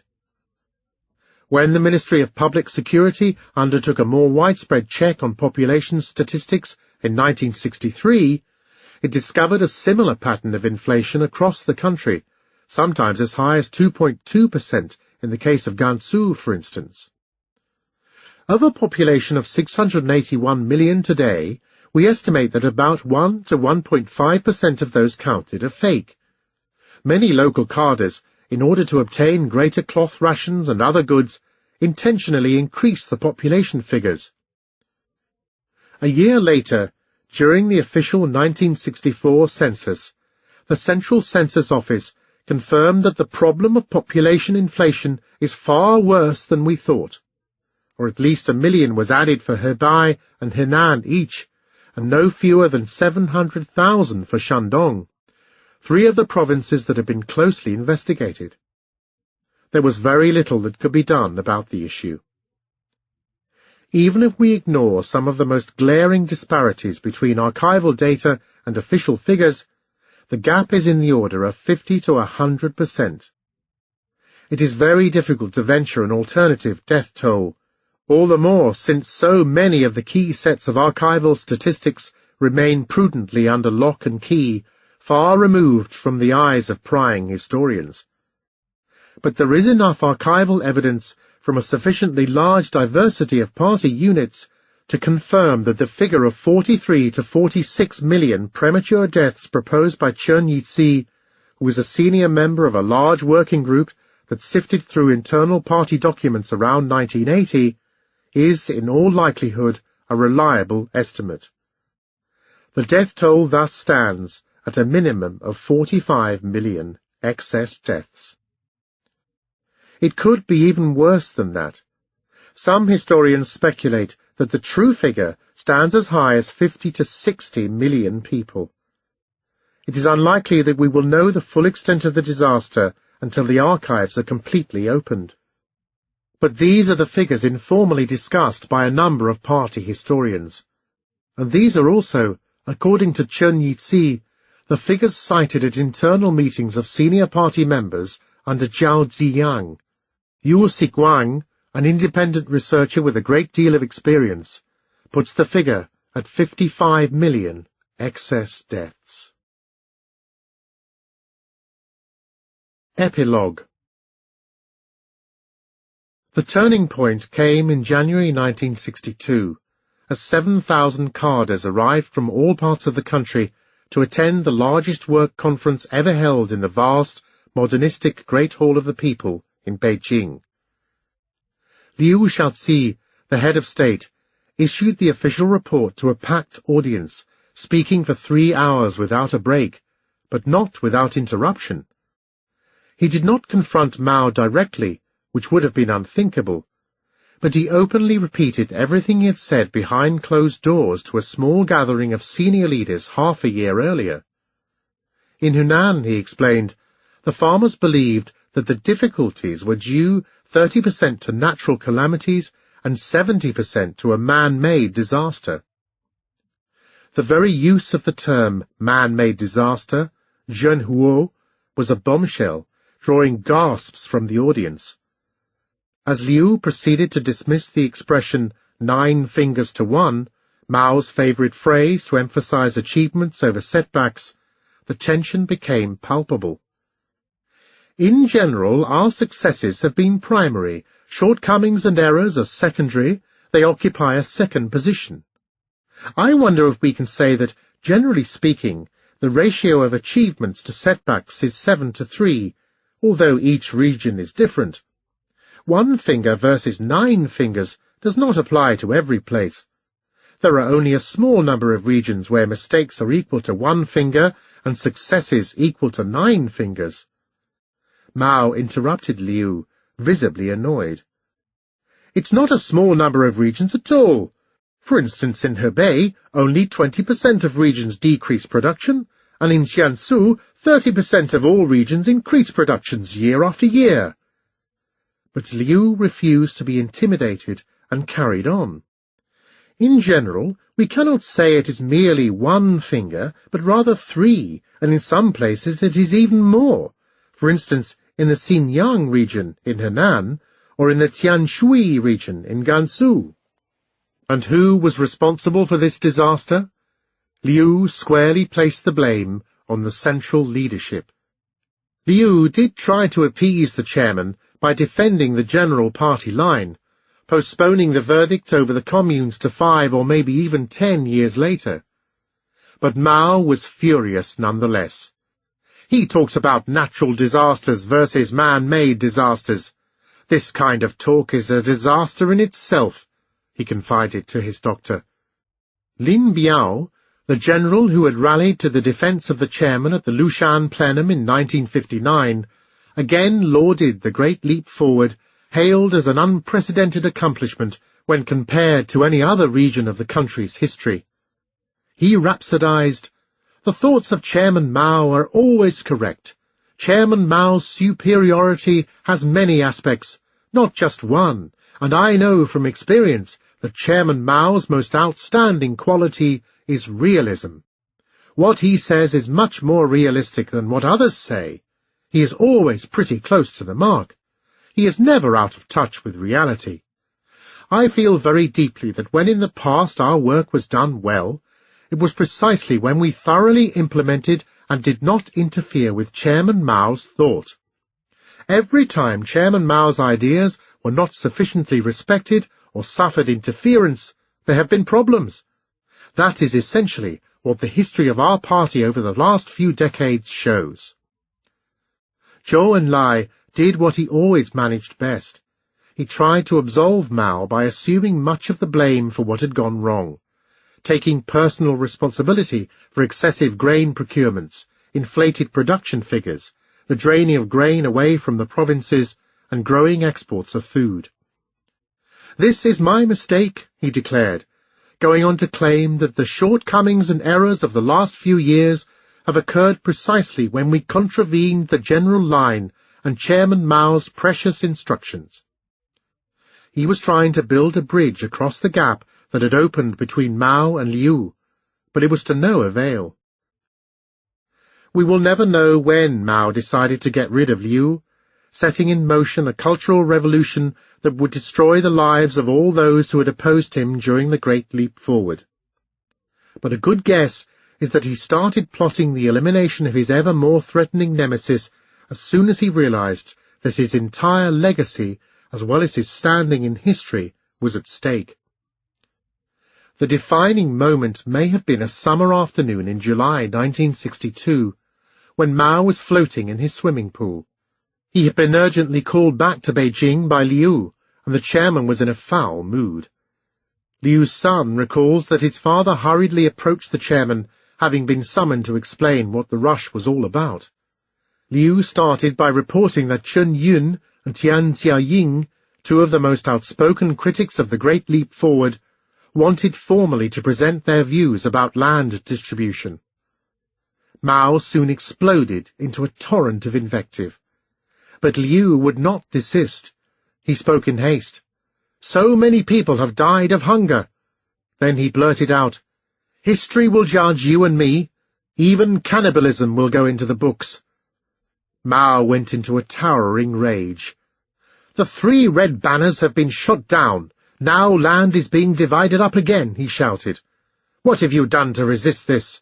What's going to happen after I'm dead?"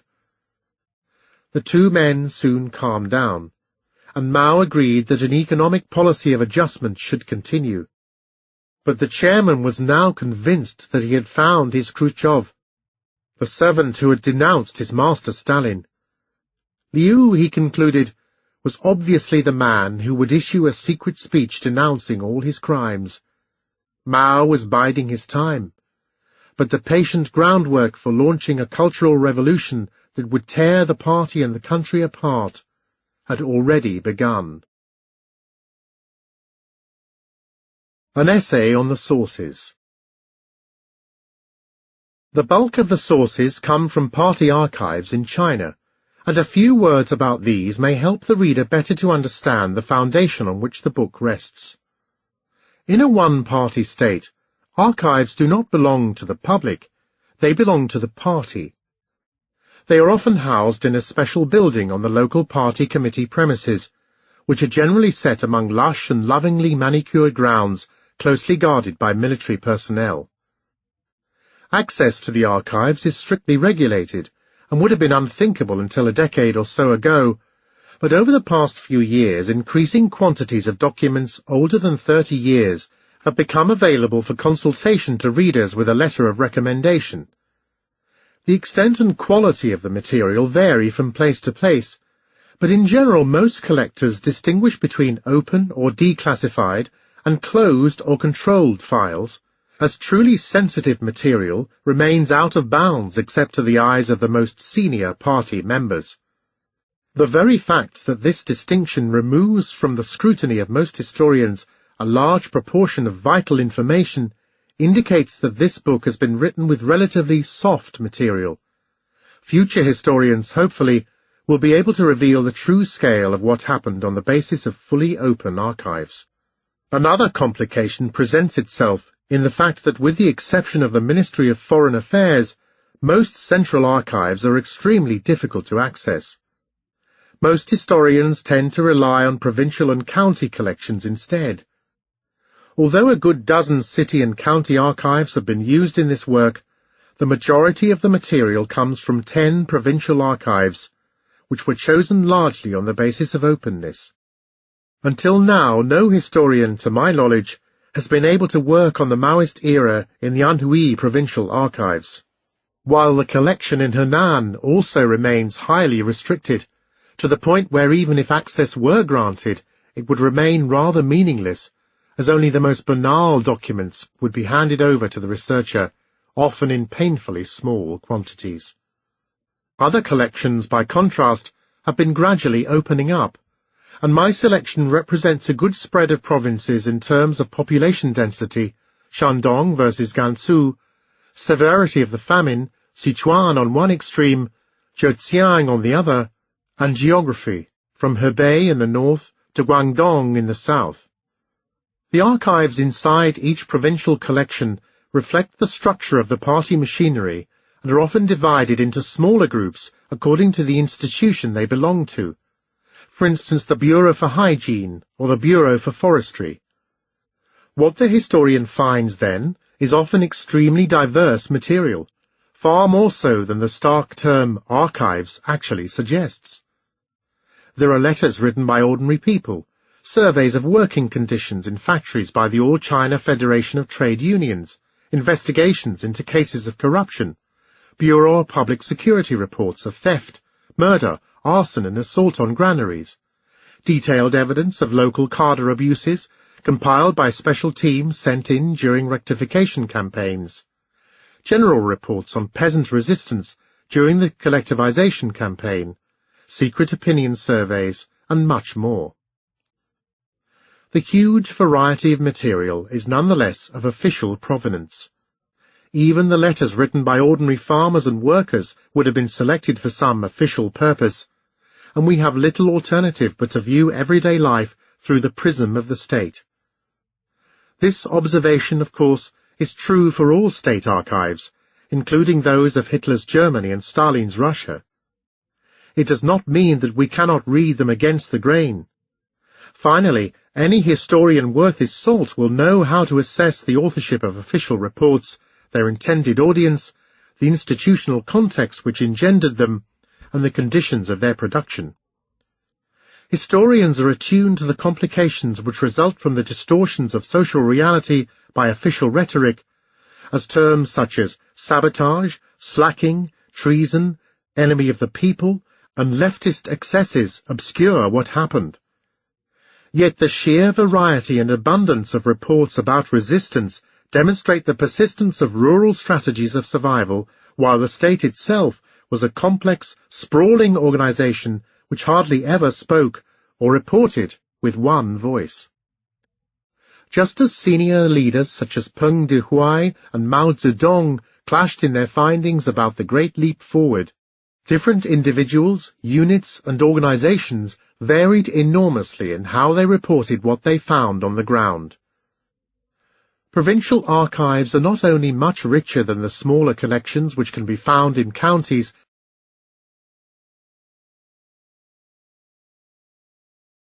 its sheer scope and breadth of analysis supersede all other books in political science on the topic.